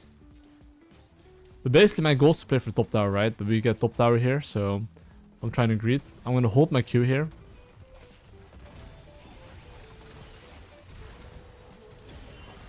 Like here, we should try to not fight. If possible. My body says no. Okay, I have to go now.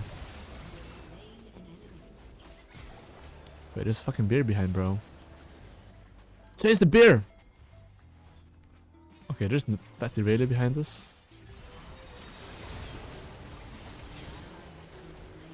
Okay.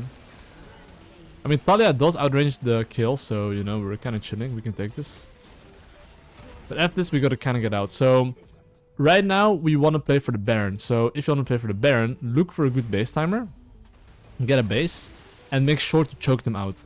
When I say choke them out, I kind of just mean, like, make sure they have no wards in the top side. Making it difficult for them to face check. That's essentially what you want to be doing. Okay, I actually like this, ironically. Because... Okay. Because Volibear is showing bot. I mean, they probably think we're basing because Corki showed top lane, you know? They probably wouldn't expect Talia and me and K'Sante to do this. Okay, well, we got the Baron. I'll look for a base. And after my base, we are base sieging bot lane. So pay attention to how I ping, okay? I will ping my team to go bot lane. You see how I'm pinging my Corki in his face? Like, I want him to go bot lane, and I want Talia to go mid lane. Because Talia has ult and teleport. So having Corki on mid lane is better. It's okay if he doesn't understand that, but it is better, you know? Because on this wave right there, if we're not on that wave, they could be cheesing, you know? Should I care about red buff? Nah, I shouldn't. Because like, you see this wave right there, I really want to be on the wave. If any team contests us on that wave, I will fight them. If not, we get free tower.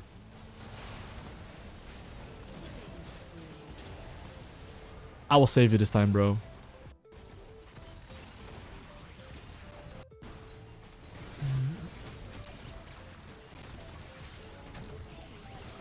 My buddy, come on, bro, let me go in. I think I have to look for the kill, though. Whew.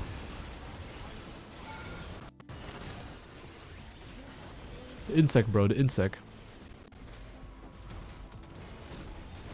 And now we get the bread, basically. But basically this game, I think we were a little bit behind in the early game. But we somehow came back. I kind of forgot how we came back. But basically, we just got some gold resources. And we snowballed that into objectives. And then GG well played. What should I do this game? I think this game, I will just play normal. So, this is a game where I'm kind of going to play for GURPS. Because in the drafts we have no tools, and but I gotta, yeah, I can maybe kill mid lane, but in general we can't just like go on them and kill them. It's all about objectives. This is something you have to understand as jungle. Some games you don't have that many tools, so it's all about fighting for objectives. So what my game plan in this game is that I will simply go for full clear, and after my full clear, I simply play for the grubbies. I'm literally gonna full clear, play for grubbies. And of course, if there's anything else, I will fight, but right now I'm just gonna do that, you know?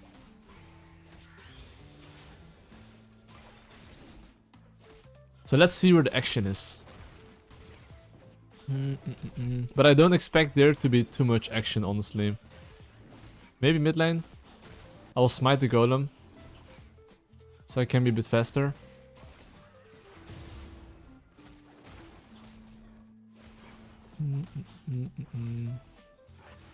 You can see, even though bot lane's fighting like this, I'm actually not going bot lane. I'm just gonna base, I'm gonna go top side. Why is this? Because if they put down a ward and I have no CC, I will never be able to kill them. That's why I just press B here, straight towards top side. Now I can see Riven. Okay, Riven is not putting down a ward. So when my Galio is level 3, only then I can start looking for mid lane gank. But in my opinion, I would probably only get his flash. And because I would probably only get his flash, it's not really that worth to go mid lane. I would rather go mid lane if it's a guaranteed kill. If that's the case, I'm gonna go mid lane, otherwise I would not.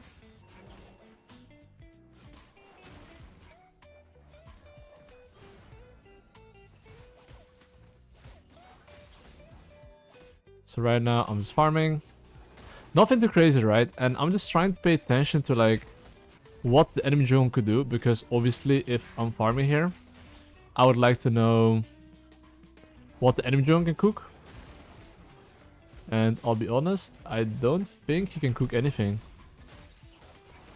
And even though I have no idea where he is, I can kind of guess by how my laners are playing. And you can kind of see that my laners are dying in bot lane, but they're already dead. Wukong cannot get anything. I will go mid lane here probably though. When he goes for like last hit like that one.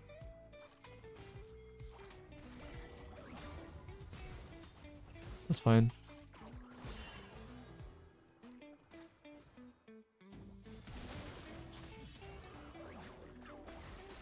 Oh bro, I was gonna go in there, but just saying.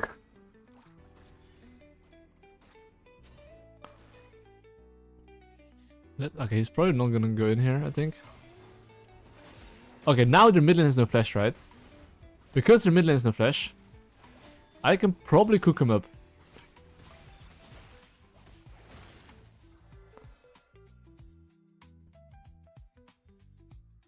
But I will look for a base first though. I'm gonna take my golems, and then after I take my golems, I'll look for a base here.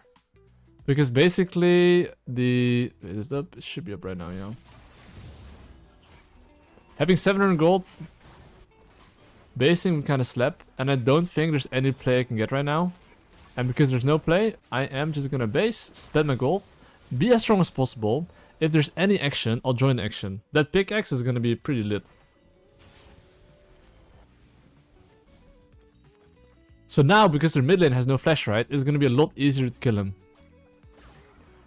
I'm literally running straight mid, because my Galio wave is a little bit bad.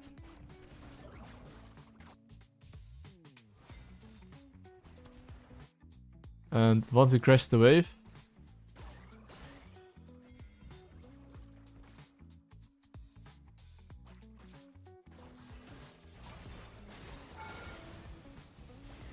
oof, that's a close one.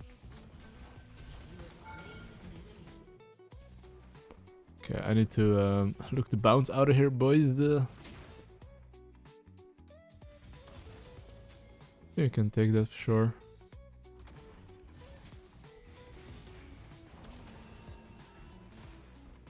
Okay, anyway, my Galio is gonna base right now, and he's gonna be full HP. And obviously I have my Grubby spawning, but I'm not gonna start with Grubbies here. Main reason why I don't want to start with Grubbies here is because if Wukong goes to me, he can cancel me. And they have top lane priority. For those reasons, I'm not starting with Grubbies. I will look to contest them, but just not right now, you know. You can even see here, the enemy Loki tries to like fuck with me here. I'm queuing the camp there to get like, you know, some extra HP.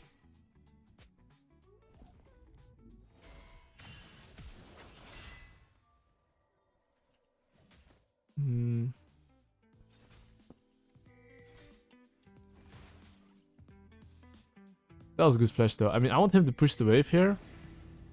And then I get objective basically.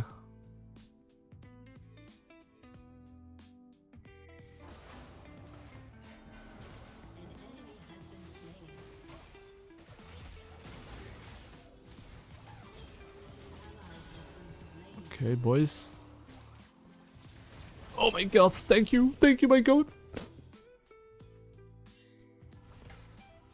Okay, my best got kind of cooked here. mean, Wukong was like not that healthy either, you know, so I should be able to heal up here. Okay, that guy's a bit low, right? I would like to contest it, I'll be honest.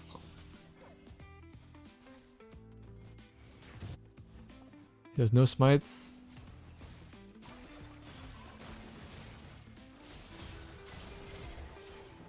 Oh my god! Yo! Okay, I kinda trolled her though. That was not that good.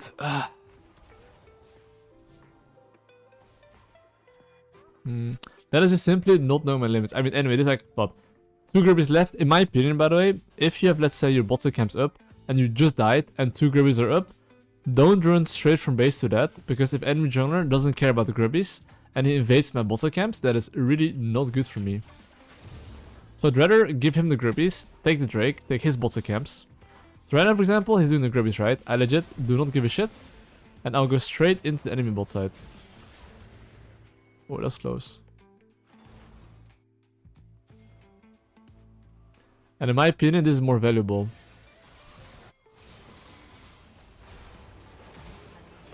And now I got basically a free kill. I might not have needed to kick him. I think if I kick here, I would have killed the enemy as well, you know? Killed enemy Lulu. So now you see he took 2 Grubbies, but I take a bowling kill, which is 300 gold. And I take as well, basically, his blue buff here. Which in my books is worth it.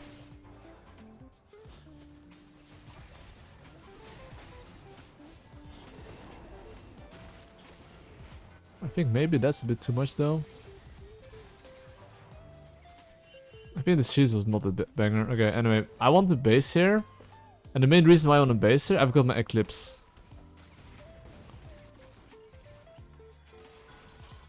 As long as he can take the wave edge, I think he can, right? That's the most important thing. I can expect my top side to be gone, so I will look to clear my bot side here.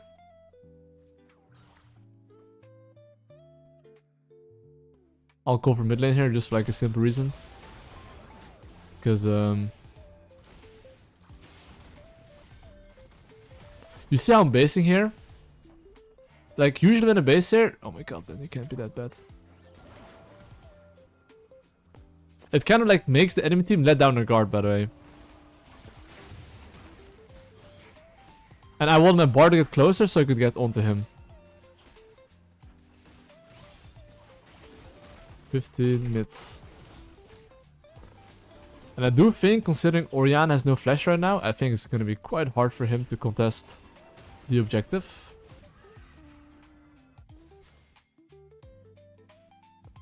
And since this guy has no flash, I should be able to cook him alive. Wait, yo! Why did he not go for him? That's something I'll just never understand sometimes. Sometimes it's so fucking free and my laners are just not going. Even like in Master Elo, you know, like.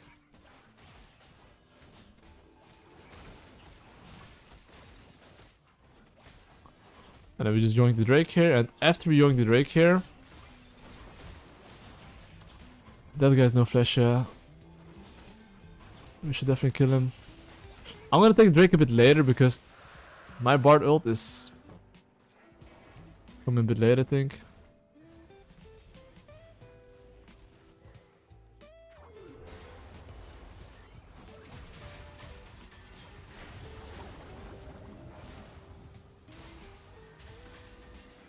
Oh my god.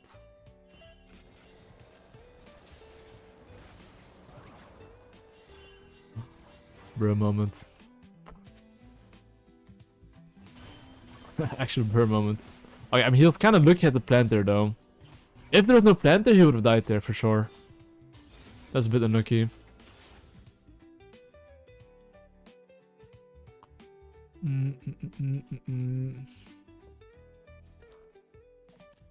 Okay, I'll look for a base soon though. But her mid laner has still no flash. And I'm definitely stronger than the Wukong.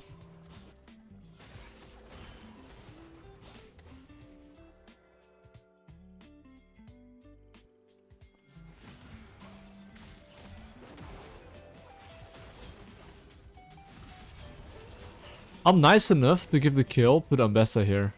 I mean, I'm gonna instantly base because the Void Grubs is spawning in like 15 seconds. And because I've perfectly 1150 gold, I want to be as strong as possible and I want to contest it. And of course, I personally do think that I should be able to contest it. Wukong does have ult advantage though, and I don't, so that's the only thing I might have to think about. But her mid lane is no flash, and my Galio is flash, so I do think it's possible to contest it.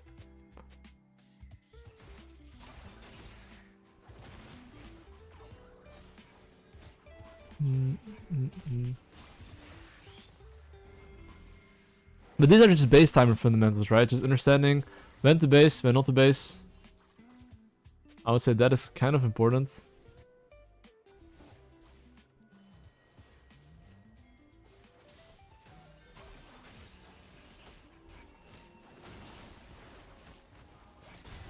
I'm just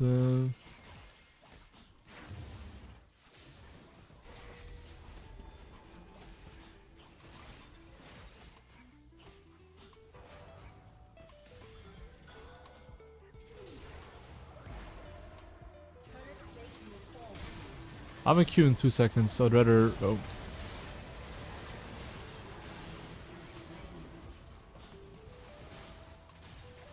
Oof. Okay, I got a bit shockwave there by Orianna, which is not banging. Okay, I kind of misplayed. I mean, Orianna had like a really good shockwave, and I kind of misplayed that. That was not that good. Okay, the grubbies are gone, but at least we took one grubby. So that's not the worst.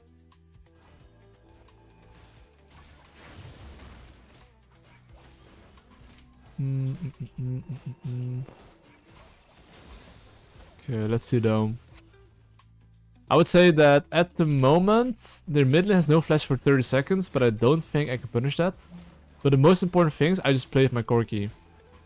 My Corgi is pretty much the strongest.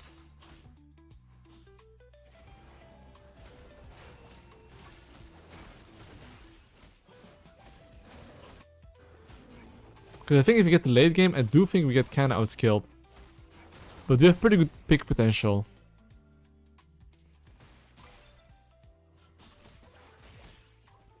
I mean, since there was a fight in top side, literally everything is like warded here. So I'm just gonna clear this.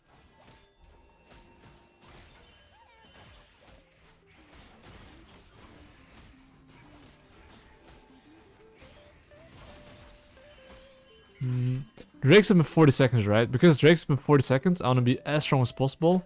So I think I'll be buying Ninja Tabis, I think.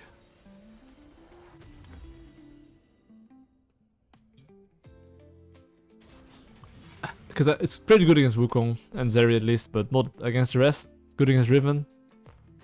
But that makes me a lot stronger though in the next skirmish.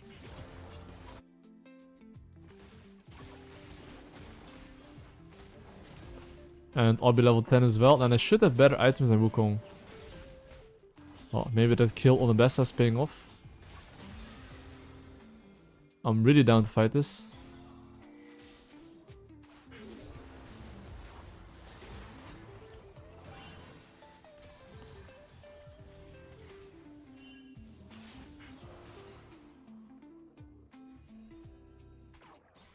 Okay, the thing with me is that I flank, you know.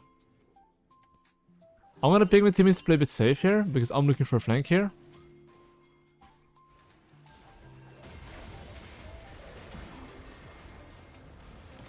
Okay, that didn't bang that hard, but I think that's okay though. Like me getting his oh, hold it guys.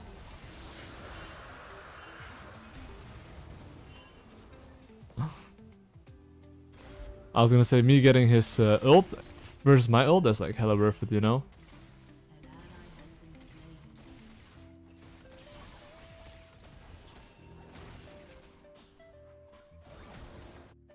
Okay, Orianna has no flash once again. I feel like Orianna should die so much more often, considering how often she uses her flash. Alright, this bot tower, leave it be, because all my camps are up and Rift Herald is up, so instead of like wasting my time trying to defend bot lane, it's much better to just clear your camps, let Corki catch the ball lane wave, and then let him push out the next wave.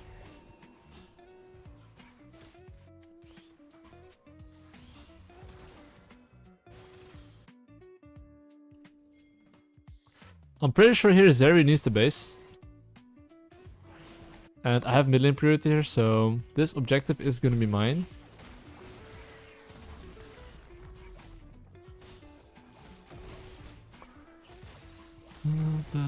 Okay, let me take this objective here and...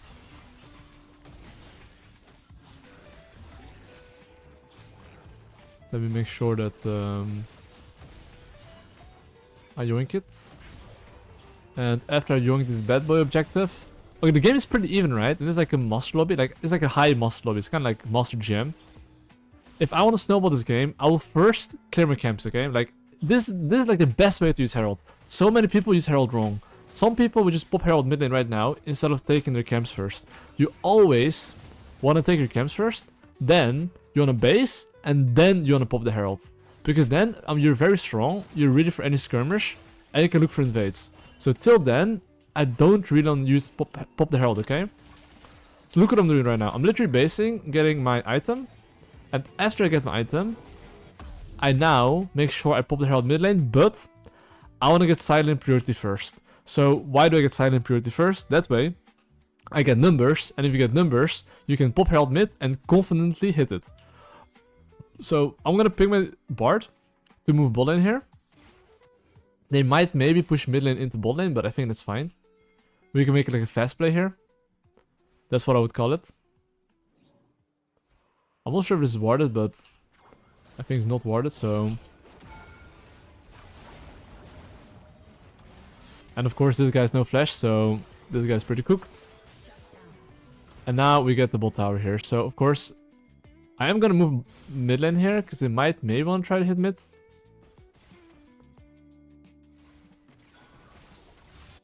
I'm moving mid lane here. I'm even gonna pop the Herald here, because I think that Herald here should be ours.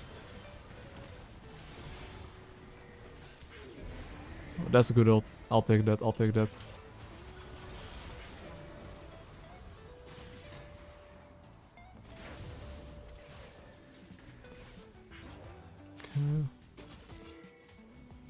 Okay. Bro. I'm definitely sending it over here. Okay, I saw my Corki flash over there, bro. Oh, yo. That's fine, though. That's fine. I think we just back off here. We should be happy with what we got. Wait, where's Riven, actually? I do have to be slightly careful of Riven, maybe trying to, like, fuck me up here, but I think it's okay. And now, okay, I see that the enemy Wukong did not go to his Raptors. Because he didn't go to his Raptors, I'll take that. And now you can basically see that here, not only did I get a bot lane kill, I actually managed to pop Herald mid, get mid lane tower, and the chance of me winning this fight was very high because obviously I had a very good base timer, right? So that's why jungle fundamentals, and especially knowing how to use Herald, is really important.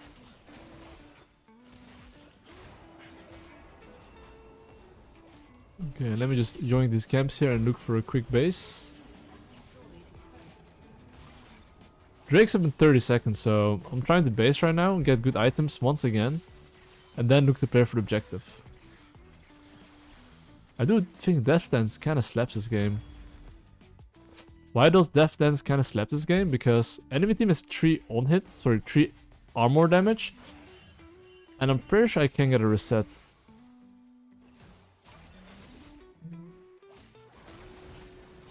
And Orianna has flash right now, but I think the biggest threat is Zeri anyways, not Orianna.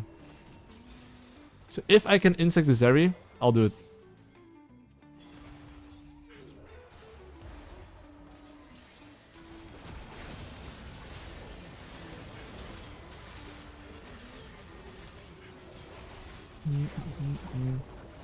I'll take that. I could have played it a bit better, but we did get 3 for 1, so we take those. And now we get objective. But like in general, like Lulu was just distraction. You could see my correct was like hovered around the Zeri, but I didn't actually... sorry, hovered around Lulu, but I actually didn't care about Lulu. I just want to make sure that I got the Zeri.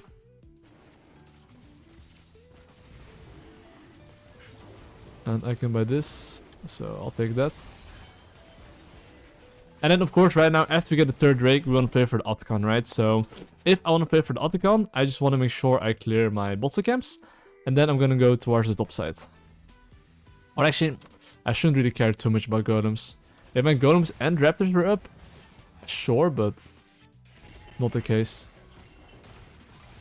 There's only one camp up, so... Usually if it's one camp, I'd rather be instantly on my strong side.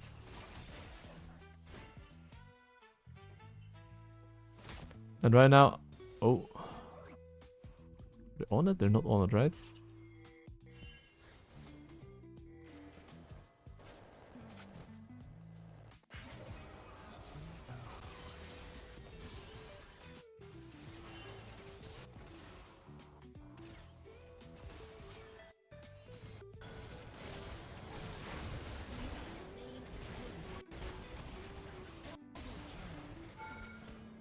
Let me take that.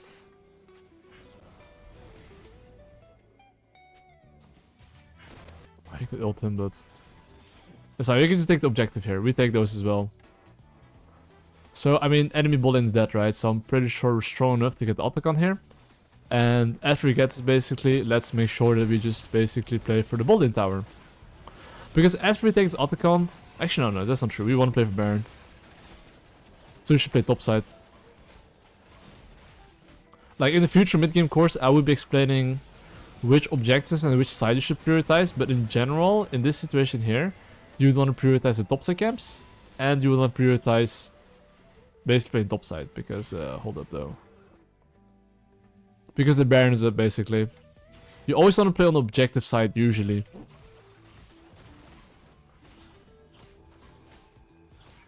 Okay, and now I'll just look for a base. And like I said, I think Death Dance goes kind of hard, because I do feel like I'll always get a reset.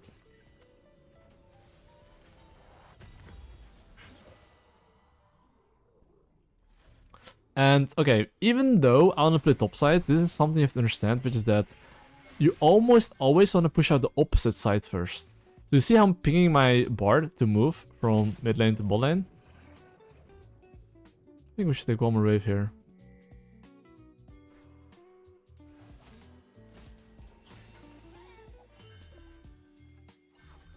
Okay, I'm taking the long way.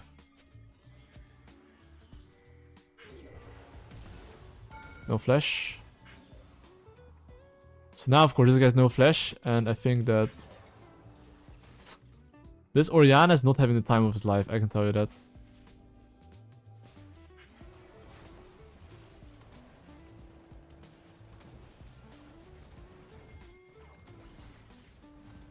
I'm just threatening behind it, because think from Orianna perspective, right?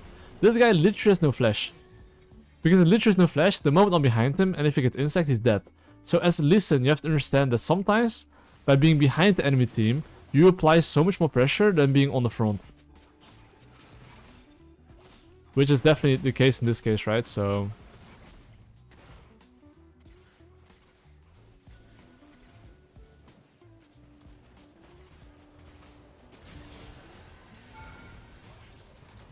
Okay.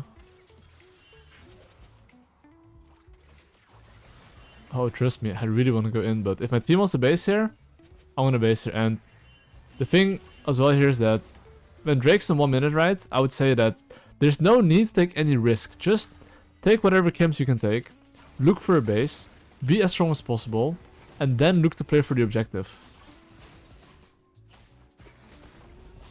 Which is the Drake. Because if there's a Drake spawning, they'll have to move into us.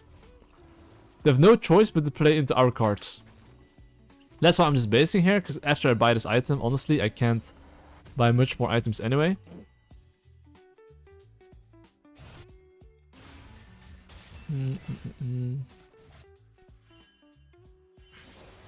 I'll ping my laners to play a bit safe. Why am I pinging my laners to play safe here? Because none of my laners, neither enemy team, should be able to die, and taking this red buff is kind of OP as Lee Sin. Because it gives red buff to everyone after minute 25, so... I'll still ping my laners to play safe here. Actually, wait, Bard Omega one-shotted this Wukong, by the way.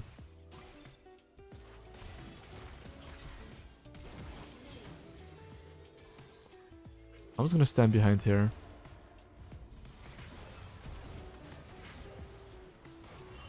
I think right now, I mean, I guess Riven really wants to kill me, but...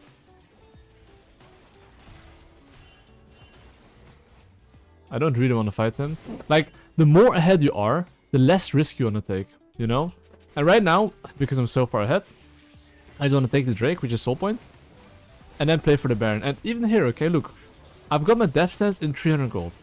So instead of now just instantly going for the Baron, I'm just thinking, okay, I need 300 gold from item, I smite this, of course, like. And now I just need enemy Gromp, and one more camp, and I've got my item power spike. So making sure that before I play for the Baron, right, I'm getting my item power spike. I'm pinging now my laners to play safe, and the enemy team now is going to be like so much weaker than me. So any fight I'm going to force, they're not going to enjoy, basically. So now I'm basing, and now I'm going to go towards the top side. Of course, pinging my laners to play safe here. Hope they don't die. And I think, yeah, we should get the objective here. They're all chasing Mambessa, so, you know. I think if they're on the chase Mambessa, I think I should be able to take this objective. So the Wukong is here, though. I think that's okay, though, because as Lee Sin, there's one thing you can always do, okay? Which is kick the Wukong away. Okay, the Wukong is not even coming, so... I'll take this, I guess. Well, now we got the Baron as well, okay? So, we just got the Baron, and I'll show you the best way to use the Baron, okay? On best mid, 4 top. Why do I want a best mid lane? Because he has teleport, and if you go 4 top lane, Wukong or Riven can't flank our carries. And yeah, that's it, you know, just go top lane. And listen, even though I'm writing this in the chat, this might not happen. So I'm gonna show you guys how to micro your teammates in mid game to just play for the objective you want to play, okay? So, okay, if Koiki decides here to go bot lane, it's okay. I'm kind of gonna adapt right now, which is that I'll be Dambessa, and we're kind of pushing 3 lanes, okay? So, you do need some adaptability, which is that if they show basically, well, 3 top, I'll just push mid. And listen, the whole point of Baron is to get man advantage. There's no point in having Baron if you cannot get man advantage. So, because I now buff mid lane, they have to show mid lane. And I really want to jump on this guy's ass.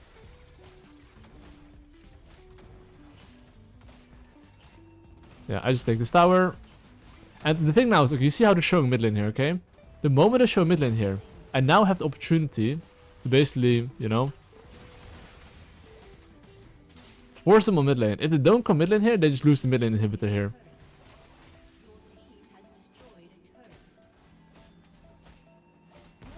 So now I'm literally just like breaking open towers here, and I'm gonna keep buffing mid lane here, buddy. This is a key part. You see, I'm buffing mid lane to put their numbers on mid lane.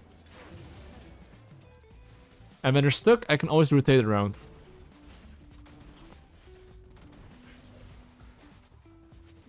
Of course, I could look for an insect, right? But as a listen, you don't have to look for an insect.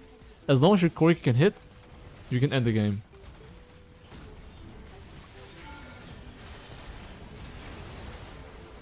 And that is GG well played. But you can see this game was like very macro based, and if you understand how to like play macro a bit, be okay mechanically, you're kind of chilling. Oh my god, I'm playing against a Jarvan, and there's 2 challengers in the lobby. And let me stretch a bit. Oh, mamma mia, bro. Okay, today we're winning every fucking single game. I'm not even kidding here. What should I do here? What should I do here, guys? What's my game plan? This is like a master lobby, but there's actually like 2 challengers as well. That's really on the same team. Lillia. Wait, I don't even remember this guy. Hello, sir. What the fuck? Are they lane swapping? Why is it like a Malphite or their family there? They have 2 supers? Okay, guys. Can we bomb by them? Come on, team. Stop being lazy. Stop being lazy. Hey. Okay, my team, sadly, mega lazy. But I think I can sneak his raptors anyway. I want to wait there a bit. And now I'm going to start sending it on raptors. Because I don't think Jarvan's going to start here. And if he starts bot side here, okay, I'll be cooking him. But I think this guy should be starting top side. Honestly, this cheese on Lee Sin, by the way, it fucking slaps. Not enough people do this, by the way. You guys are the first ones that can abuse this. This cheese right here is such a banger. Especially if you know enemies pathing into bot side. They'll be surprised, like, what the fuck, where are my camps, bro? And of course, I'm just gonna save my smite here. The downside about this is that you're gonna be a bit low with this clear, but your clear time is kinda slapping, you know? So what will I do here? I'm gonna take 3 camps, base, defend my topside camps. I'm not even gonna gank bot lane.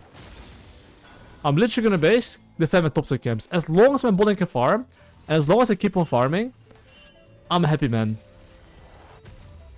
So now what's probably gonna happen is that Jarvan now is like, wait, hold up, where are my camps? So now he has 2 options.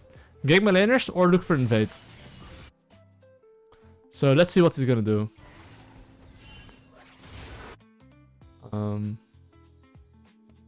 But my laner doesn't die. Okay.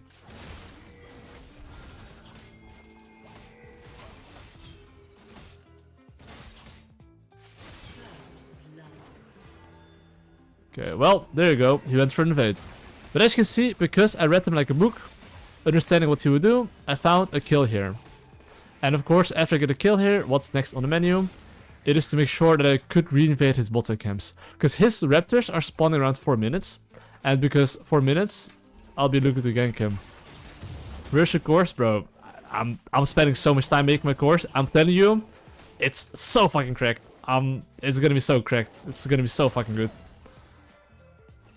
You should look forward to it, like really, like it's Omega Deluxe combo cracked. But anyway, I am looking to clear my camps. Fuck. My jungle tracking, no! My jungle tracking! Bro, I literally made this in my course, but I'm not applying myself.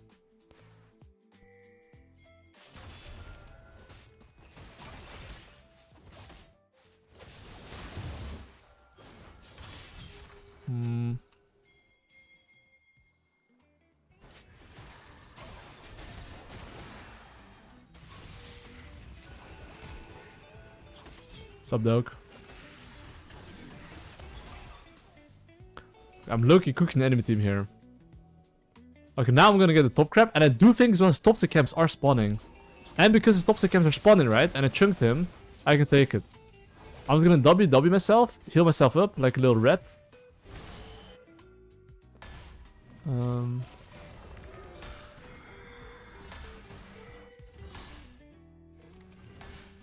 If he crashes it... I mean, if Janna tanks here, he's dead, by the way. So I want Janna to tank here. Or that. Okay, so now what do I do? What do I play for? Okay, I'm thinking about what I want to play for. The Grubbies is spawned in 1 minute. So I want to clear bot the top and play for the Grubbies. And I want to be as strong as possible. So that's why I'm literally basing right now. Buying as many items as I can. And I'm gonna go into the bot side here. So right now, because of a game plan, I knew if I needed to base or not. Oh, baby. That was pretty clutch. I like to see that. And the enemy jungler hasn't based yet. So if there's any fight, I'll basically be able to cook the enemy team. Okay. I think... Maybe I'll do the Drake here. Because I'm having a very good base timer. And because I have a very good base timer, I think I could just do the Drake here. And Jarvan still needs the base, so if my mid lane helps me, I just get the shit here. And just in general, honestly, this is the only Drake where I would make an exception. Because this is the Drake that I think is the most OP Drake in the game. So I would just, you know, take it. And of course, now I have to think about whether I can contest the Grubbies or not. Because essentially, I use my turn for, you know, the Drake. So I'm okay giving the Grubbies. But this is just a decision you have to make, right? If you get Drake, you shouldn't run all the way from bot side to top side. That would be revenge chasing. You don't want to be revenge chasing as a jungler. That's like really bad in my books. So instead, I'll just do my bot side camps. And then look to invade his bot side camps. Because my win condition is bot lane. Oh, baby. This is looking like a banger. I think. Okay, while my team is fighting here, they can have a blast. But I am just simply taking enemy camps, getting level 6, and then seeing what's plopping.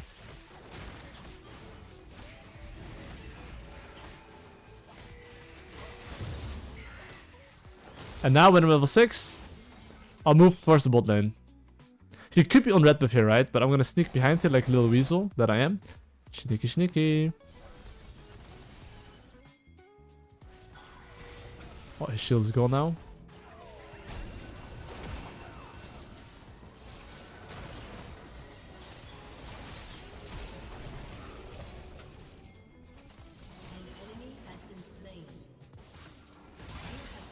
Okay, bam. Banger. But you can see, I'm not a big fan of revenge chasing. I'm making sure that the place I'm going for is guaranteed. Good job. Okay, how much gold in this item? 100 gold. Okay, I can't do much about it. Anyway. I will now just base. I'll now track what enemy drone can do. Because he has like one turn to do something, right? So what can he do here? Oh my god, man. Dude. My brain is so locked in. Because I just made my course. So I actually think more about the game. But anyway, right now I'm just gonna clear some of my topside camps. I think my golems are up. Banger. Okay. So what's my game plan right now? I want to play for the bot side. Making sure I play for the bot lane. And I just want to make sure that, you know, I go for that. So I will do my raptors into bot side. And of course, I know his red buff is up. So general rule is that if you have your item power spike though, you should look for a base. And right now I do have my item power spike, so because of that, instead of invading, I'll look for a base, spend my gold, and while I'm basing, spending my gold, I know that the enemy jungle could look for cheese play, so I'm just gonna ping my laners to play safe, hope they don't die, and when I'm back on the map, I'll be able to kill them.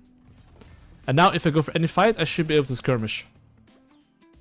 Yo, morning boys, how are you guys doing? So I'll just do my bossa camps here. And let's see if there's any fight or not though. I am just gonna do my golems. Sorry, gromp. And after I do my gromp, I'm down to go for skirmish.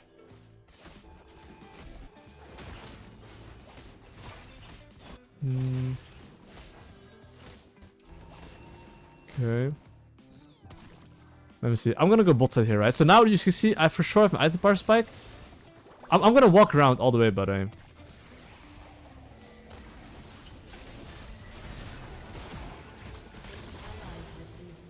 Oh, I killed the fetus? But you can see here, I have Eclipse against Trundle. Like, that's the advantage of, like, having good base timers, right? Okay, what should I do right now? I mean, I might just join the bowling wave here, honestly. Oh, wait. I'm not sure about this TP, by the way. But so, anyway, 50 seconds before objects are spawning, I'm gonna base to be as strong as possible. And I'm gonna go for the grubbies. So now, of course, I do know at the moment enemy topside camps are spawning. So instead of taking my own camps, I'm gonna go for enemy camps. In general, if you're ahead, this is how you want to snowball, right? So now I'm ahead. I'm gonna invade the topside camps. If he's gonna play aggro here, I'll go for him, but if not, I'll just clear the wards here. And instead of... Okay, I kind of need to be my Janna to move topside here. Because I do want to take the enemy camps. Like, right now I'm winning, right? So I'm gonna make sure I yoink his camps here. G. G is Gromp, by the way. And I'm gonna take the crab here, because if they ever contest me here, right? I guess they're on the Drake here. Which is okay, I guess. I'll just take the grubbies here and yoink. What should I yoink? Should I yoink his wolves? I think wolves is too much. I'll just join my own camps here. I just want to play bot side, so I have like one job right now, which is just drone tracking. Ping my laners to play safe, and I want to make sure that, you know, the enemy is not taking my camps here.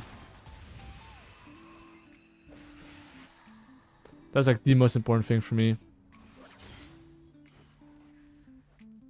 He took my blue buff, but if Lulu's not here, I should be able to win this.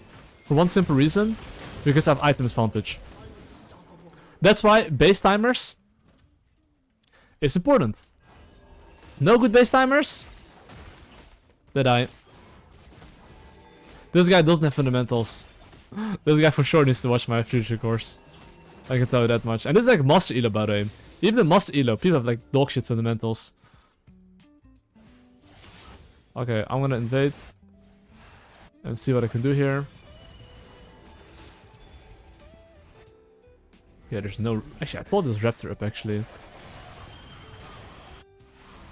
Let me see if I can help my teammates, but...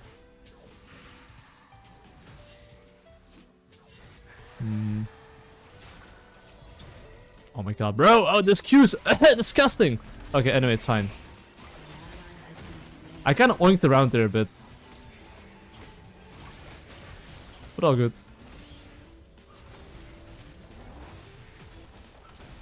Okay, enemy drone does have one item power spike right now. Anyway, what am I playing for next? I am still playing from a bot lane, okay? So, I will clear my topside camps.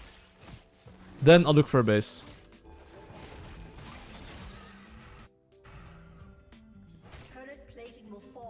But then again, I could invade his topside here. Because my top lane should have lane priority, and I should be stronger than the Jarvan. So because of that, I'm comfortable just invading here. So you see my Mordekaiser, he can push the wave and just move and help me.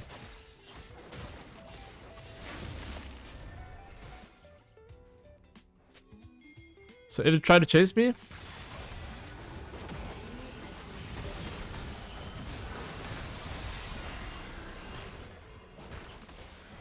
Oh fuck, that's close. I think my Mordekaiser hella wins this though. Or like, yeah, basically. Okay, this guy should be getting cooked, so it's, yeah, 2 for... Oh.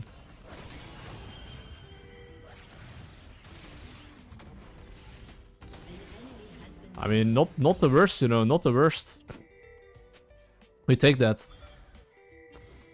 Anyway, I do have decent amount of gold. I'm thinking what I should buy. I literally have my Sunner Sky very soon. So I'm planning to base for that. I just want to get my Sunner Sky and look to play for the Drake. I'm like very fucking strong. Wait, did I mate Jarvan by 2? Jarvan bought 2 cloth armor, bro. What a pussy. Yeah, this guy's level 8. Anyway, Gribbies are spawning in 1 minute. Sorry, Rift Herald spawning in 1 minute. And since there's an objective up, I do want to play for that. So I'm gonna look to clear all my camps. Then look for a base. And then look to play for that.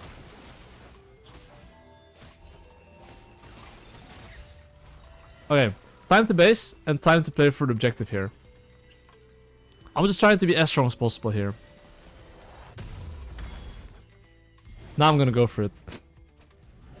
I'm pretty sure with this Rift Herald we can take the mid lane tower and then we can take the Drake. So you see this wave is coming? That's the wave I want to push to take the objective. So look how I'm gonna play the situation, okay? I'll do my Raptor. After I do my Raptor, I want to be on that wave to help my laners. If they need it, of course, but... I mean, I could invade his topside camps, right? But I'd rather just take the Herald here and then take the Drake. Instead of taking his camps.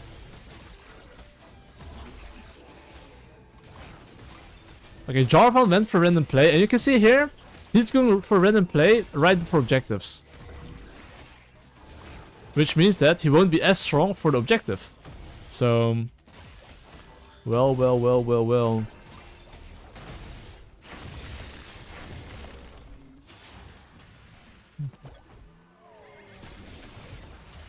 Okay, do you want to fight this?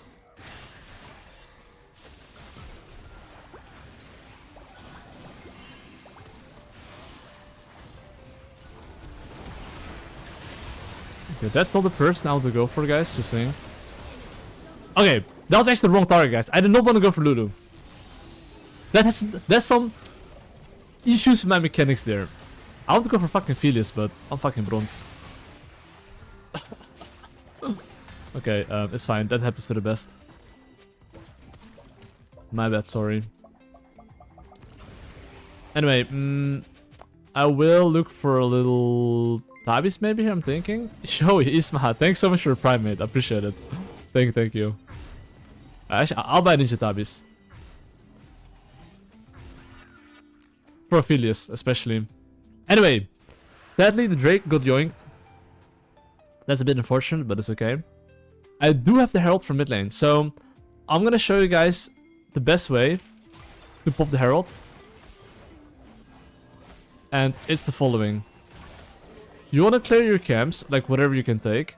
Recognize which wave you kinda wanna play on. So right now my Yasuo is picking to go bot lane, but I have a game plan already, which is it's not bot lane, it's taking my camps. And of course, if they play too aggressive on top mid lane, I'll gank them. But I definitely prioritize taking my camps here. And then going for mid lane. But my Ziggs needs the base. So I'll have to wait for him. So after his base, I'll look to play for, you know, mid tower.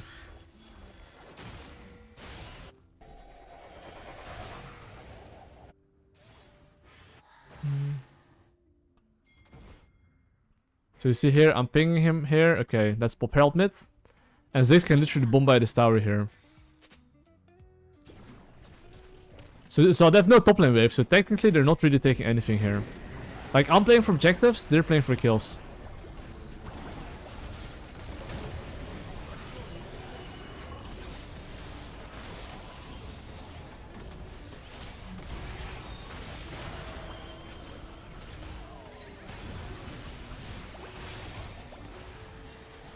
You don't know how tempted I was to go in there. Anyway, Otacon spawning in 50 seconds in the top side, okay? So I for sure want to play for that. What's the best way to play for that?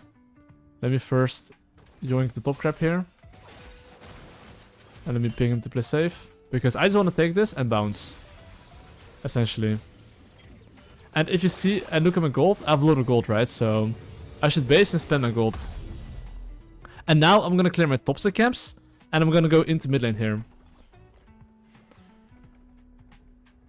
So I'm gonna take my topside camps, be there on this wave, push mid lane into topside.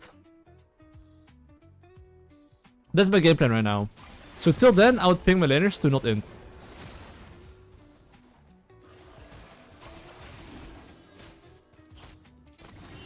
So I consider this like a bit inting. But my Mordekaiser wins that. He's fucking OP, guys. So he can do that. But I would ping my laners a bit to play safe, but you know, I'm gonna try to move there. Okay, my Mordekaiser is like... I don't know what's this guy 8. But... Okay, he deserves a penta, bro. Oh my god, pentakill! I mean, also you should just take tower and base. We shouldn't go for objective here. It's better to just like... Take the camps... Base, set it up again. Okay, Mordekaiser is really cracked, I guess. Mamma mia. Anyway, we should all look for a base, whoever needs the base. I am just gonna yoink his camps here, that's pretty much all. But that guy deserves an Oscar.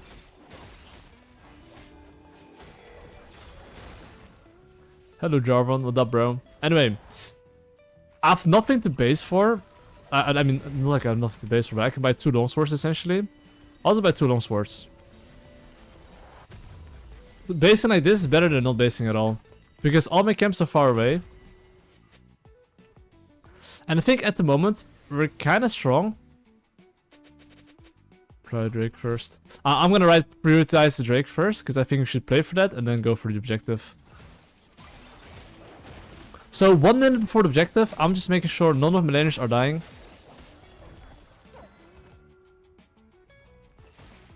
So I think my Ziggs can die maybe.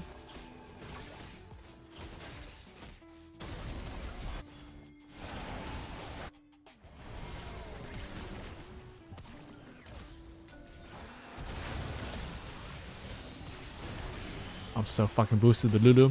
You deserve to get kicked in the balls. No! Mother of boost! Why am I so bad? How sad is that? It's fine, guys. I'm not here to explain you guys mechanics, okay? You guys have maybe better answers to me. I'm explaining you guys a bit of like listen, thought process, and fundamentals. Bro, when I go to Korea, I'm definitely not playing listen, guys. Like, I'm fake Asian. I'm definitely fake Asian. That's all I will say. Anyway, after I take this Drake, what will I do? I will play for topside. I don't have the base. And I need to ping my laners to play safe. Because right now, as long as my laners survive, I can play into topside.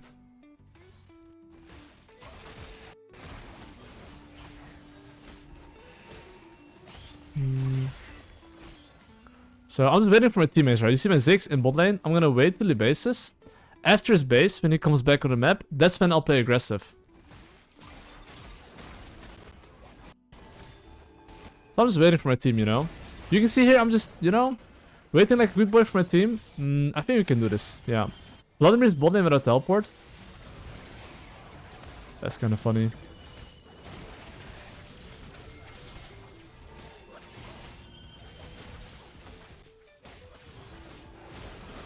Okay, my Ziggs is wave clearing mid lane, so we're chilling.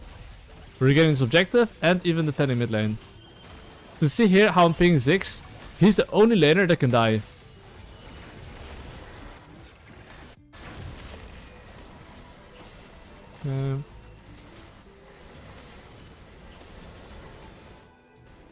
I'll play for top tower here. Okay, I mean their entire family's mid lane, but they have actually no mid lane wave, so that's actually fine. I was gonna base and defend bot lane here.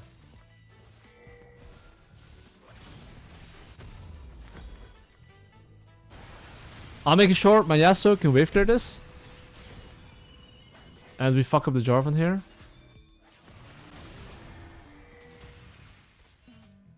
That guy's not taking my camp, I can tell you that.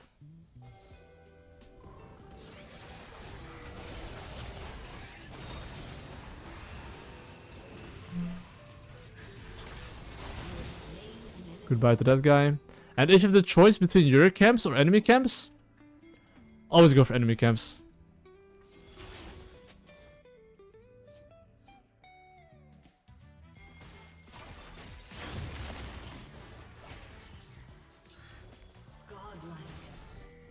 Okay, honestly this is free Baron. This is for sure a free Baron in my books. Like, enemy mid laner dead, enemy top laner dead. It is ours. If my Mordecai comes. But it makes sense for him to get top tower. Top tower is 800 gold, by the way. I can literally tank this forever though, but it's just gonna take me quite a while to take it. That's all, boys.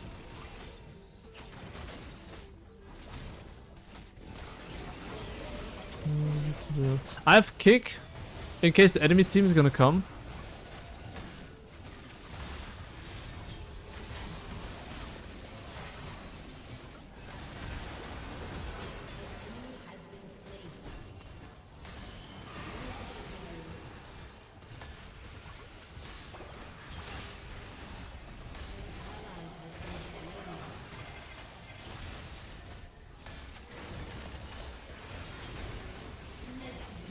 Banzai!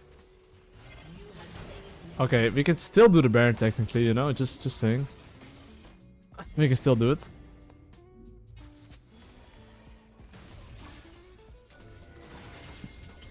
Okay, now we get the Baron, and after we get the Baron, enemy has no flash.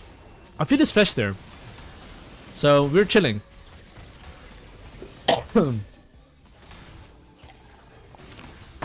Alright. What's next on the menu? What is next on the menu? Next on the menu is me taking Baron. And after taking Baron, I'll show you guys the best way to use Baron essentially.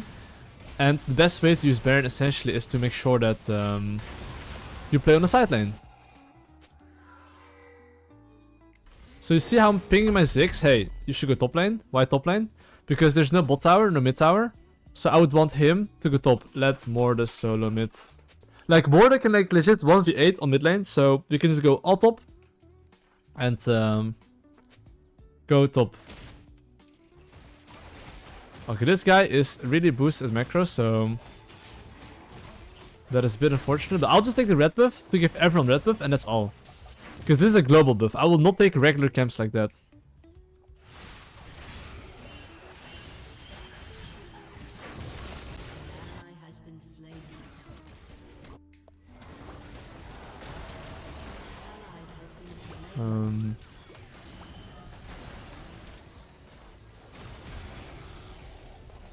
Mordekaiser is OP, but that's why you want to siege on the side lane. Because if you siege on the side lane as well, the chances are that my Ziggs cannot get ult like that. Because he cannot get flanked.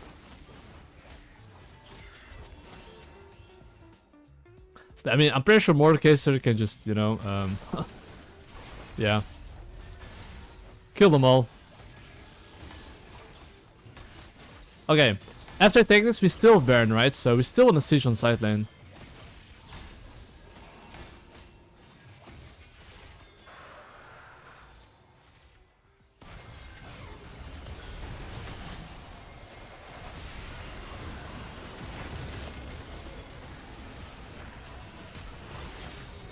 What?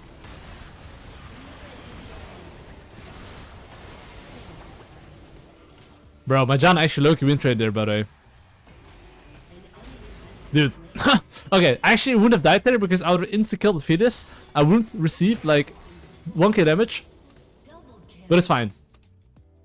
We take that, we take that. And that is pretty much GG well played. But yeah, I mean, my Mordekaiser did just smurf, you know, so we got the bread. Good base timers is victory. Alright guys, we are playing another Lee Sin game. I'm playing against Viego. In general, I would say Lee Sin against Viego is a good matchup. Looking at the draft, I would say that lanes are kind of volatile. When I say lanes are kind of volatile, bot is volatile, and top lane is volatile. And I think Viego probably is going to start top to bot. What am I going to do? I am going to just clear my camps. I kind of want to invade him, do the 5-second rule, but there's a ward on top of my face, so I think I'd rather not do that. I will just full clear and path towards top side, I guess. Or I could invade his bot camps here. I think that's personally better probably, because by me invading his bot camps, that allows my bot lane to be aggressive. So I'm gonna kite it. You see the small golem there? I'm kind of kiting it. I'm actually trying to preserve as much HP as I can.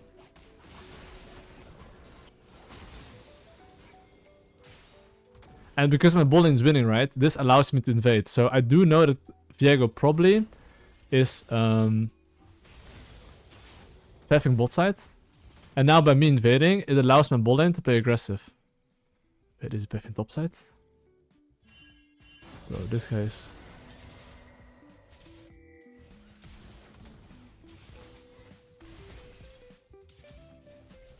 Fuck my life. This is kind of bad.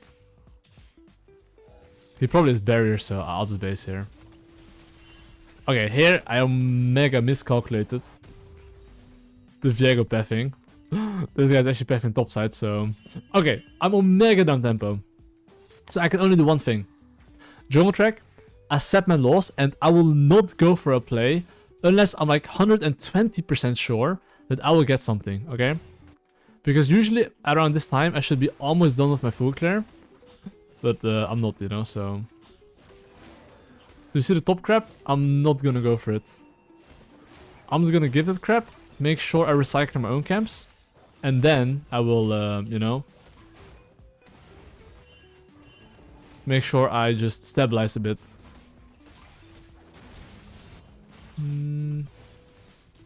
So see top lane? I feel like top lane is a lane where I could get a kill. Because look at this wave. He's trying to push the wave.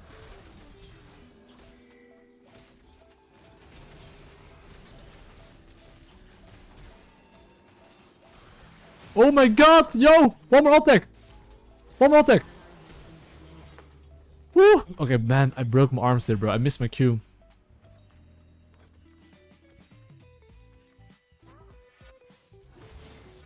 Okay, my bowling getting solo killed is not good though. If you play Caitlyn Karma and you get solo killed. Nicht gut. Nicht gut. No bueno.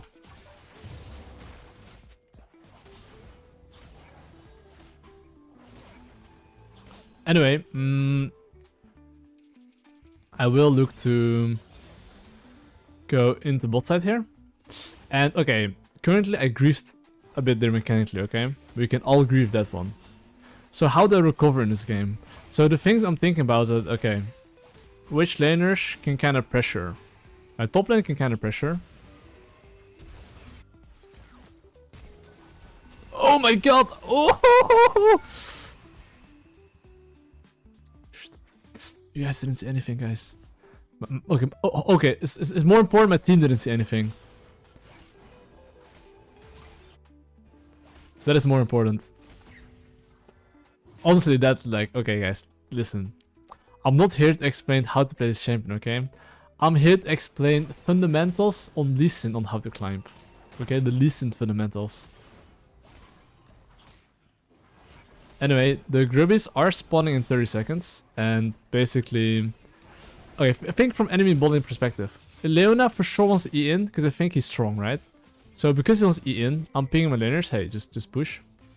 And, you know, if he's in, then, you know, maybe you can fight. Okay, I'm gonna back off now, though. Like, right now, they should play safe. Like, they should really play safe. I think their top laner is quite low, maybe. But I do want to play for the Grubbies here. This is a game where I kind of have to play clean, because I can see this game, if I don't play clean, we kind of just get outskilled and lose, because I think the champs make a lot more sense than our champions. So, you know.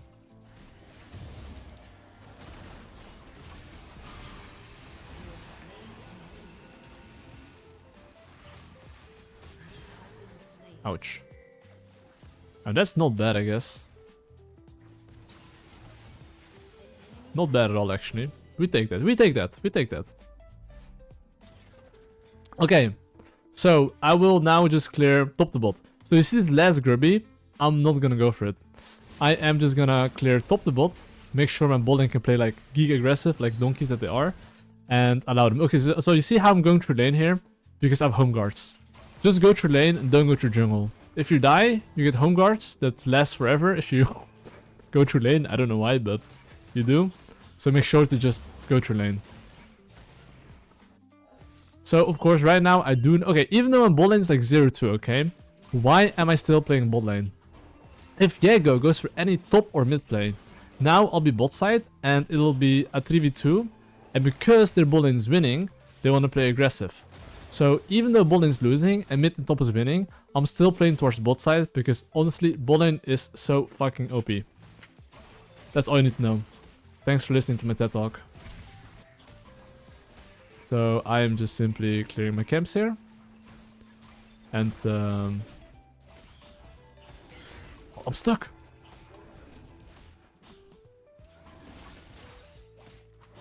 And I'm making sure that, you know, my bot lane is turbo chilling. If I have to give the Drake up, I'll have to give the Drake up, that's okay. But okay, my AD carry base, so I technically cannot look for anything here. But I will ping my mid laner to be careful.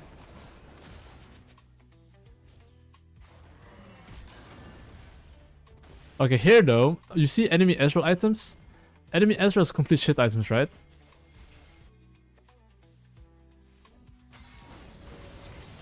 Even if he dies here, this is worth it.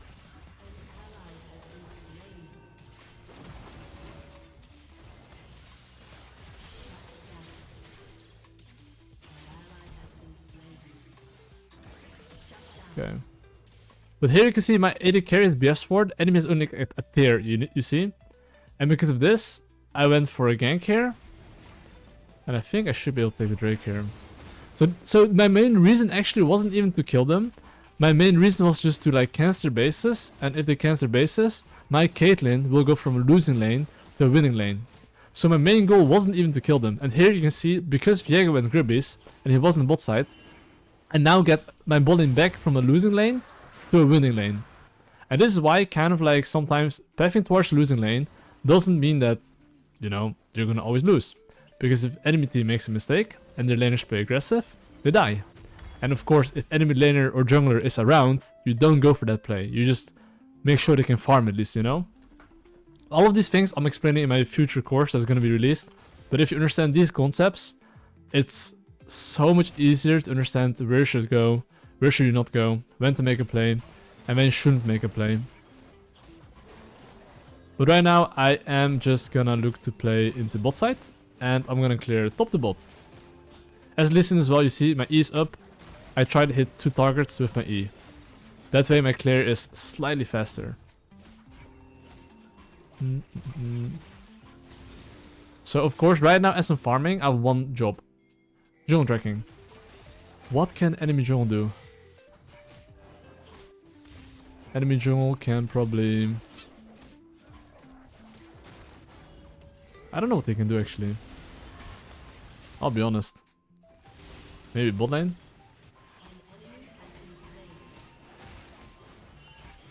So basically all I'm gonna do is just... Well, I mean I will take this mid lane farm, right? Because... for obvious reasons. Like Ryze technically is a jungler right now. He can gank bot lane instead of me. And since I happen to be around mid lane, I'll just take the wave. Okay, I feel like... I could be tripping here, but I think GP is low. Because the way and how far he walks back is too far away. Okay, he's not low. It's fine. Let's see if Viego trolled. Ooh, Viego trolled. Viego doesn't have fundamentals. Before going to his strong side, which is bot side, right? He should have cleared his weak side. Rookie mistake. Okay, think from Gangplank perspective. Gangplank right now is winning, right? Do you think he's gonna allow my Jace to farm in the tower like that? He won't. And now I'm here, I'm like, what's up, bro? He might have flash. Because he might have flash, I'm holding my spells. I'm being a nice guy here. Boom. Perfect. Perfecto. Okay, now my base. So what's my game plan? Currently we're actually winning. We were losing before, but now we're winning. So now I can teach you guys how to snowball. And it starts with knowing and understanding your laners a little bit. Like making sure my Jace is not hitting the tower. The last thing I would want is him dying to Viego when I just killed the GP. So my bot lane's winning, my mid lane's winning. I have one job. I have to think, what can Viego do? Viego can only go mid lane. Top lane, in base. Bot lane, well, you know, on the tower. So he can only go mid lane. So right now, I'm spamming him to play safe because this is the only timer where I would say that Viego can gank mid lane, you know? My laner might not like this, but, you know.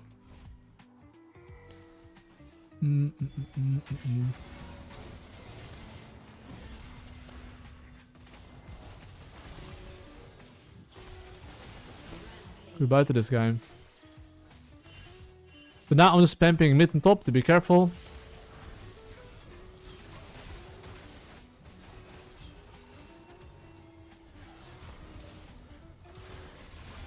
Gotta time summoners, bitch.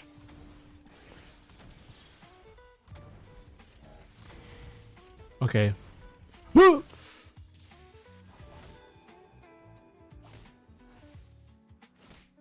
Bro, Vladimir, don't be that guy, bro. Don't be that guy, bro. Hit me, Leona, hit me. Yes, hit me, Leona, hit me. Thank you. Good job. I won't write it. But, oh my god, this sport is so stupid. Dude, like, if I was Vladimir, I would be so tilted.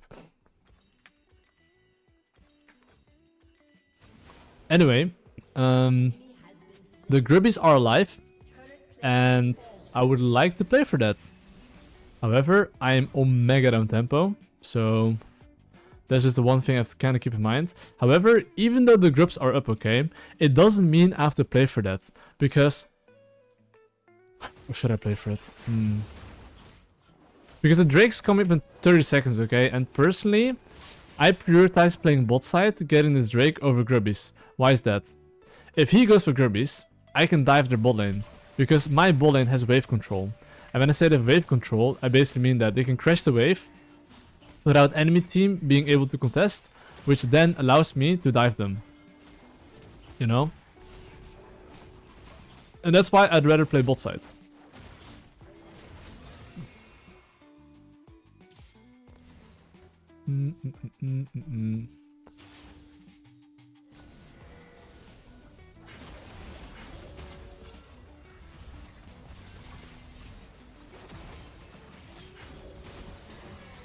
Nice ult.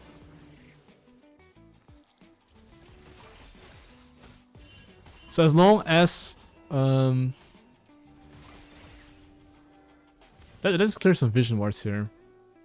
And now I can take the Drake. So now, not only do I take the Drake, I can probably take the Grubbies as well. I mean, I'm gonna hover ball in here. My Caitlyn sadly doesn't have summoners, but...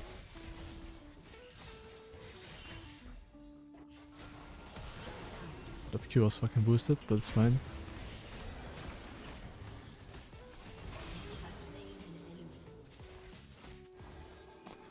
Okay, well, I have this amount of gold. I literally got my Sunner Sky, okay? And because I literally got my Sunner Sky, I could, if I want to, get the Drake right now. But instead, what am I gonna do? I'm pressing B.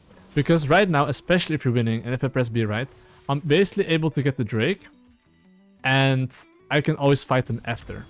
That's why right here, instead of just pressing B, I actually prioritize just like basing, spending my gold, now allowing my bot lane to play aggressive. Because now if we get a kill, we get the Drake, and I can basically allow myself to like help my laners if they, you know, want to hit towers. So I would say that we go for round 2 here. This is like deja vu, you know what I mean? It's like, this is like the second time kind of like, same position, this guy is really boosted. Oh, okay. That's good enough.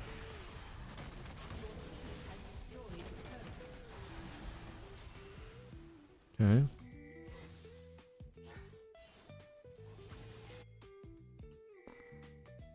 Honestly,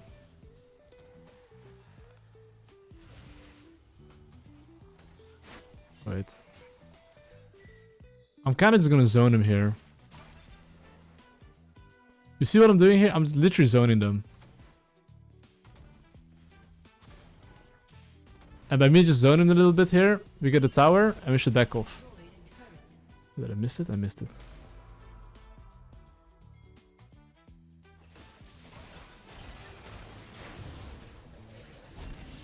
That barrier though. This guy's getting like shared like a fucking like a weasel, you know? Oh, you might as well leash me, brother. Hey, yo, yeah, help me, bro. Don't be that guy. Okay, anyway. Currently we get the Rift Herald here, okay? And, well, I would say that I do need the base. So I will take this and I will probably look for a base. Oh my god. Yo, Kador, what the fuck, man? Thanks for the 10 months. That's just crazy, though. Thanks so much. I hope you're super amazing. Oh my god. Okay, wait, hold up. I will take the Drake here, though. This Drake is really OP Drake. So, of course, if I do this Drake, I'm making sure I ping my laners to play safe, because I'm doing a Drake right now, right? Any laner that I see overextending, I ping them back. Because if Viego goes top lane, I can see my top lane dying. If I get a free Drake and none of my laners die, we are chilling. And I like to chill, you know, so...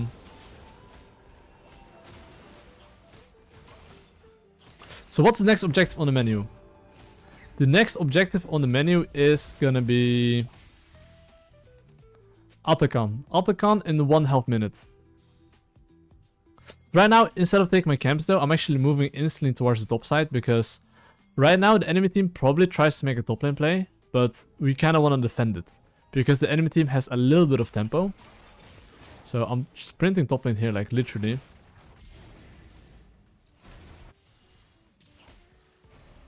And I'm making sure I just cook these weasels, you know? Oh my god.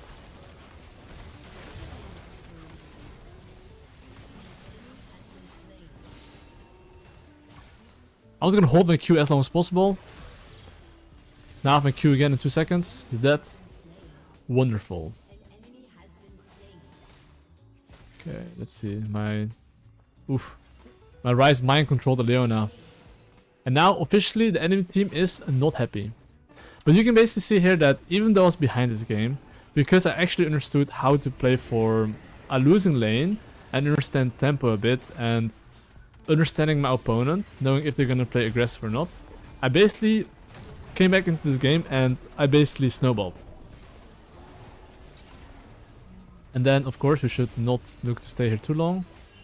Because look, autocon spawning, right? Even if we can take this inhibitor, don't go for it. Just press B, spend your gold, and get out. And I will buy Mercs, I think. But actually, fuck. That was the Tabi's buy. Okay, I mean, if my laner... Okay, I'm gonna ping them back because as long as my laners survive here, this is already super good, you know? Oh, they're... I got a double kill. Okay, you know. We take that. Oof, okay. The enemy team is getting omega cooked right now. And now, GG well played. So, despite some grandpa mechanics in the early game, we got the bread and, yeah. Fundamentals actually pretty OP, not gonna lie. Oh boy, I'll be honest, this is gonna be another interesting draft. We have like, no damage against K'Sante Galio. Our draft is kinda dog shit. Why do you play this instead of dodging? I mean, on this challenge where I play Lee Sin, I'm not dodging. I'm just playing, you know?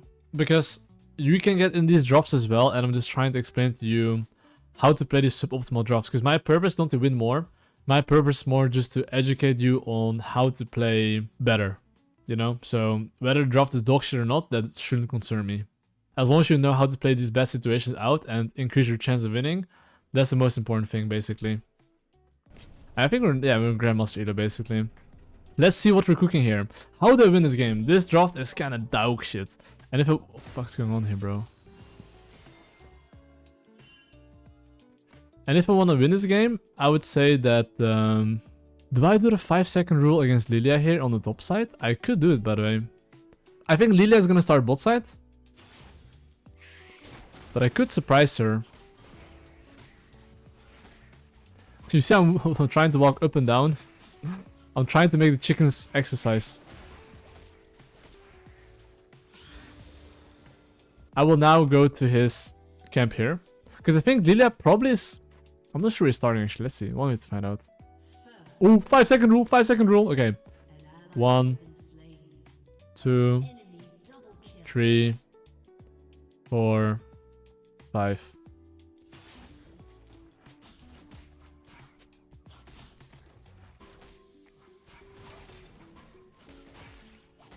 Thank you. I could have waited a bit longer, honestly.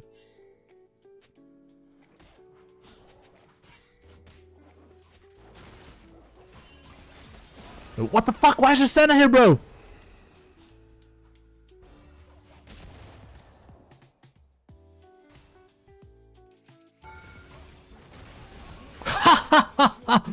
Got him. Okay. There though, I kind of clutched it. Q, E, Q alt attack. Because your Q is an execute, right? But yeah, we take that, guys. We take that. That's a W in our books. Okay, so now, guys. I don't know why the fuck there's a Senna here, though. What's my game plan right now? I want to do the Narnia strategy. I want to make sure that Lilia's life is miserable. So I'm going to make sure that I invade her top side when it's going to spawn again. That's my game plan. I'm currently just playing for myself and feeding myself. Because this matchup, I should be able to beat her up. So, you know. That's the main reason why... I'm going for this invade here. So I'm going to take this camp here, and after this I will look to go into his top side. So you can see here, I'm not joining any place. I'm literally going to full clear, and then go to do my raptors, red buff, and then invade her. Because I know her Gromp is spawning very soon.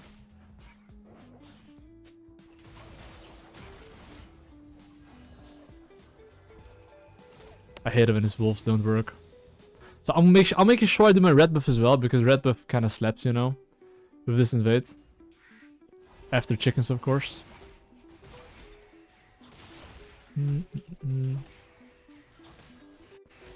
Okay. Because having red buff slowing Lillia down is really nice. And of course, while you're doing this strategy, okay, if you're doing an iron strategy, you really want to time the camps. And jungle track. This is a really good chunk. Nice. I like it, I like it, I like it.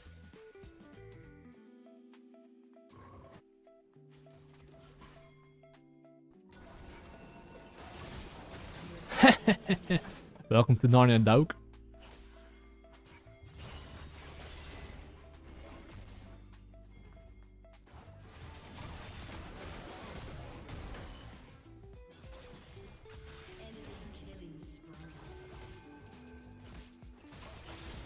Okay, not bad, not bad. Okay, here's one problem though. I have 1.6k gold. So technically, I spent my turn killing 2 champions. So when I spend my turn killing 2 champions, you don't really invade anymore. You kind of just base and play for the next objective. Which is basically his topside camp still. Because Lillia didn't actually go topside here. She assumed I was gonna take it right there, but nope. I'm not. But of course, let's say she goes for Drake for whatever reason right now, I would invade her. So now back to invading basically. I mean, if he hits this, I'll go for it, but oh, he actually hit it.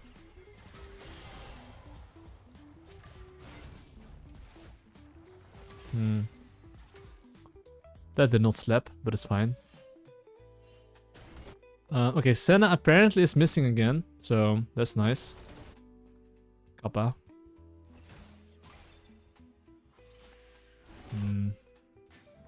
Support gap. If it wasn't for enemy support, I would have just invaded there.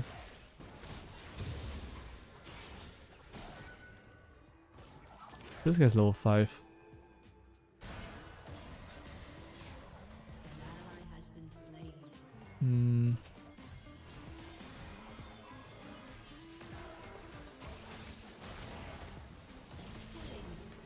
Okay. I'm walking. Okay, wait, there's a ward here. He sees me. Oh, I'm so boosted.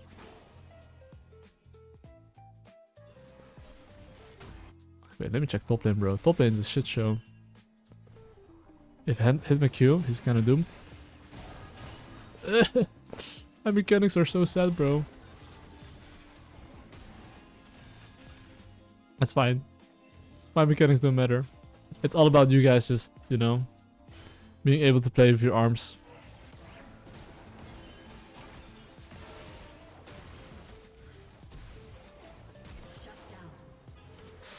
Okay, Senna was here again, I guess. I kind of didn't think about Senna.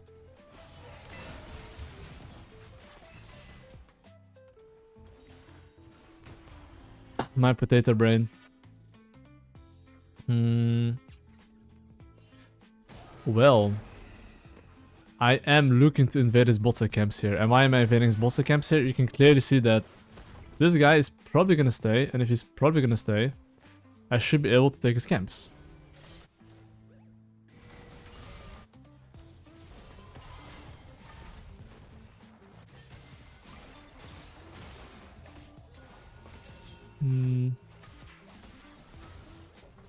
I guess the only thing I can do is chunk him a bit here.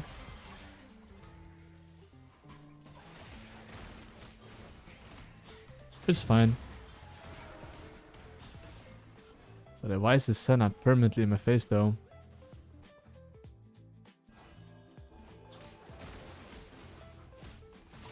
I just have to keep in mind that their support will probably stay on my face for a while longer, I would say.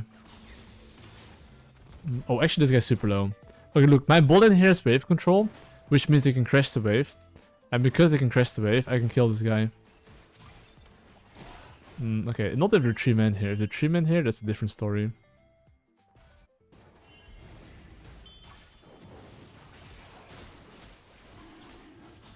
I'll just take the Drake here, I guess. But yeah, this game, regardless, I kind of have to play clean because their champs are kind of OP against our champs. So I would say our draft isn't that amazing. Also, I just hate having Echo on my team against like a Galio. It's like so useless.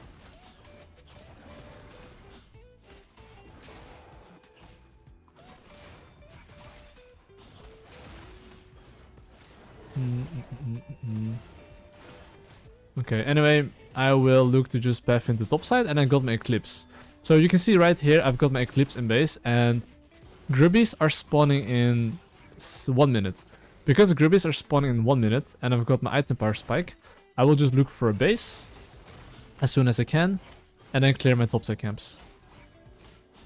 Because I want to be as strong as possible, and if there's any action, I want to join the action, while of course having my first item power spike. This guy's pretty cooked, I think.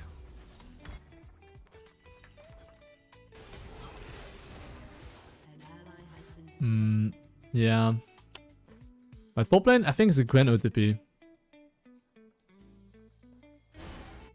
That is not good, guys. That is not a good sign.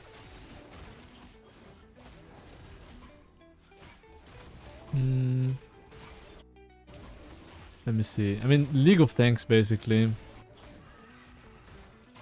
I'll just take my camps. After I take my camps, I will look to play for... I guess I'll just kill this K'Sante or try to kill him. Oh, fuck.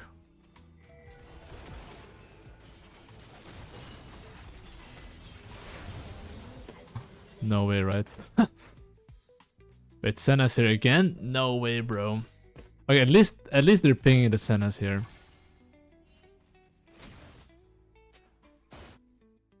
But that's kind of a support gap.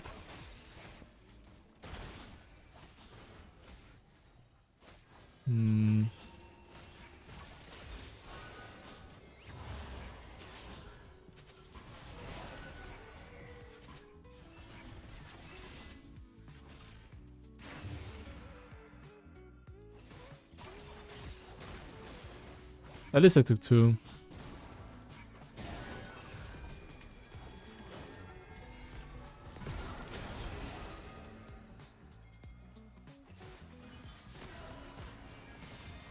Okay, my Q is in 2 seconds.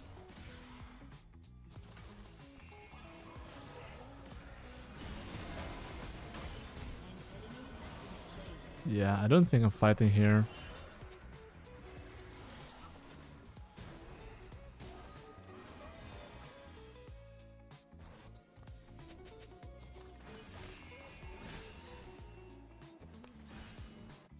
Oh.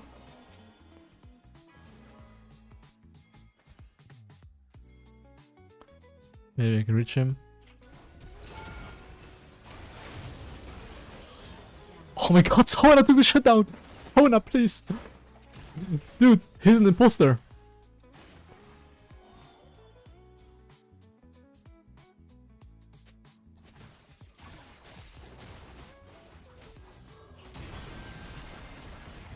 Okay, at least he didn't take that one. He had the chance to take that one.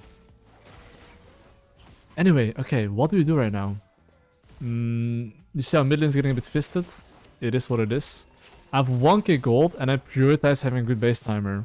Because Drake's spawning in 1 minute, and because, well, Drake's spawning in 1 minute, I would like the base, be as strong as possible, and then look to contest objective. So, looking at this game, I would say that I am buying Sunner Sky. And I am going into bot side here. And I'm gonna clear top the bot. And basically, I should be strong enough to fight for Drake as long as K'Sante isn't grouped. I think if K'Sante is grouped, I think we're giving up the objective, basically. Because K'Sante has so much armor and we don't have any DPS to kill him. And I think Ambessa as well is worse in a team fight. So that's what I'm thinking about right now. But pure 44, I'm on mega down to take that.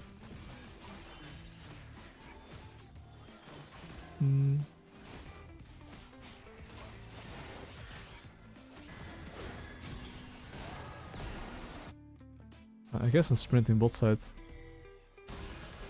I don't know what's going on there, but...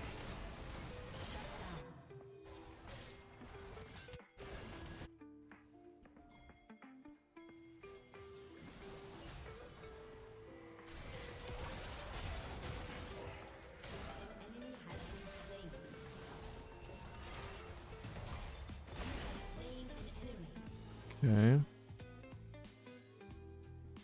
I guess I'll fix the wave here. Okay, I mean, we kind of killed the enemy team, and the Drake is alive, ready to take. But I am actually not taking the Drake here, because I think that enemy team could be coming here soon, and it's a Mountain Drake. Taking Mountain Drake, but it takes really long. So instead of taking Drake here, I'd much rather just spend my gold, base, get a pink ward, and then go for the Drake. Where my misfortune can leash me, basically. So that's my plan, basically, right? Making sure I do the Drake when my misfortune can leash me. If she cannot leash me, I'm not doing the Drake. I'm protesting.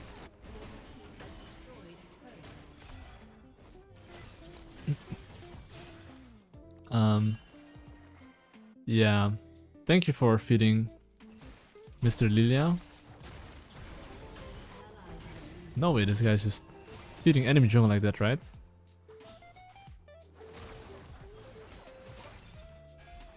Okay, so right now I would say that we're gonna do the Drake here, and my misfortune has to be kind of careful.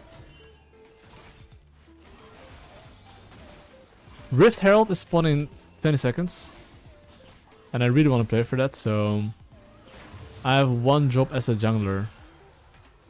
We just try to contest mid lane and then go for the objective.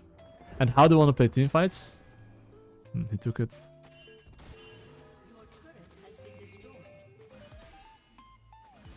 I kind of want insect Lillia if possible. I mean, you saw how they were two topside. I could maybe go for an insect here.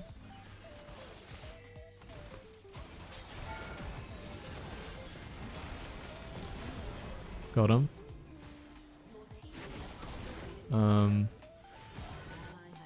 Yeah, you're kind of reported, bro. No worries.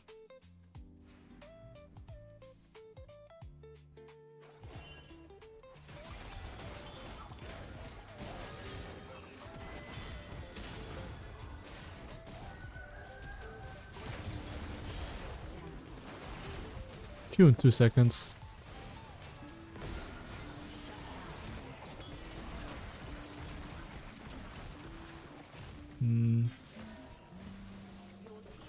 I'll take it. Okay, that's not too bad, not too bad. I mean, I'll just look to take my camps here and then... Wait, I'm out of here. So here's the same thing, right? Even though the Rift Herald's up, right now I have a lot of gold, so I'd rather spend my gold, be as strong as possible, and then go for the objective. Because the moment I get my Sunner Sky, I'll be as well much stronger, obviously, right? So that's why I'd rather base here, spend my gold, and then open back mid lane. But you see here how I'm basically not prioritizing objectives. I prioritize getting good base timers, getting good items, having my laner leash me. In my opinion, a Lee Sin or any champ that doesn't do objectives fast, you should get a leash. Because if you don't get a leash, it takes you 20,899 years to basically do an objective. And you do not want that.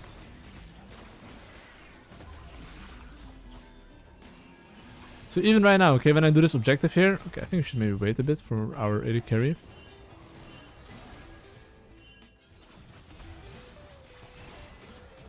Oh, that's really good chunk though. I can respect that chunk.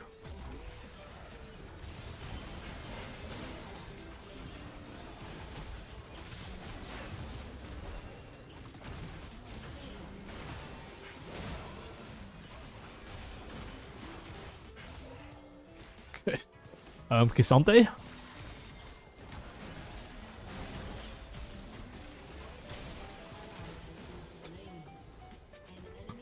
Fuck this champion, I swear to God. Oh, now the FF, but GG well played. But we get the bread, guys. We get the bread.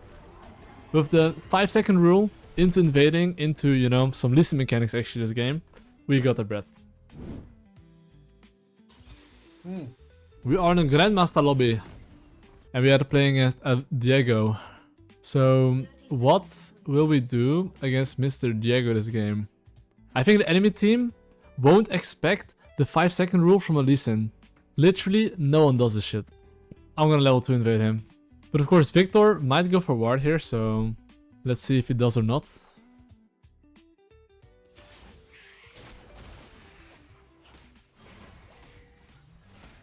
This guy starts Raptors. Wait.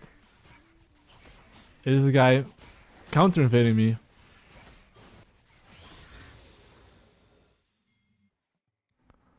I feel like he might do the same thing, but in the bot side. Which is better than what I'm doing though, just saying. There's no way Viego's spaffing topside, right? That would be kind of weird.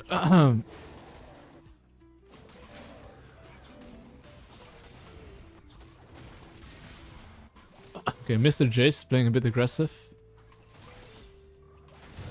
Well, guys.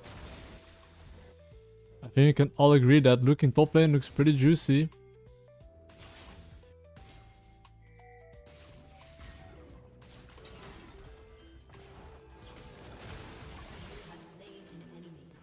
And after killing top lane, you know what's juicy as well? Is looking for base right here. Because think about it from Viego perspective, right? He probably wants to invade my bot side camps. Or gang bot lane. He has to do something, right? He has nothing to do.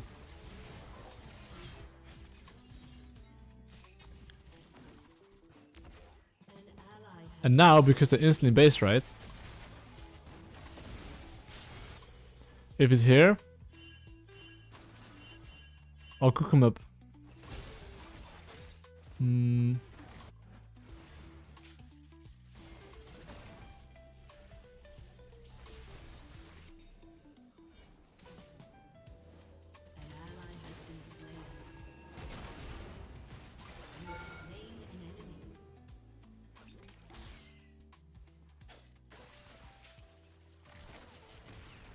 for sure gonna push out his wave here, yeah.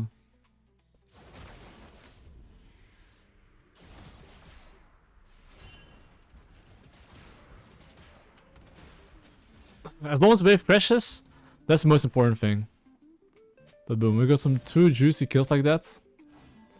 And I do think as well, Viego probably started his Raptors. And now because he based, I can actually take his Raptors. Because he has no base, right? So...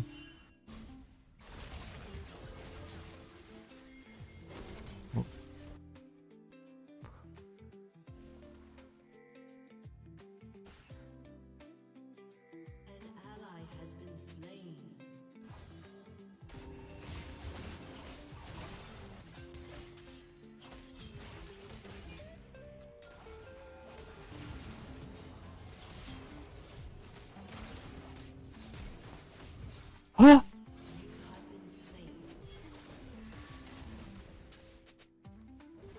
Wait. He didn't Q. Didn't he Q or am I tripping? Am I just like tripping, guys? Wait. Didn't Leona Q?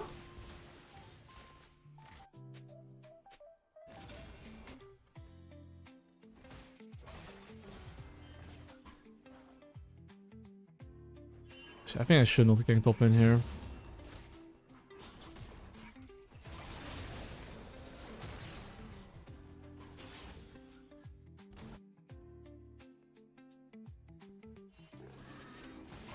Well, that's been unfortunate.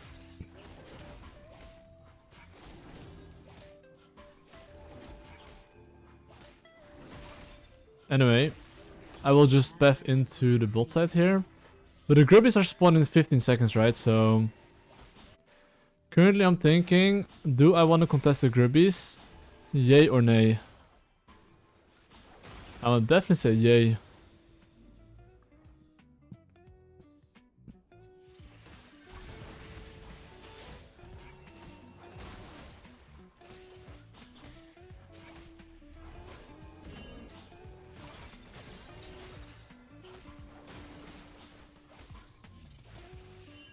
Yeah, just take 1 or 2 and run.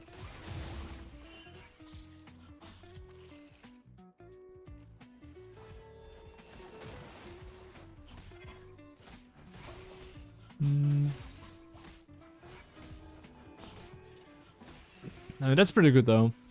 I take 3 Grubbies, enemy team is not taking much.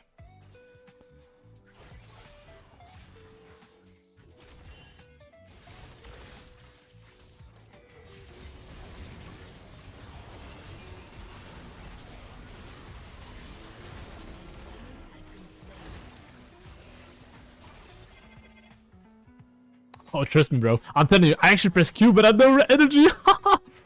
I want to send it, bro. You don't want to know.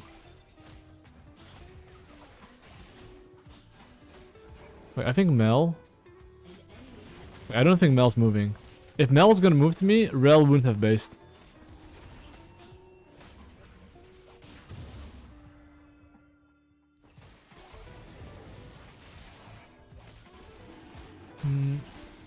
I mean, if I take the Grubbies and I take this Drake, that goes hard. But of course, if I literally take Grubbies and the kills and enemy red buff and a Drake, I need to make sure I spend my gold. And don't look for a fight.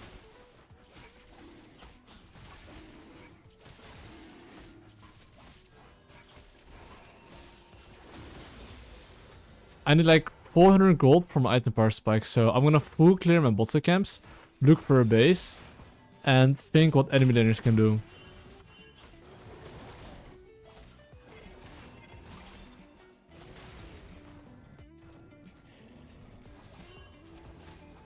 And as long as I get my item power spike, I would say the enemy team is pretty cooked.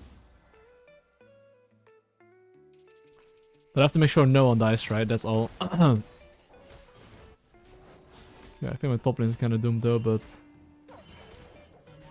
it's okay.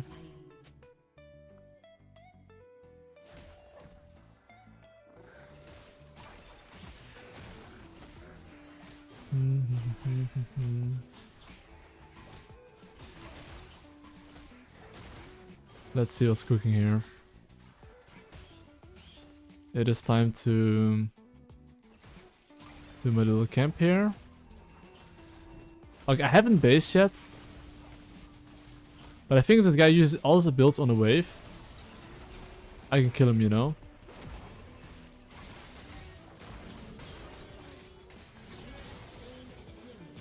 And he definitely used all his builds on the wave, so... Definitely killed him here. Okay, I'm really strong now. I got Eclipse. I just got a jungle track, ping my laners to play safe, and wait for me. If they wait for me, it's really unusable right now. I have 2 pink wards, and the Grubbies are spawned in 1 minute. But do you see here basically how I'm every single time aware of like which objectives are spawning, and when I want to base for it, and when I'm fighting? That's essentially like super important.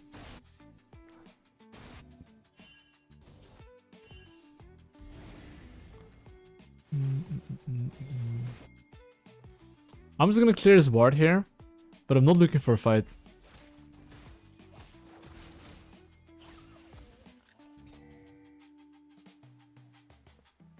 And now I'm just gonna move in the top side.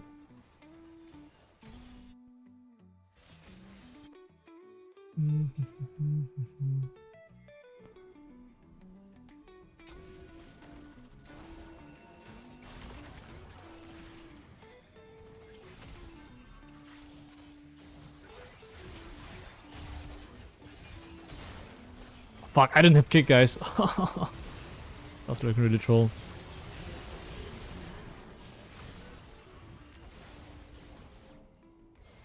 That looked funny though, no? Hey, you can't lie, guys. It looks funny. Come on, guys. Oh my god.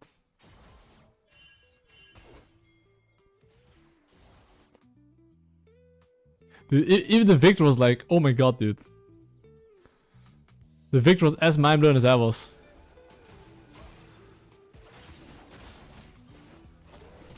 Where the fuck is this guy now?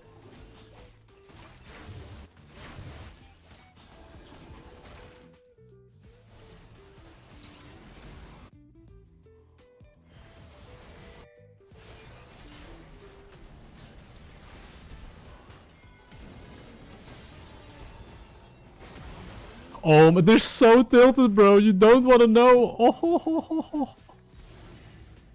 You don't want to know how tilted they are, bro.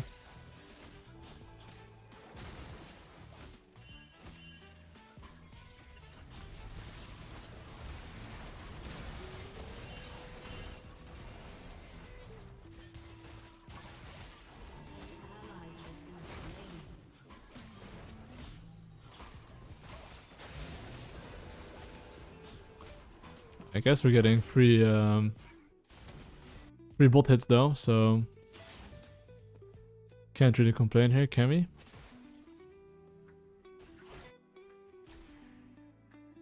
The grubbies are probably gone, but I'll take that.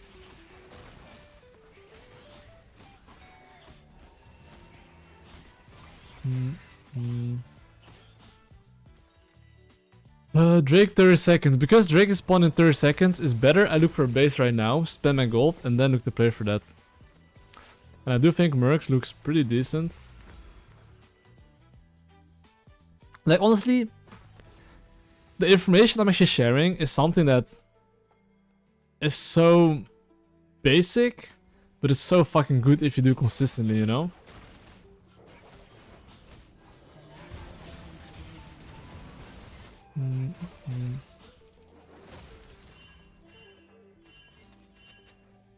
Let me move it. Okay, I think they're pretty cooked.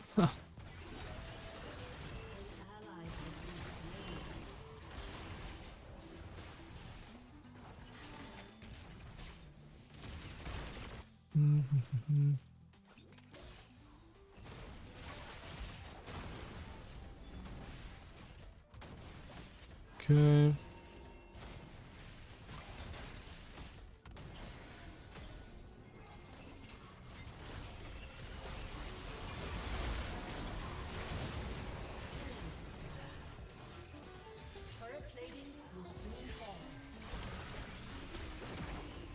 My body says no, but I will go.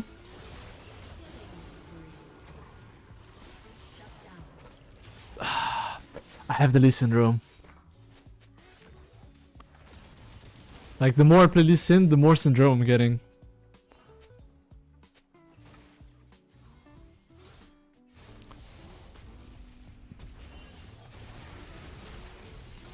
Oh my, oh, that was close.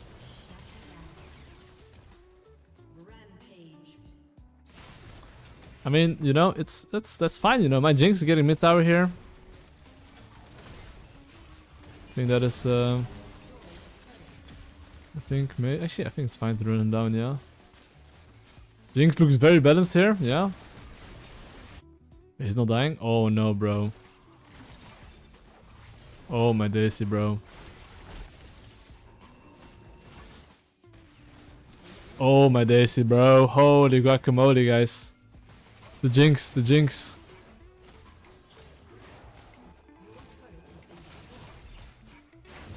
That looked like that could have been an Omega tilter.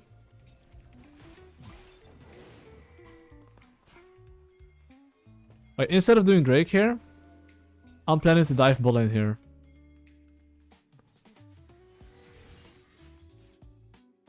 If Viego's covering, that's a different story, right?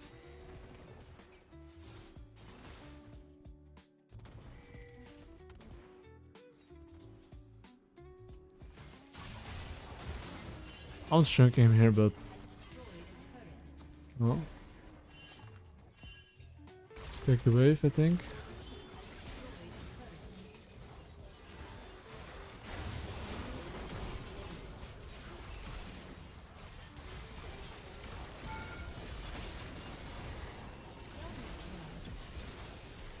Woo! Booyah!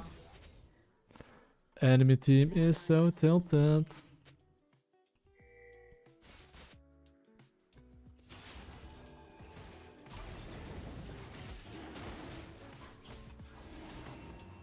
Securing the Drake here. I mean, now I would say my Katarina is pretty strong, I would say.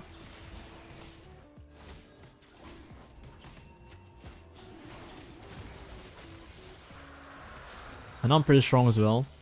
I'll just base here, I guess. I have like 1050 gold. So I'm gonna spend my gold, be as strong as possible, and then I go for the objective. So you can see here, because I spend my gold, if there's any fight right now, I can join the fight. If there's no fight, I just full clear, take my camps, play with my Jinx and Katarina, and then good luck to the enemy team.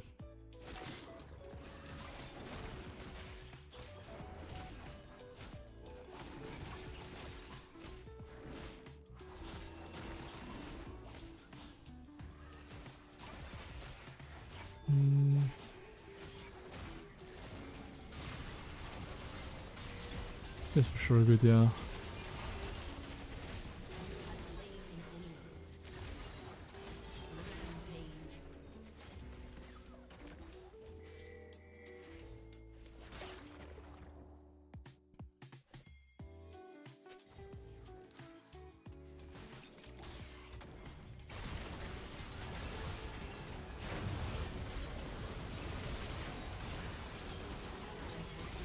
Thank God I hit fucking ult at least. Thank fucking God to the lords. I don't want to be that guy that, you know. You know what I mean? Misses everything.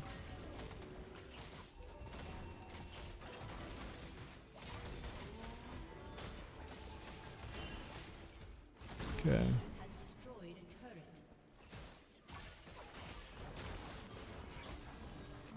Yeah, I think you can just back off here. Oh, that ult was sus. Wait, he died?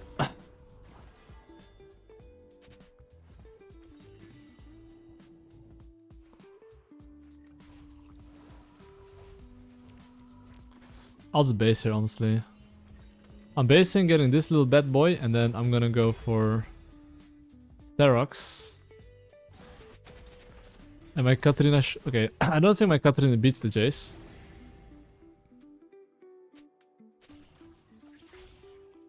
My Katarina does have teleport though.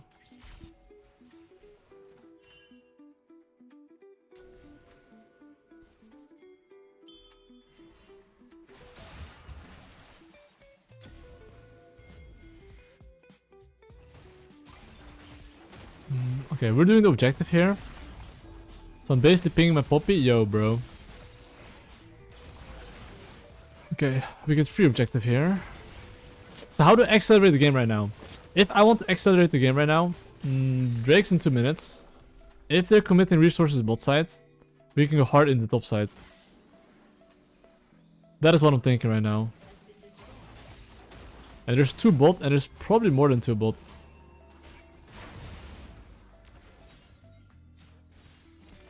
There's 3 bot. If they're all bot, I can just leave my Katarina to push alone. And we take mid tower here.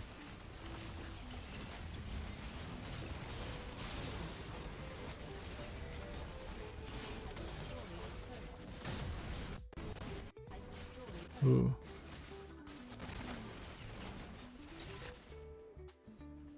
And now I should actually just back off. Because we for sure have a lot of gold and the Otacon spawning in the bot side. So we should just base right now. Oh. And get whatever we need. And I'll just play for Otacon basically. But first, before you play for Otacon of course, try to take your camps first.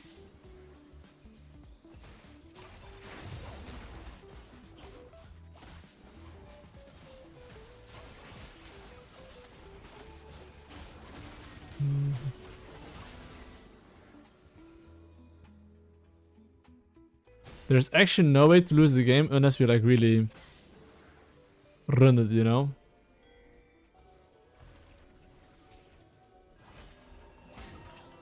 Like now we're just choking the enemy team out. Making sure they have no wards.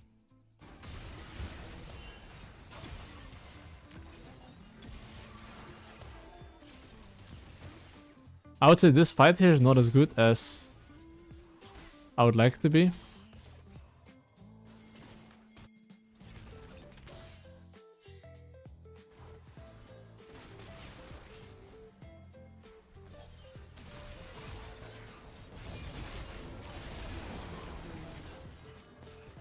Okay. We should get objectives here. But you can see here that we're actually not like very hard to like fighting. We're more like playing towards the area where we have controls. Like vision in general, right? Oh, this guy's cooked.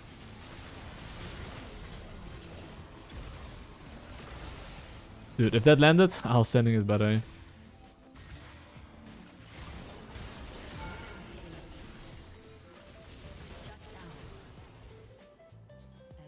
Okay, I mean, I'm just gonna take some objectives here.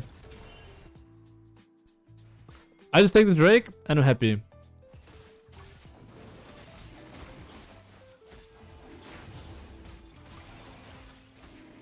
And basically after Drake we're still playing for Otacon, but basically we're just doing the Otacon dance right now.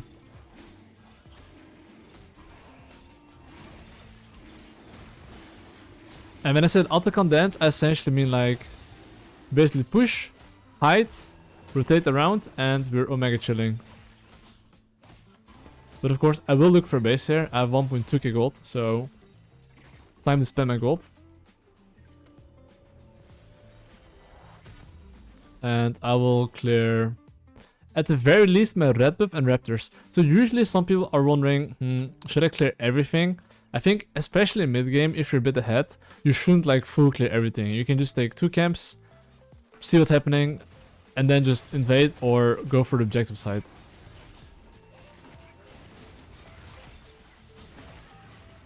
This guy tried last setting. So the most important thing in mid game you need to think about is which wave you want to contest. So right now I'm kind of far away from my team.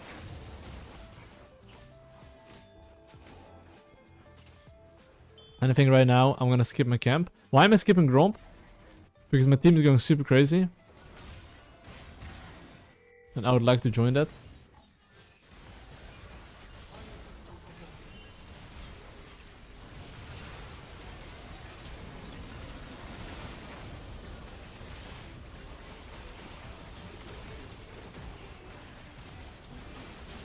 Bro, this guy deals damage, bruh.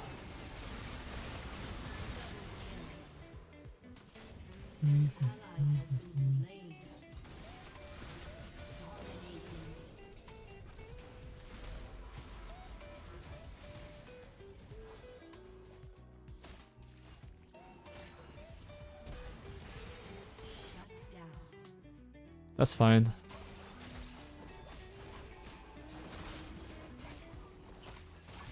Okay, I do have my Starox in base, so I will play for my Starox. I'm gonna do Gromp, base, still play for the Otacon.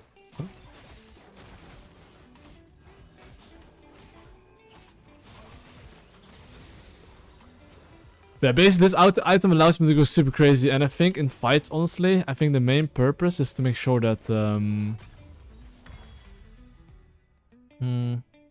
I kind of want to insect. Wait, what happens if Mel blocks my insect? Do I start flying? Wait, I probably start flying, right?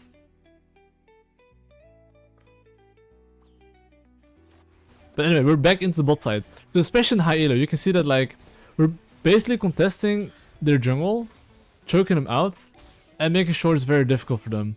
So you see the Jace here? The Jace is pretty cooked on my screen.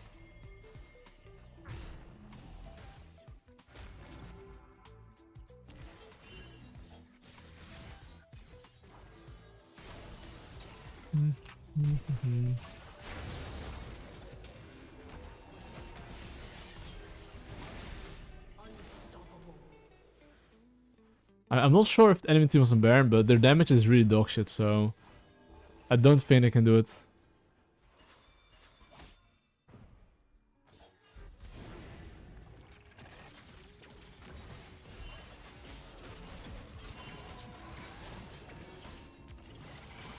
I guess Katarina deals decent damage though. On the shit.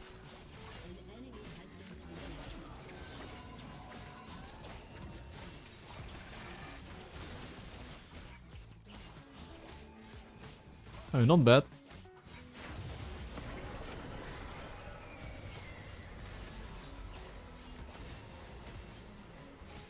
Teamwork. Okay. Enemy team got a bit cooked. Soul point up in 1 minute. Okay. Basically we're playing for the Drake here. But you see how we're playing so slow around objectives. Making sure we choke them out.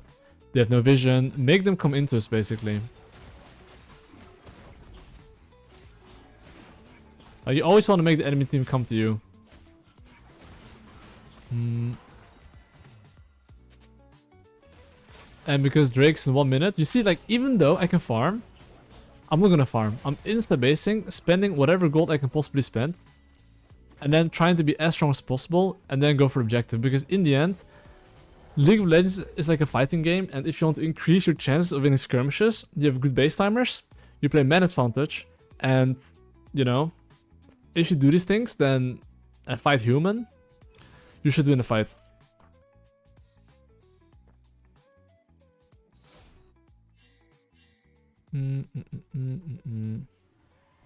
So we're gonna push mid lane here. After push mid lane, right? Then we're gonna go in the river. Okay, you see, Jinx is mid lane priority.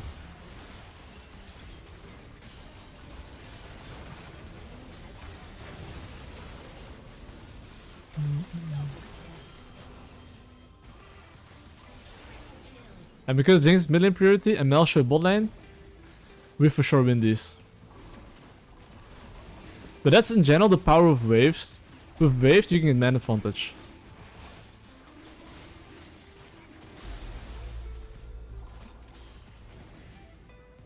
Also, we shouldn't care about the rel here. We can literally take the Baron.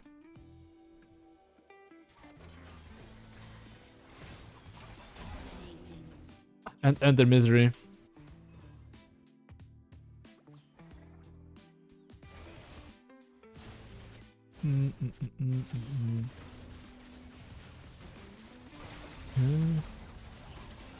Now we get the Baron. And as we get the Baron, we should look to base if you have to, but I would say that my Jinx needs 400 gold. So I'm making sure he gets his 400 gold.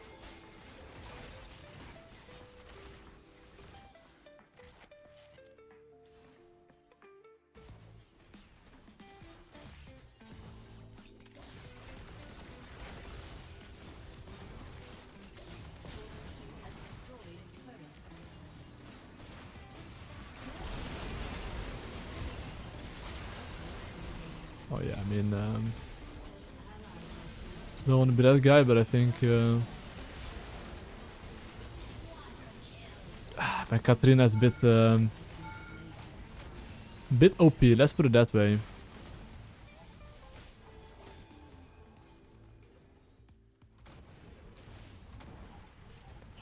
GG. He's like Penta. Oh, you do need to deserve the Penta though.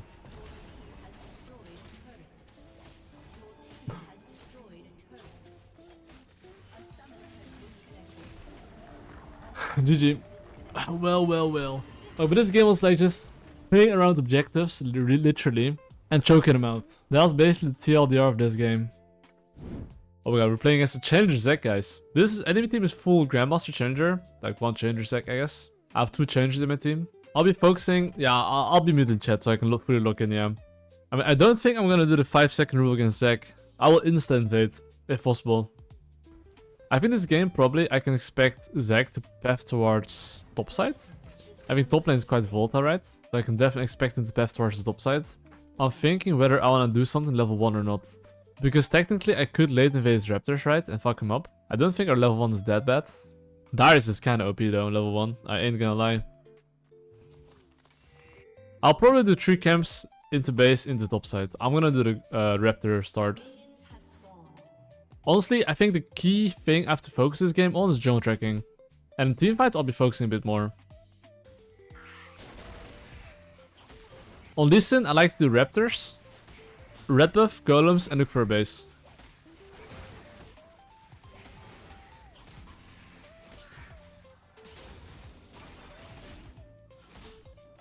I have no idea where the Zek started, but based off basically where and how my laners are playing, I would be able to guess where he is.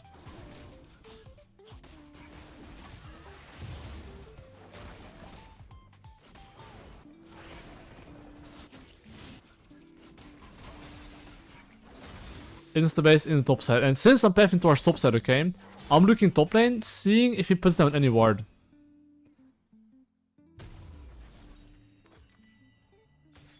I haven't seen him put down any ward. That means that I could look for a gank here. If possible, of course.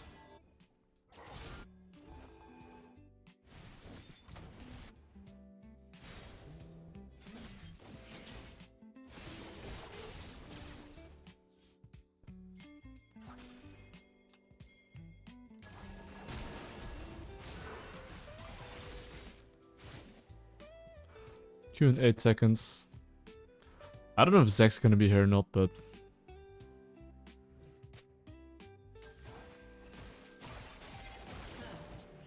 Got him.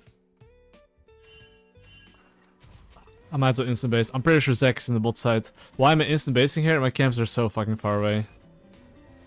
So instead of me like running to my camps, I might as well buy an extra longsword, base, and then go to my wolves into raptors to make sure he cannot take that. I could see Zek trying to invade my raptors here. Easily. And for that reason, I'm gonna look to defend it.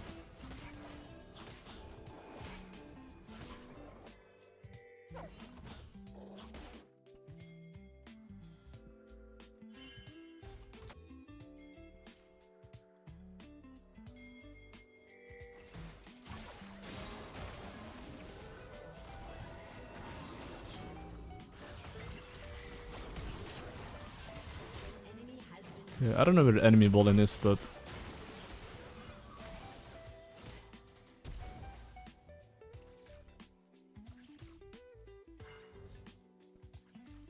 That's okay though. Yeah, you can see he tried to invade my raptors. Because most junglers there would not be on the raptors instantly. But if you know he has tempo, you should look to defend that. Especially against a challenger jungler. In low elo... Even in low elo you would do that.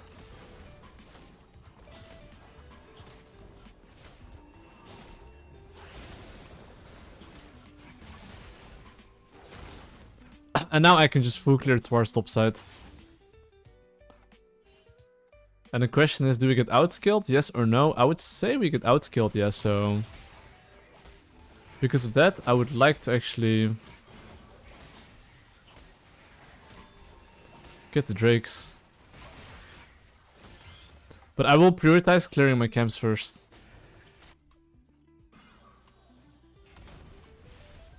Need to make sure I get level 5. And Zek should be clearing top the bot. Just gotta make sure I communicate that he's probably pathing bot side.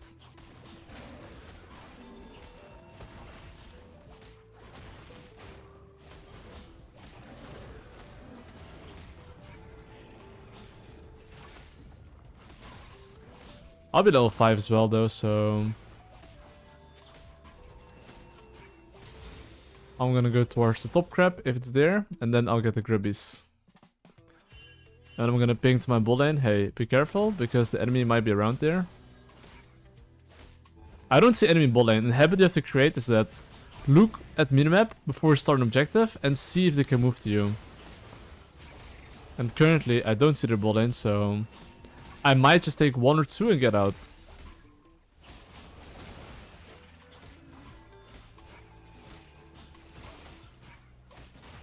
Okay, seems like I'm chilling. They might just be on the Drake here.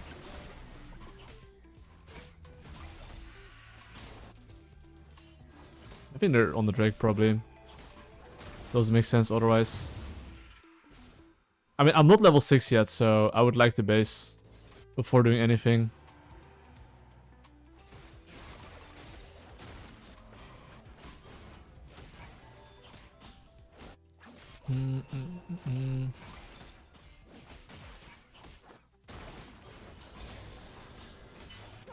Of course, but if my top lane is like holding the wave there low-key, I might look for a top lane gank. I think I'll just base. I'll just base, spend my gold, and go into my bot side here. And since I flash and kick right, I do want to try to get my mid lane some kills. Especially mid slash bot lane.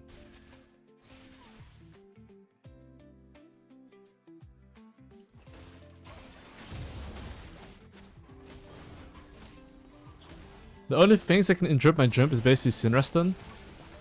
So I do have to be like slightly careful about that.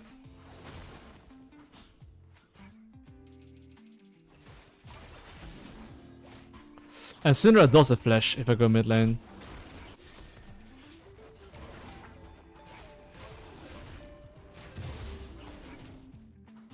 If you can push mid lane, into the enemy bot side. I think that would be good, because I do think skirmishing with our champions should be winning. However, my Ezreal has like really dog shit base.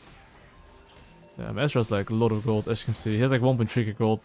And because he has 1.3k gold, I don't want to fight with him as much. Like here, I have a small timer to look for enemy mid lane. Because his wave will be neutral.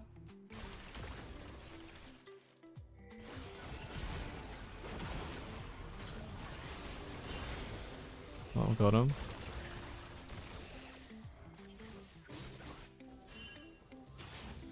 No flash mid lane, that's really important at the time.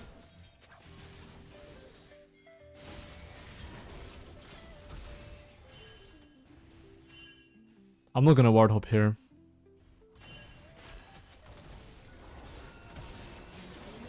Okay, we got him. Okay, this guy was just sending it. Because he saw me and he was just like, I'd rather die to Unbested than listen, I guess. As long as enemy jungler doesn't kill my bull lane right now, I'm super happy. And I do want to look for a base here. I've got my Eclipse, right? So it's just all about turns, understanding in Challenger. Knowing that Zach could look for a play and I don't want to match him.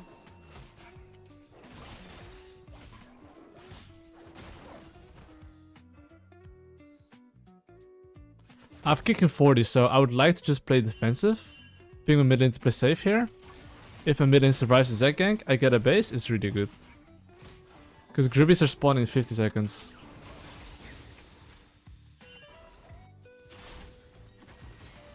I want a base, I want to get an extra longsword. Or maybe Mercs. I think Mercs go pretty hard here, honestly, this game. Enemy has Ashe, Syndra, Zach. So I think Null Magic Mantle is just really OP. And since this guy has no flash, right, I could easily insect him.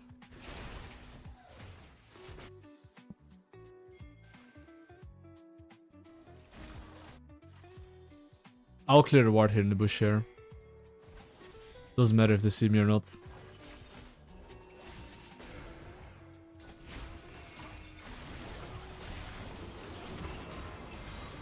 I have no magic mantle, so...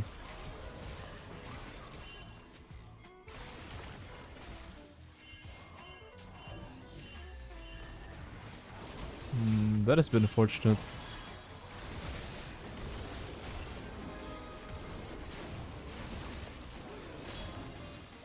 Oh my god, that was really close. No fucking way, bro. Actually, okay, that's kind of crazy we lost that. Okay, that arrow though from Ashe was pretty clutch. I guess it's alrighty though, not the worst. Okay, I don't want to give this Drake though. We should definitely fight for this Drake, I can tell you that much.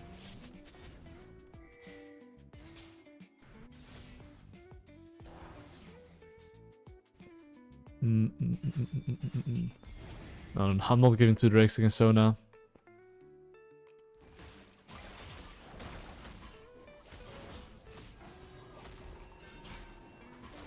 Like, if we're weaker for the Drake, sure, but we're not weaker.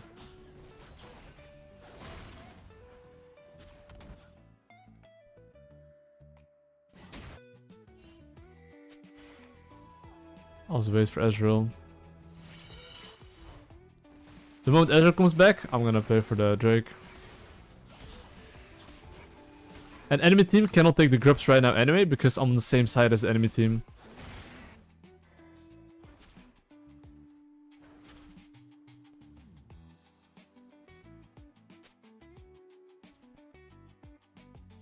I think they have wards here for sure.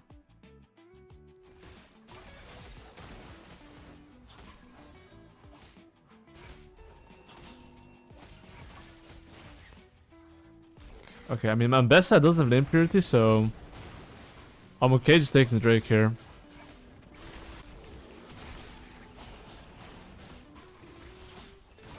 If Ambessa was actually on top lane, I would have contested these Grubbies, because he should not be allowed to get that.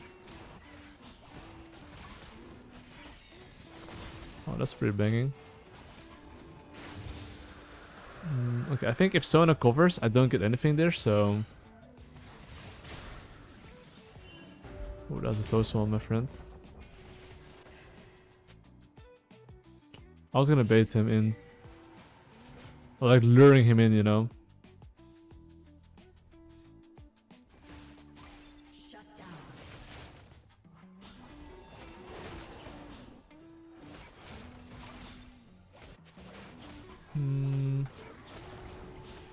Okay, let me see. I would want to just play bot side, pretty much. I do have my Mercs in base, so I would like the base for that.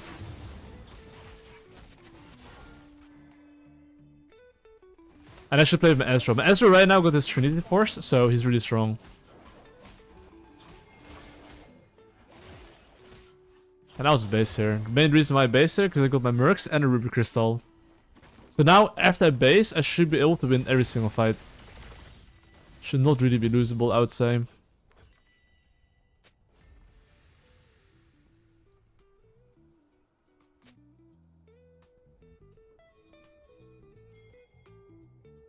So you see what I'm doing? I'm pinging base, the next wave that's coming. I'm gonna push mid lane into bot lane dive.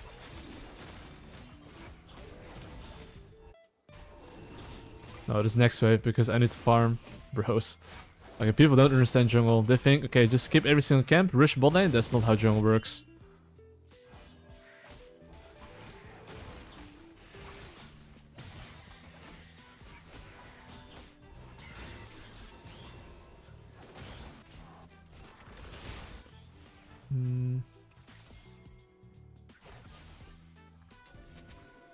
It's not worth it, but...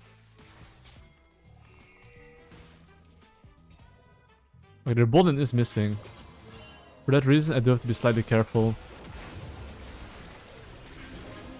But because this guy walks up to me like that, and I see center bot lane, I can go for an insec.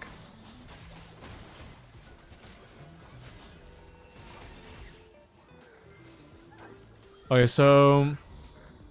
I would say that I'm gonna wait for my AD carry to be back. And when my AD carry is back on the map, I'm gonna look to play for bot tower. So this wave that's there... I mean, he can go top lane, but if he goes for a guaranteed kill...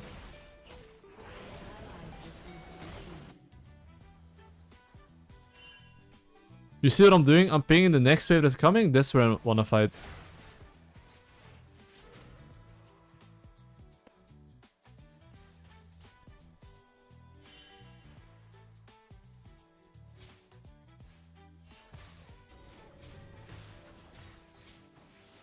I don't have kick.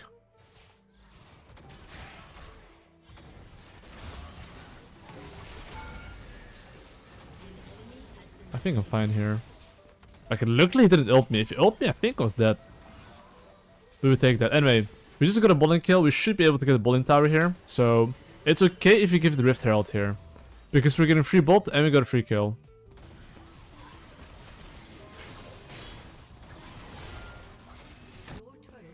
That one was not in my anticipation that we lose mid tower like that, but it's okay. I think they could have taken one more wave if they wanted to, but...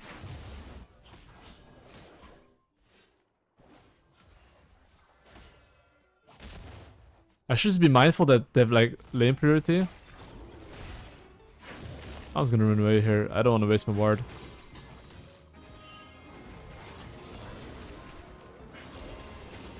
What? Bro. I got killed?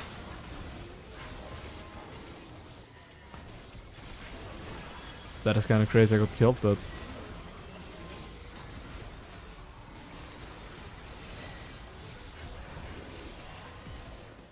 I mean, okay, we take that though. Enemy team is getting kind of cooked here, so... I did not expect to get killed there, by the way, but I could tank Zac and Sona there, but... I guess I did get killed like a weasel. Anyway, that happens. But anyway, I want to play for Drake here, so I want to clear my top side camps and then go for the Drake. Always try to clear your weak side camps first before you go for strong side, if you have time. And in this case, I would say I have time, so I'm gonna take my camps first. Zac has no flash. I would say in teamfights, the biggest threat would be Ashe/Syndra. I would say probably Syndra is a bigger threat.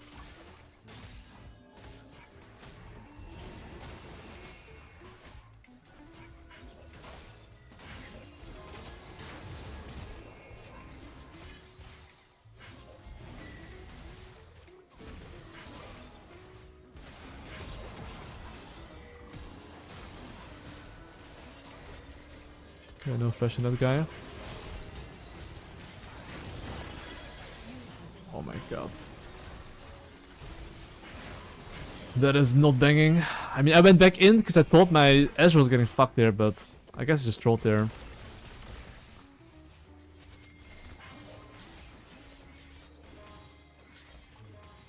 Mm, 22, 30 AD. I mean, my team is actually pretty strong. My AD carries 2 items. I think they can fight this.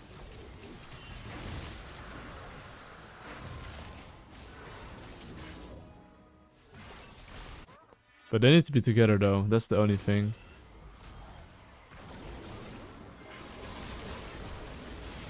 Okay, if they're not together then... Kinda no bueno.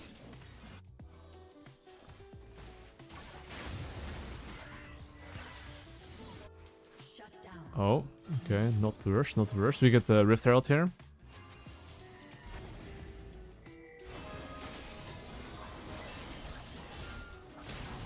Oh, that's banging.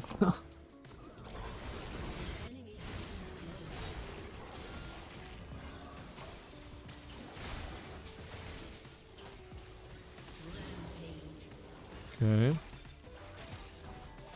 Not the worst, not the worst. What's up, dog? No golems for you. Okay, so I get to take the... Oh. Rift Herald here. And after I take Rift Herald here, we should want to play for mid tower.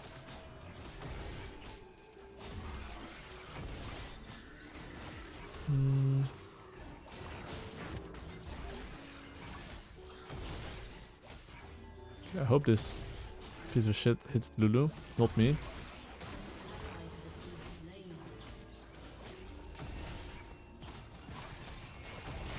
Okay, I'm gonna yoink this. After yoink this, I do have an item power spike in 600 gold-ish. So I would like to base for that.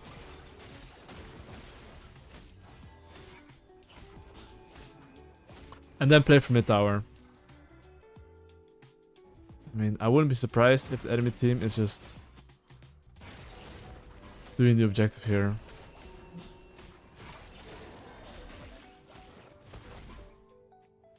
Let me just check it. Like, Sonos topside Zac as well, right? So... Okay. We should switch lane Simons, yeah. Item power spike in 300 gold. If that's the case, I just want to ping my laners to play safe and wait for me. Because I basically do need to look for a base.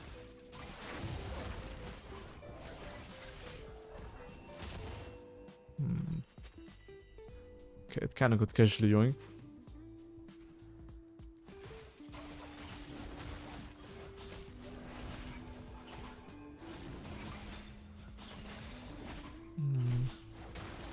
Okay, I could see this being a good one.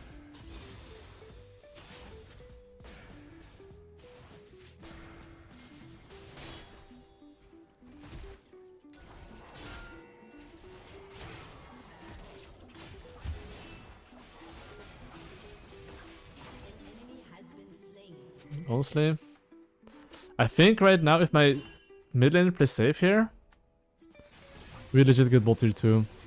But then again, I think I'd rather not use on bot lane. I'd rather use on mid lane here. And since they're showing 2 topside, I should be able to even take this without my laners. So now I get mid tower and bot tower here. Okay, this one is too much. Now we just play topside basically. Now we force the enemy team to respond towards the bot side. And now we should want to play into topside. Drake is in 1 minute though. But even though Drake spawned in 1 minute, this is like a thing you can do. Which is force them to show into topside. And then you can move into Drake. And that's what I'm gonna be doing here.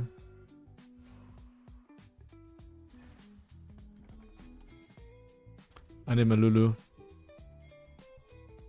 Look at top lane here.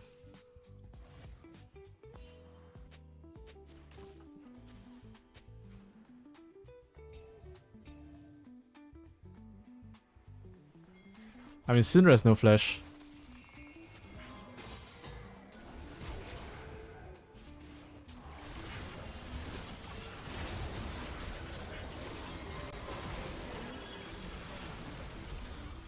Okay. That is completely fine. So, I do think we can take this objective here. But yeah, why do I want to play through top lane here? Because, you know... Okay, I do want my team to know I don't have smite.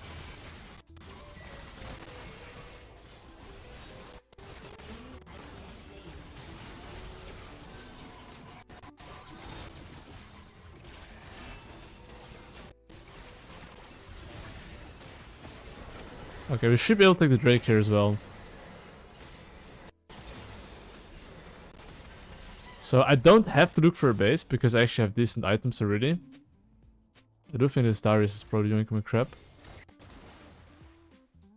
So because I don't have the base right, I'm actually gonna decide to stay on the map. And you see this mid wave that's coming? That's the wave I wanna use to like pressure mid lane into the objective.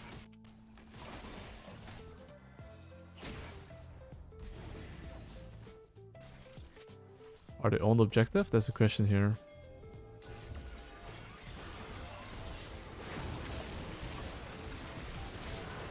I'm just gonna zone their backline here.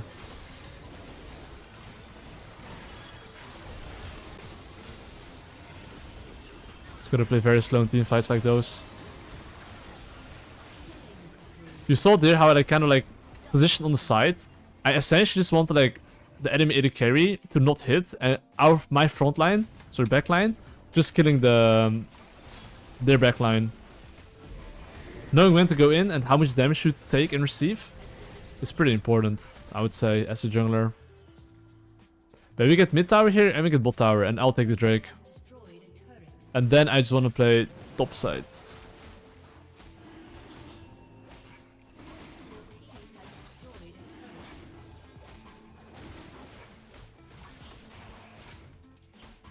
And do I want to look for a base? I mean, probably, yeah. I'll base Astra take my golems. Actually, my ambassador can take my golems. So this is like a thing that's like super good, which is that even if there's no golems up, let your laner take it. And then just play into top side. If he wants to take it. But I don't want to waste time taking my golems. I'd rather be pressuring with my Lulu together and take top side control. That is much better than doing the golems there.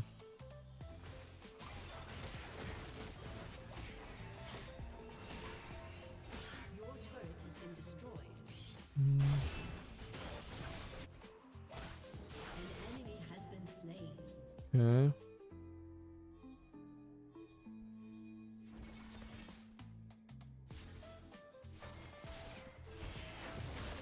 Okay.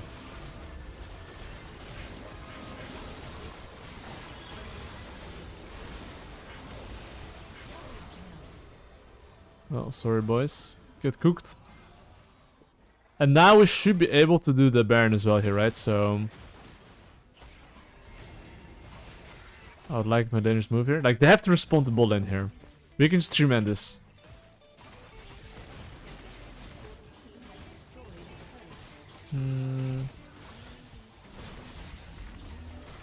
Okay. After we take the Baron. Okay, how do you use the Baron?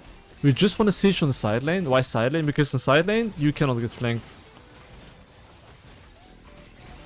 That's pretty much the main reason. There's no other reason.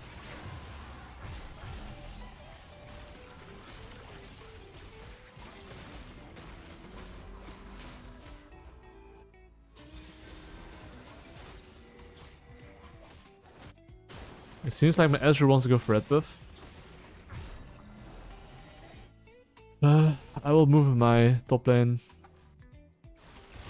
Oh, this guy's alone.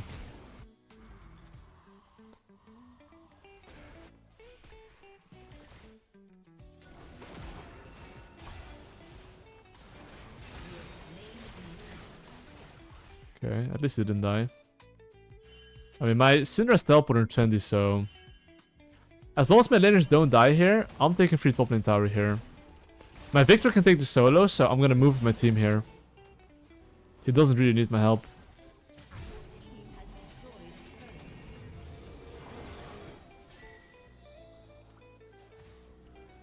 My Victor can literally TP back. I could look for Insect if they ever step up here, because I have numbers.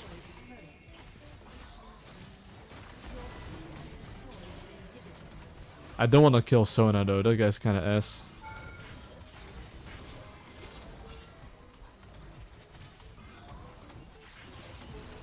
Just break some towers here, I guess.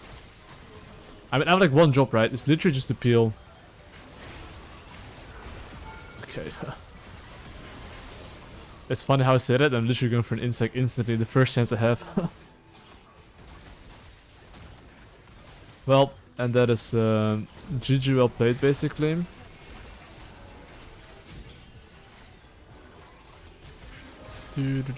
that's GG's. We got the bread.